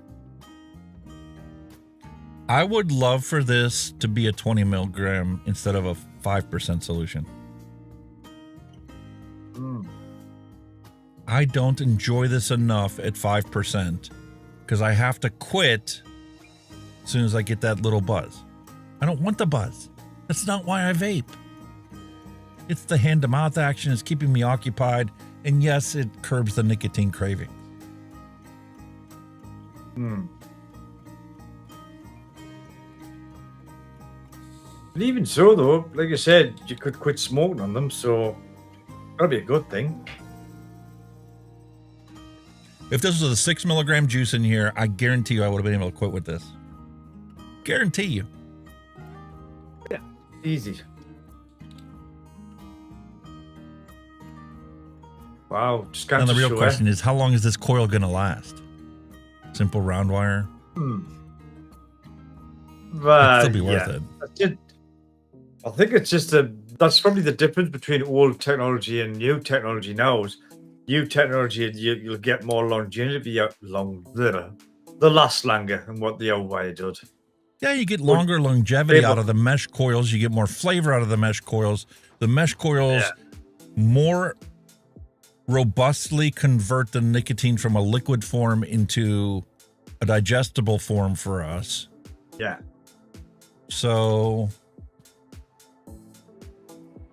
Mrs. Hunky Vape's watching the show downstairs. She got home early from her little dinner. Although I knew that because she was on the... Hi, Mrs. H. Have you still got your silly hat on, by the way? She had a little elf hat on. For, yeah, have you still got your silly little hat on? Gnome, not troll, gnome. Gnome, your gnome hat. She had a gnome tree downstairs above the dog cage. She's yelling at me already. It's a gnome tree, and she would decorate it for the different holidays. So Valentine's Day, she got all kinds of heart gnomes and stuff like that. Christmas, she had the Christmas gnomes. 4th of July, she's got 4th of July gnomes. I never knew that was a thing. Didn't even know. Yep. No idea.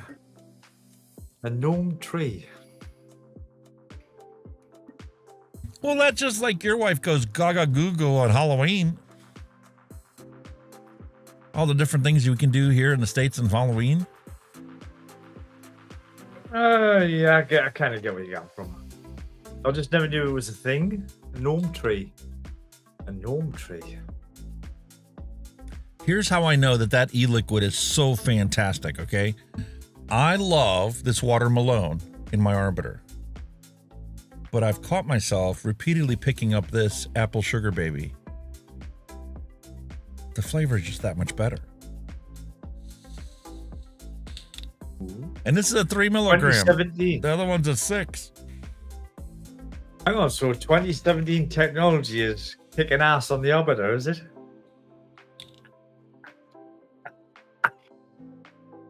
Oh, that's some admission. That is some admission. You also have to factor in that Arbiter originally had that banana marshmallow custard tart in. I went through a tank of that before I'm like, no, that's not ready. And then I transitioned over to the water Malone for the last 3 days of camp. So that coil's gunked up by now. And you broke it. Holy fucking moly. I've never ever seen anything like that in my life. That's not a gnome tree. Wow. There's no lights on it. Have you even got a Sandy gnome on the top? Oh, where? Yeah. Yeah. Holy crap. Camper gnomes and reindeer gnomes. Valentine's Day gnomes. You're not got a hunky gnome. You should make a hunky gnome. You should make a hunky gnome. Don't forget my gnome tablecloth. Gnome tablecloth, and then there's the Halloween gnome. Wow. Holy man, I never knew it was a thing. There you go. There you go. You learn something new every day, eh? She's like, don't be talking shit on my gnomies. I'm not talking shit. I've just never seen anything like it before in my life. That's all. Just like, what the fuck? You know what I mean? It's something totally new to me, that. A gnomey tree. I've never ever... Spoiled for choice. That's what it all boils down to. We're spoiled for choice nowadays. Bloody are you lot? Jesus. And here I thought that we were going to have a bear collection. Every time we've gone to Tennessee, we've all brought home ceramic bears and stuff to have on the shelf. They don't stand a chance next to the Give it Nomies. time. Give it time. I did show off your bear from camp. Give it time.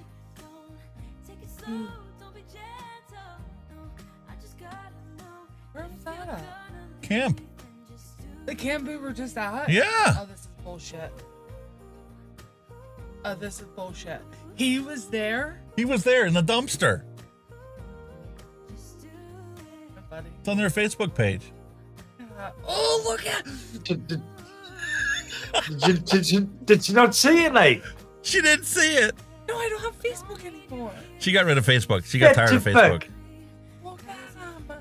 How can you miss it? How can you miss seeing something like that wandering around camp? God damn it! Look at it. It's huge.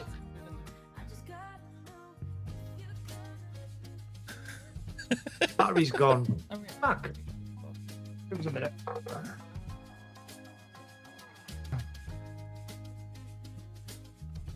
How can you miss seeing a big thing like that crawling around the camp? Oh, where? Oh my God. Your video's frozen too. He looks like. Hang on. Yeah. I just called to say hi to you. I saw that you were still All right, time for me to make this recipe we talked about earlier. Oh. Strawberry shortcake sushi.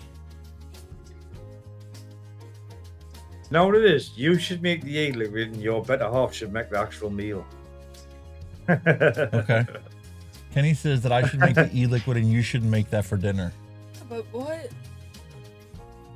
Yeah, the recipe's incomplete. They said you need a box of strawberry cake mix, a quarter cup of powdered sugar, ... Oh, you got to make the cream. You got to make the royal That could be a frosting. custard. You don't think that could be a custard in there? That custard would go nice in there, wouldn't it? Oh, yeah. Oh, custard, yeah. Mm.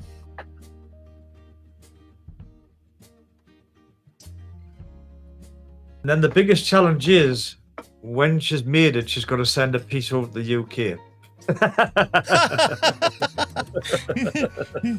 Kenny says that the biggest challenge you're going to face is after you make it, you're going to have to send it over to the UK.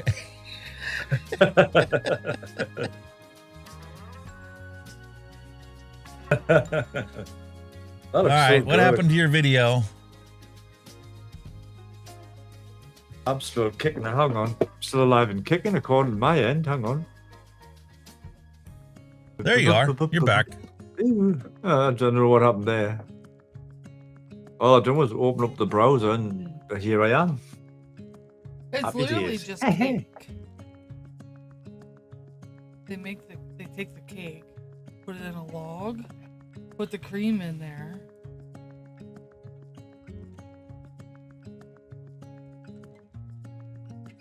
Voila.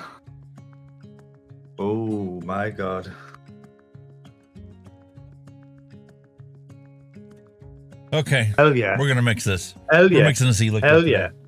We've already made this. We're gonna go for it. No, I made strawberry crunch bar before. That's what this is. Yeah, it's going to be kind of the same flavor profile, but I want it more creamy flavor. I'm going to use some SSA whipped cream at like 10%.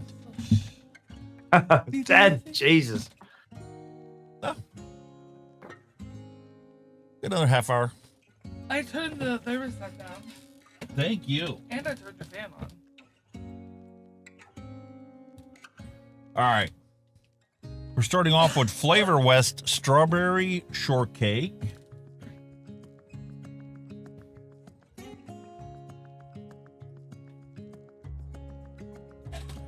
Some TFA Strawberry Ripe. Ooh. Some Capella Sweet Strawberry. Capella's Vanilla Milk Froth. You need to remove that picture. It's got my gob watering now. Like, Jesus Christ, look at that. Holy moly, man. I'm dribbling. I'm drooling. SSA's Whipped Cream. Oh, shit.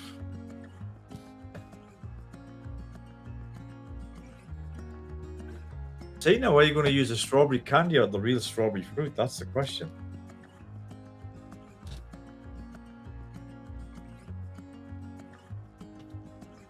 Capella's custard cake. Oh, now you're talking.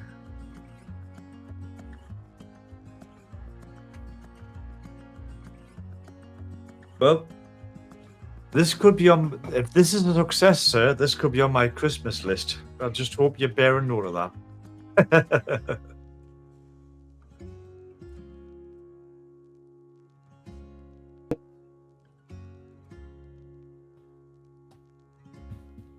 And TFA's Vanilla Swirl. Oh, Vanilla Swirl, you motherfucker, you. Ah.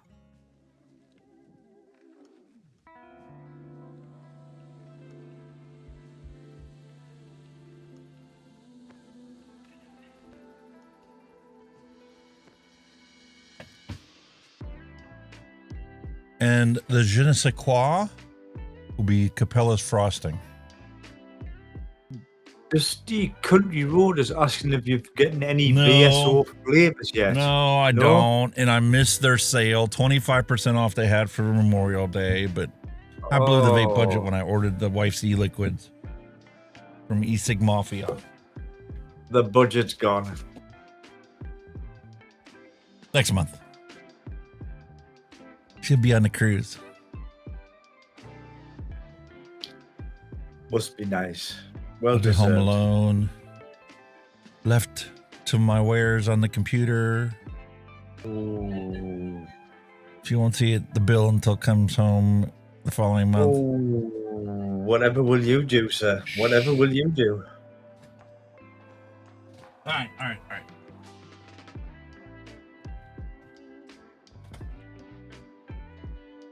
It's playtime.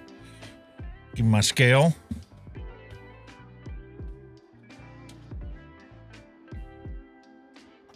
Before you get in, I'm going to have a quick wee. I'll leave the camera rolling. 2 shakes. All right, mate. Create a recipe. We're going to call this the strawberry. I can type.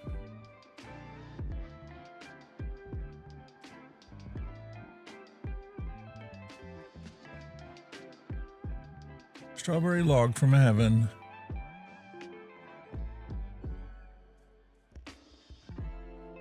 Just making it a 3.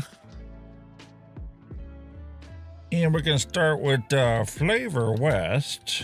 Strawberry shortcake.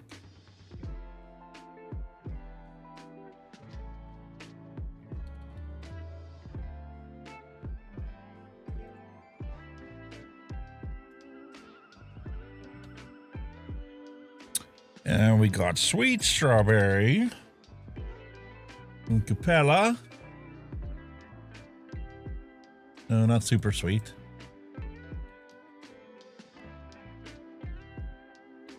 There you go. Strawberry ripe.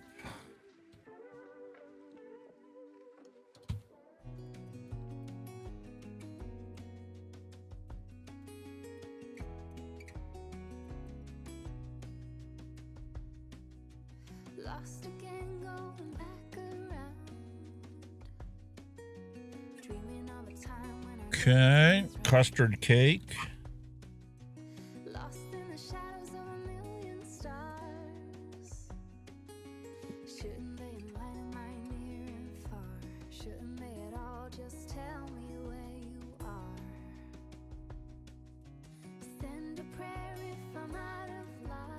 Frosting from Capella.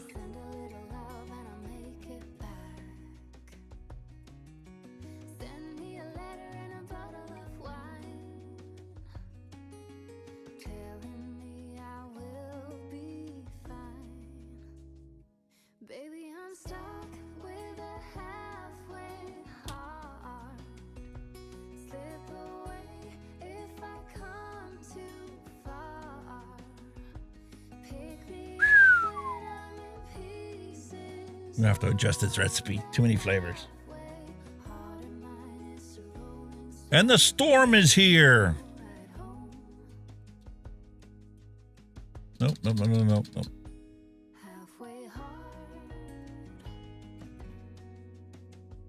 Whipped cream SSA.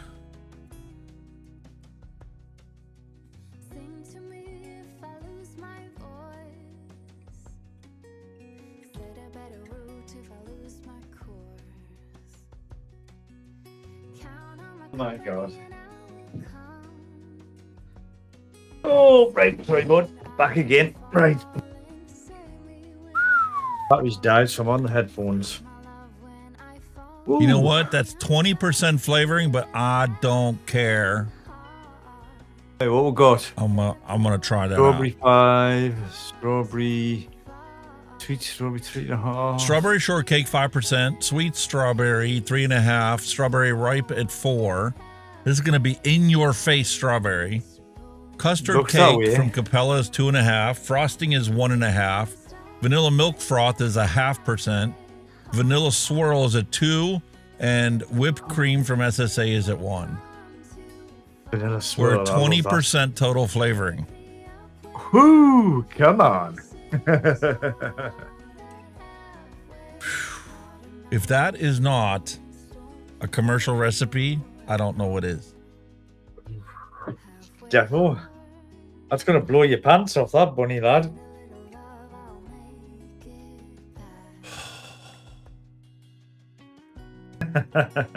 I can't do it in a 10. I just can't. Nope. The variation from half a drop is going to be...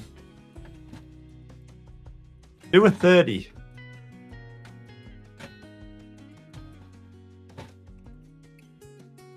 You've got only 30 bottles, do a 30.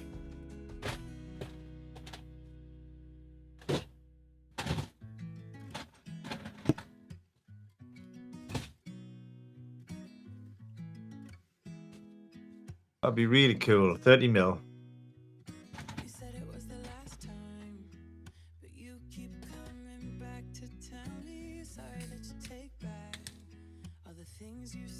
I think see with some of the creams and custards, it's going to be a steeper, isn't it?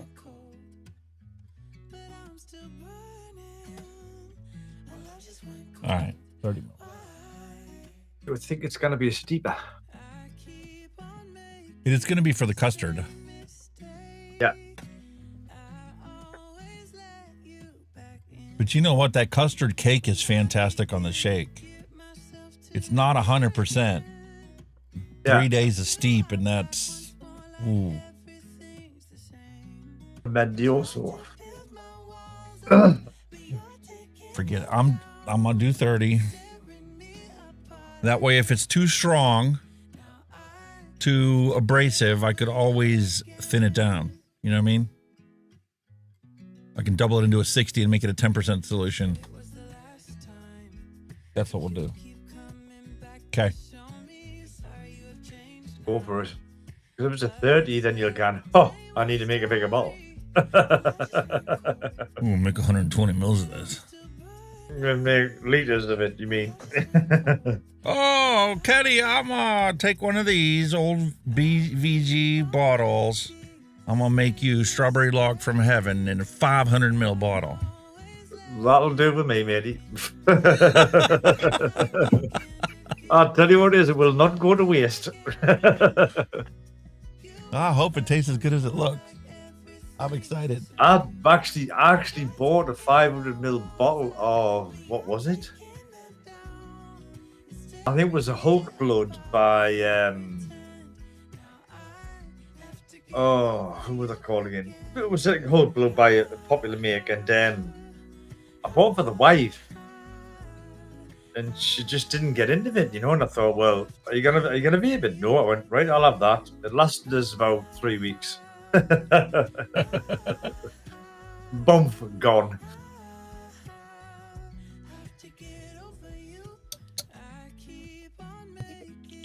I couldn't think of it. I don't even think it lasted that long, to be honest with you. Jesus, I hammered it. All day vape. All right, got our secret sauce in there to start with. Custard cake. What percentage you making? 3, 6? 3. 3.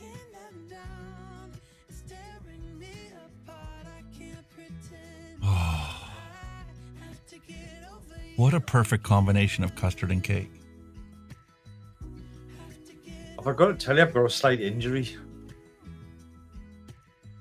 What's your injury? Big toe. You know when you stub your toe? It fucking hurts, doesn't it? Well, I stubbed it. But while I stubbed it, I broke my toenail. And there was a big bit of it hanging up. I thought, oh, I'll just pull it. But when I pulled it, it went right down to the wick. You know, instead of just trimming it in a normal length, it went right down the wick, exposing the bit of redness, and fuck me, it hurts. Every time I touch it, it hurts. Even a pair of socks hurts. It's an exposed wound. So it was like double pain, double jeopardy. And I'm at work tomorrow, and there's a lot of walking, so this is going to be fun.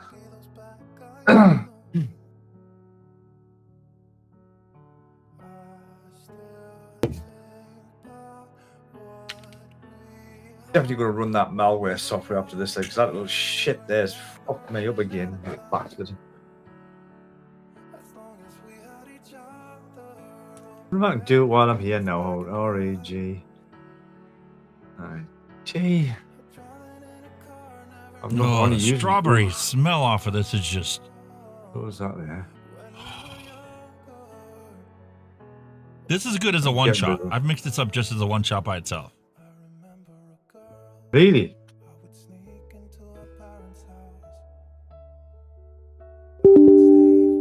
Yep.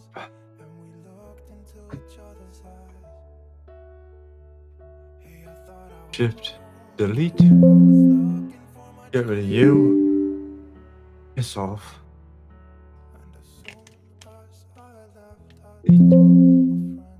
Yeah. Ah, you're getting cocky, are you? You little bastard. Some strawberry ripe. 1.2.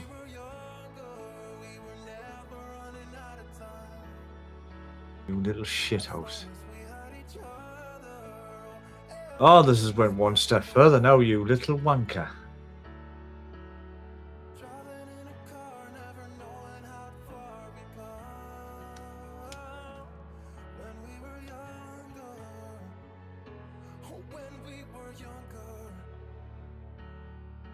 Sweet strawberry.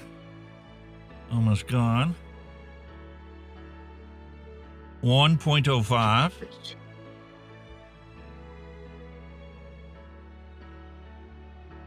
It sounds good, like, I mean, it just sounds delish.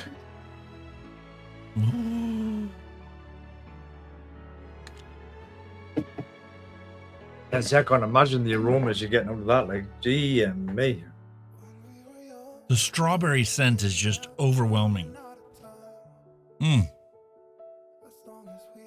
Okay, here we go. This is going to be a new venture here. Vanilla milk froth. Oh.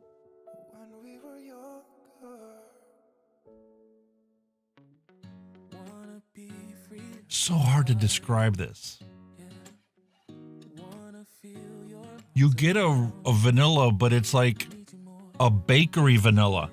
You know, like if you had like an almond tart, vanilla almond tart you pulled out of the oven, that fresh bakery smell and like that roasted nutty characteristic. That's what this is like. It's like a toasted almond smell, but the flavor is overwhelmingly vanilla. Interesting. 0.15. A lot of the creams that I've tried before, they're just too like powdered milk taste. You know what I mean?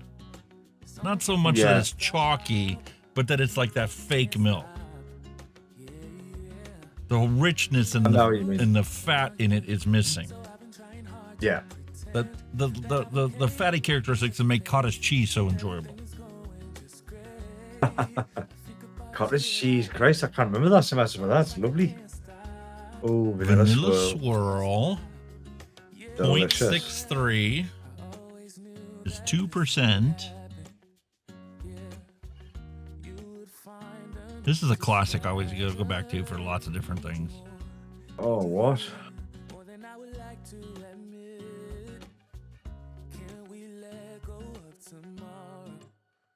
5, 7, 6. I'll tell you what it is like. For 16% alcohol, you didn't alright. And then our lovely SSA vanilla whipped cream, 1%. You're not far away. The smell of this is so close to that vanilla milk froth, but it lacks that nutty characteristic to it. And this definitely tastes like whipped cream. We did that with the raspberries the one time. That's right, yeah.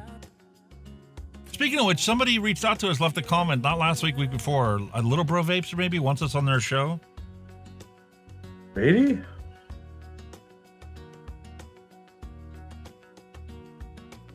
I'll have to go back and check the comments. I definitely go check it out. I'll hit them up. Yeah. You kid. We only do an hour, like, so we'll be just like, was that it? Was that it? Kind of like, you know, when I went on their show, the late night show on Monday night. I'm like, oh, I was just getting warmed up. Oh, geez, there's an invite there. Go for it.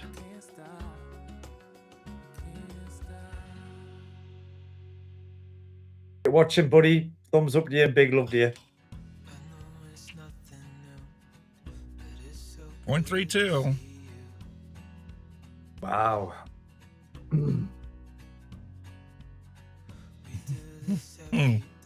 Oh, man. It smells good. It smells exactly like what that cake would smell like if it was sitting here in front of me. You're smelling the cake, man. Creamy, strawberry, cakey. I mean, right down to the crumbles. Like, do you ever have the smell of a crumble from a strawberry shortcake ice cream bar? The little crunchies they put on the outside of it? Yeah. That's what it smells like. Oh, my. God, I hope it tastes as good. All right. Some PG. 2.18 grams. That's it. I think Little Bro's show's on a Wednesday, so I don't know if you're free on a Wednesday. Yeah, I could be free on Wednesday. I'm positive it's just a Wednesday night. Except for the day my daughter graduates. Oh, God, I can't be there for that.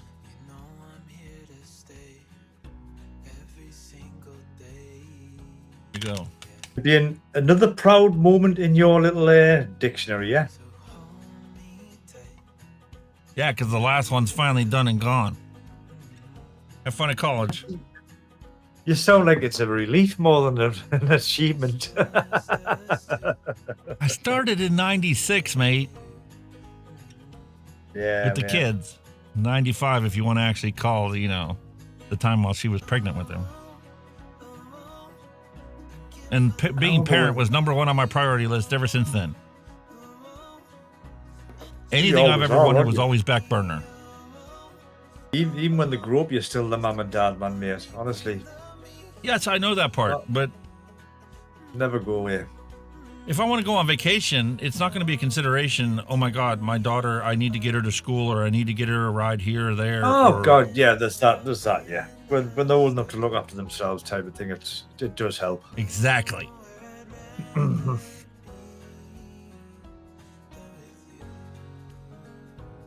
I've got one. Oh, I want to drink it right now. My son is hitting 16 this year. I've got a daughter that's hitting 18 this year. And my other daughter, she's hitting 19 this year. And it just makes you feel so fucking old.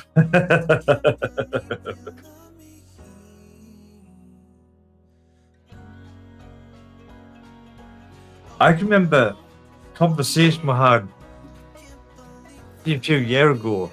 When the bear asked us, do you know what it is, Dad? When I'm 18, you'll be 56. And I thought, that's such a long way away. And yet, then here we are.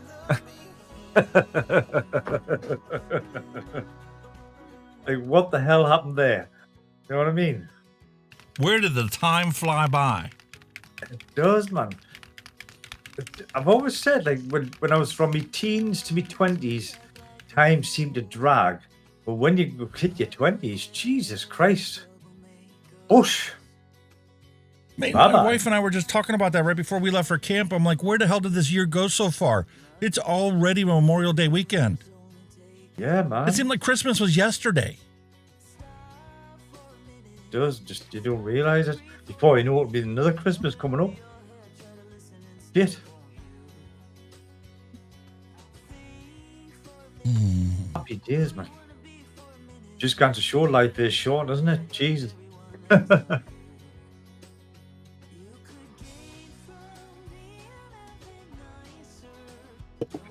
Ah.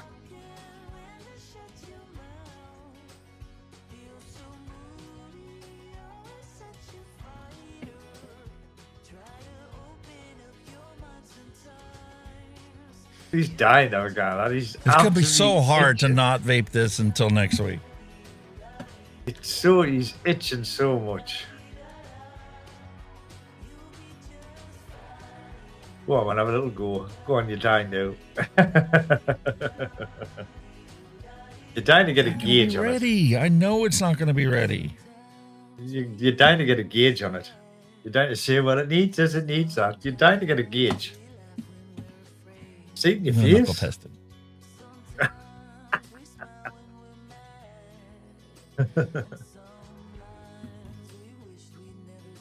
Strawberry.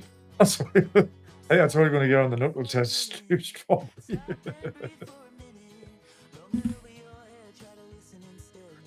Very strawberry. Yeah. 20%, that's right.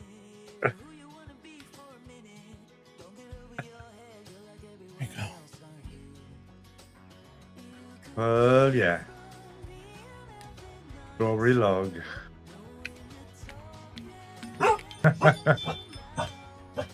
Even the dog's telling you.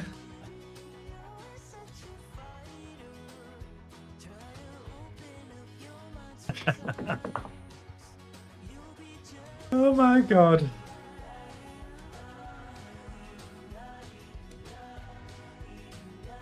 You do not want to put that on the shelf. You really don't. I have to.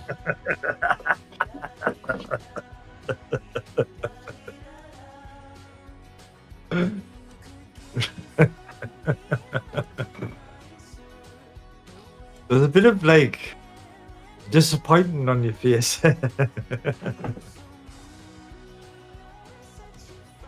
Listen, I remember what it was like. ID10T was the one that came up with the original recipe. All right, so this is saved. Let me go to my recipes.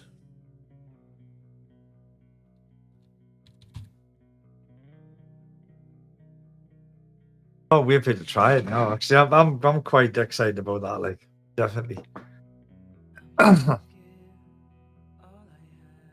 Fingers crossed it turns out great. There's the recipe. Can't see why not. There's plenty That's of nice the stuff in strawberry there. crunch bar. I called it an ice cream because it's creamy and characteristic of ice cream, but it didn't have the cooling. If I would have put a little cooling to it, I could have been like, all right, yeah. This takes a good month before that Innokin biscuit settles into the recipe and gives you the flavor of those little crunchies on the outside of the strawberry crunch Yeah. bar. Got it, yeah. Okay. And it's fantastic for about 9 months. And then it slowly starts to degrade. But I've opened up a bottle that was 2 years old, and it still pretty much tastes like a strawberry crunch bar. But the strawberry is like yes. lackluster at that point, and it's just like kind of like if you were to take a strawberry crunch bar and let it melt, and then ate it with a spoon.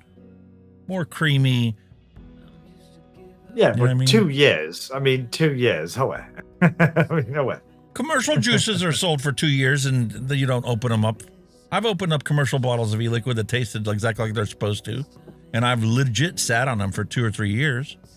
Really? Wow. A good recipe like- can be shelf stable. Not always. I feel like I'm call me whatever. I'd have like letting them sit too long. This is a fantastic recipe, but it takes a while before it's ready. And then, I mean, I need to make it by the liter because it's like Vic's peach custard. You just can't stop. Once you start vaping, it's like, oh, this is good, this is good, this is good, this is good. Really that good.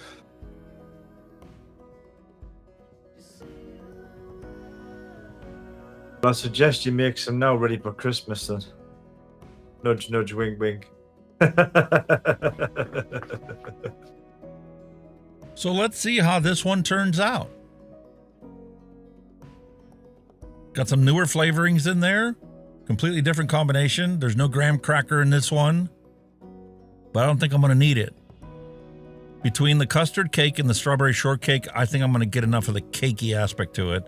I want the primary dominant flavor to be that rich whipped cream, like a vanilla pudding. And I might have to do that. I might have to swap out vanilla milk froth with vanilla pudding. But man, the smell was good, yeah?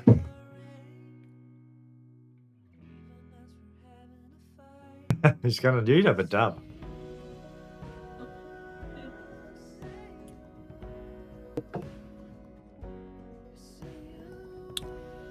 I got the original strawberry. I need something to wash it down with. It's not going to run it off.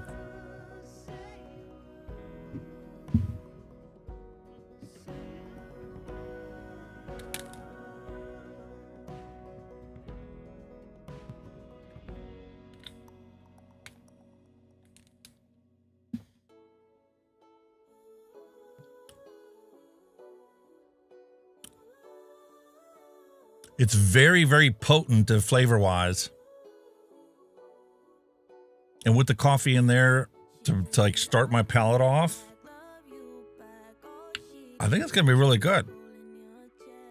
Might have to cut the recipe back to like 18% flavoring or 15% flavoring if there's any harshness to it. But I won't know that until we try it next week. And if it's harsh next week, I still need to wait like 3 weeks before I can go. I actually need to modify this recipe. Hey, it's all in the process of science and experimentation, sir, in the lab. But man, the strawberry is the dominant. You know how hard it is sometimes? I've seen plenty of recipes and I've mixed plenty of my own where you can tell there's strawberry in it, but I've never had a recipe where it was like strawberry was the primary thing. Yeah, you've got like strawberry milks or whatever, okay? You can tell it's a strawberry milk.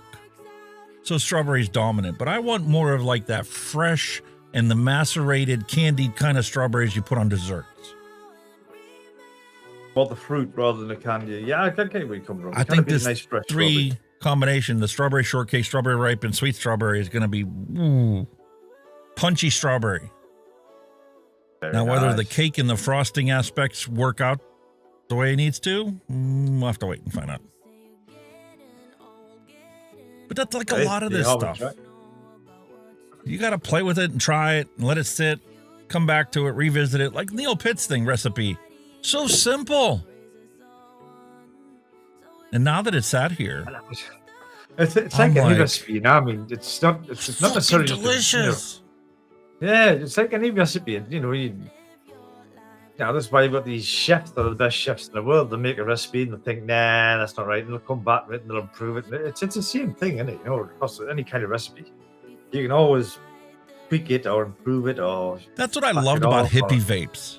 When he publishes his videos of his recipes, he'll tell you about his journey to get it to the recipe he's going to present to you today. Yeah. And how many times he had to redo it because it wasn't quite right, or this was wrong about it when I did it this way. And this, I love watching his recipe videos because he legit walks you through how he developed it. I mean, it's like Nevins and oh fuck, his name escapes me. Then with the launch of the fluids range, they've done really well. They're doing really, really well. They're doing okay at the expo. They're doing really well at the expo as well, apparently.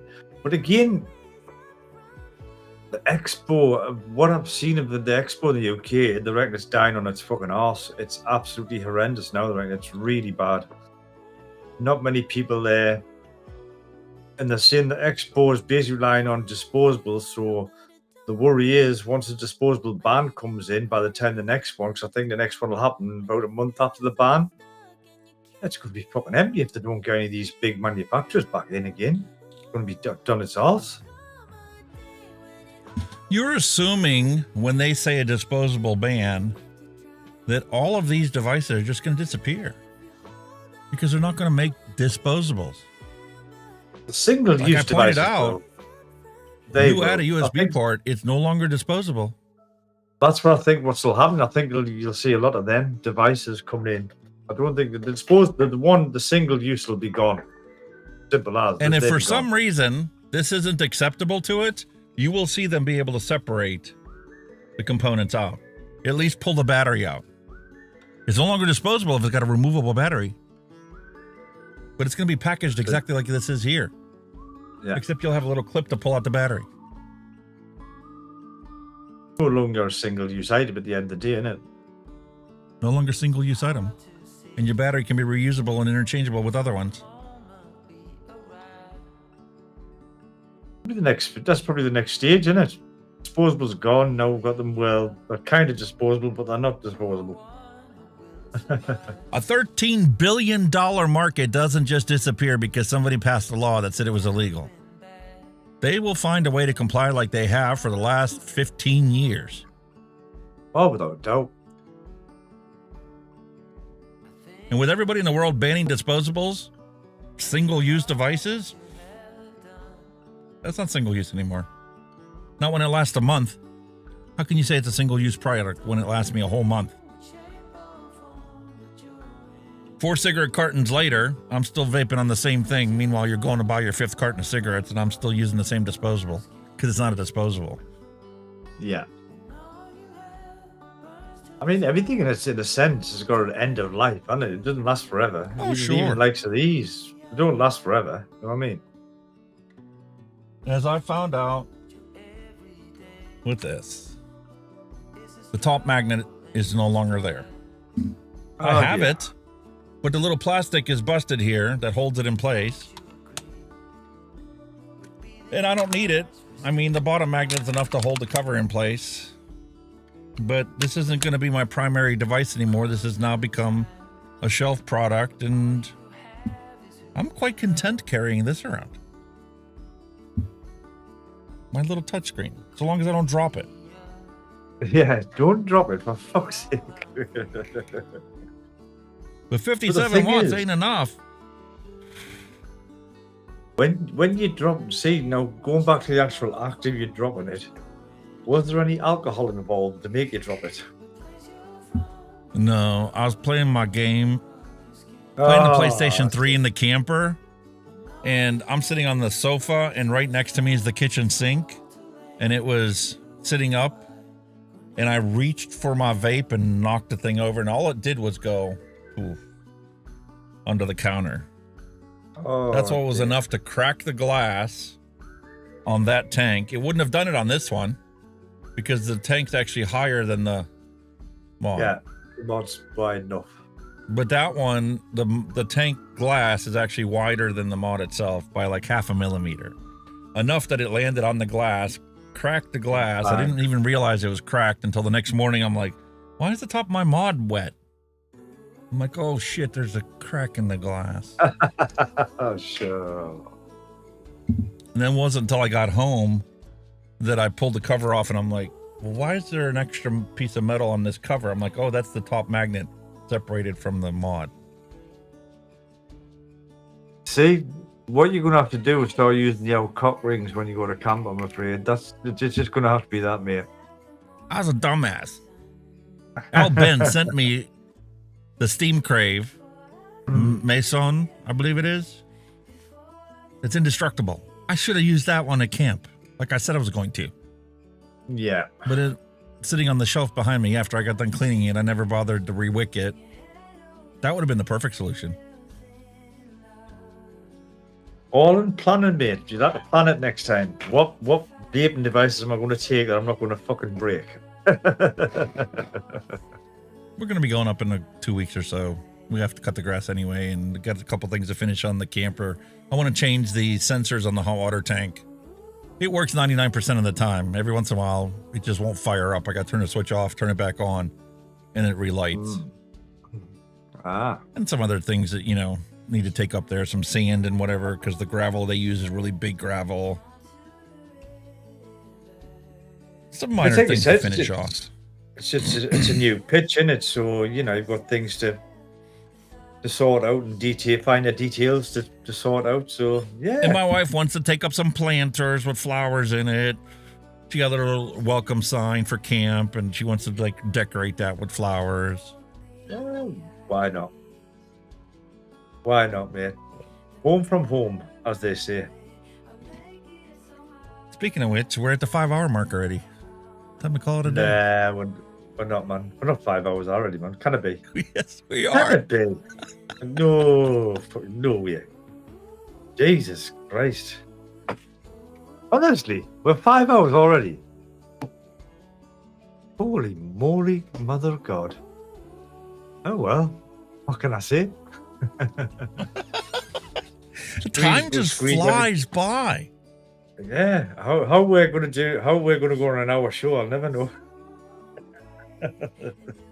Like, have a vape, is that it? We're done.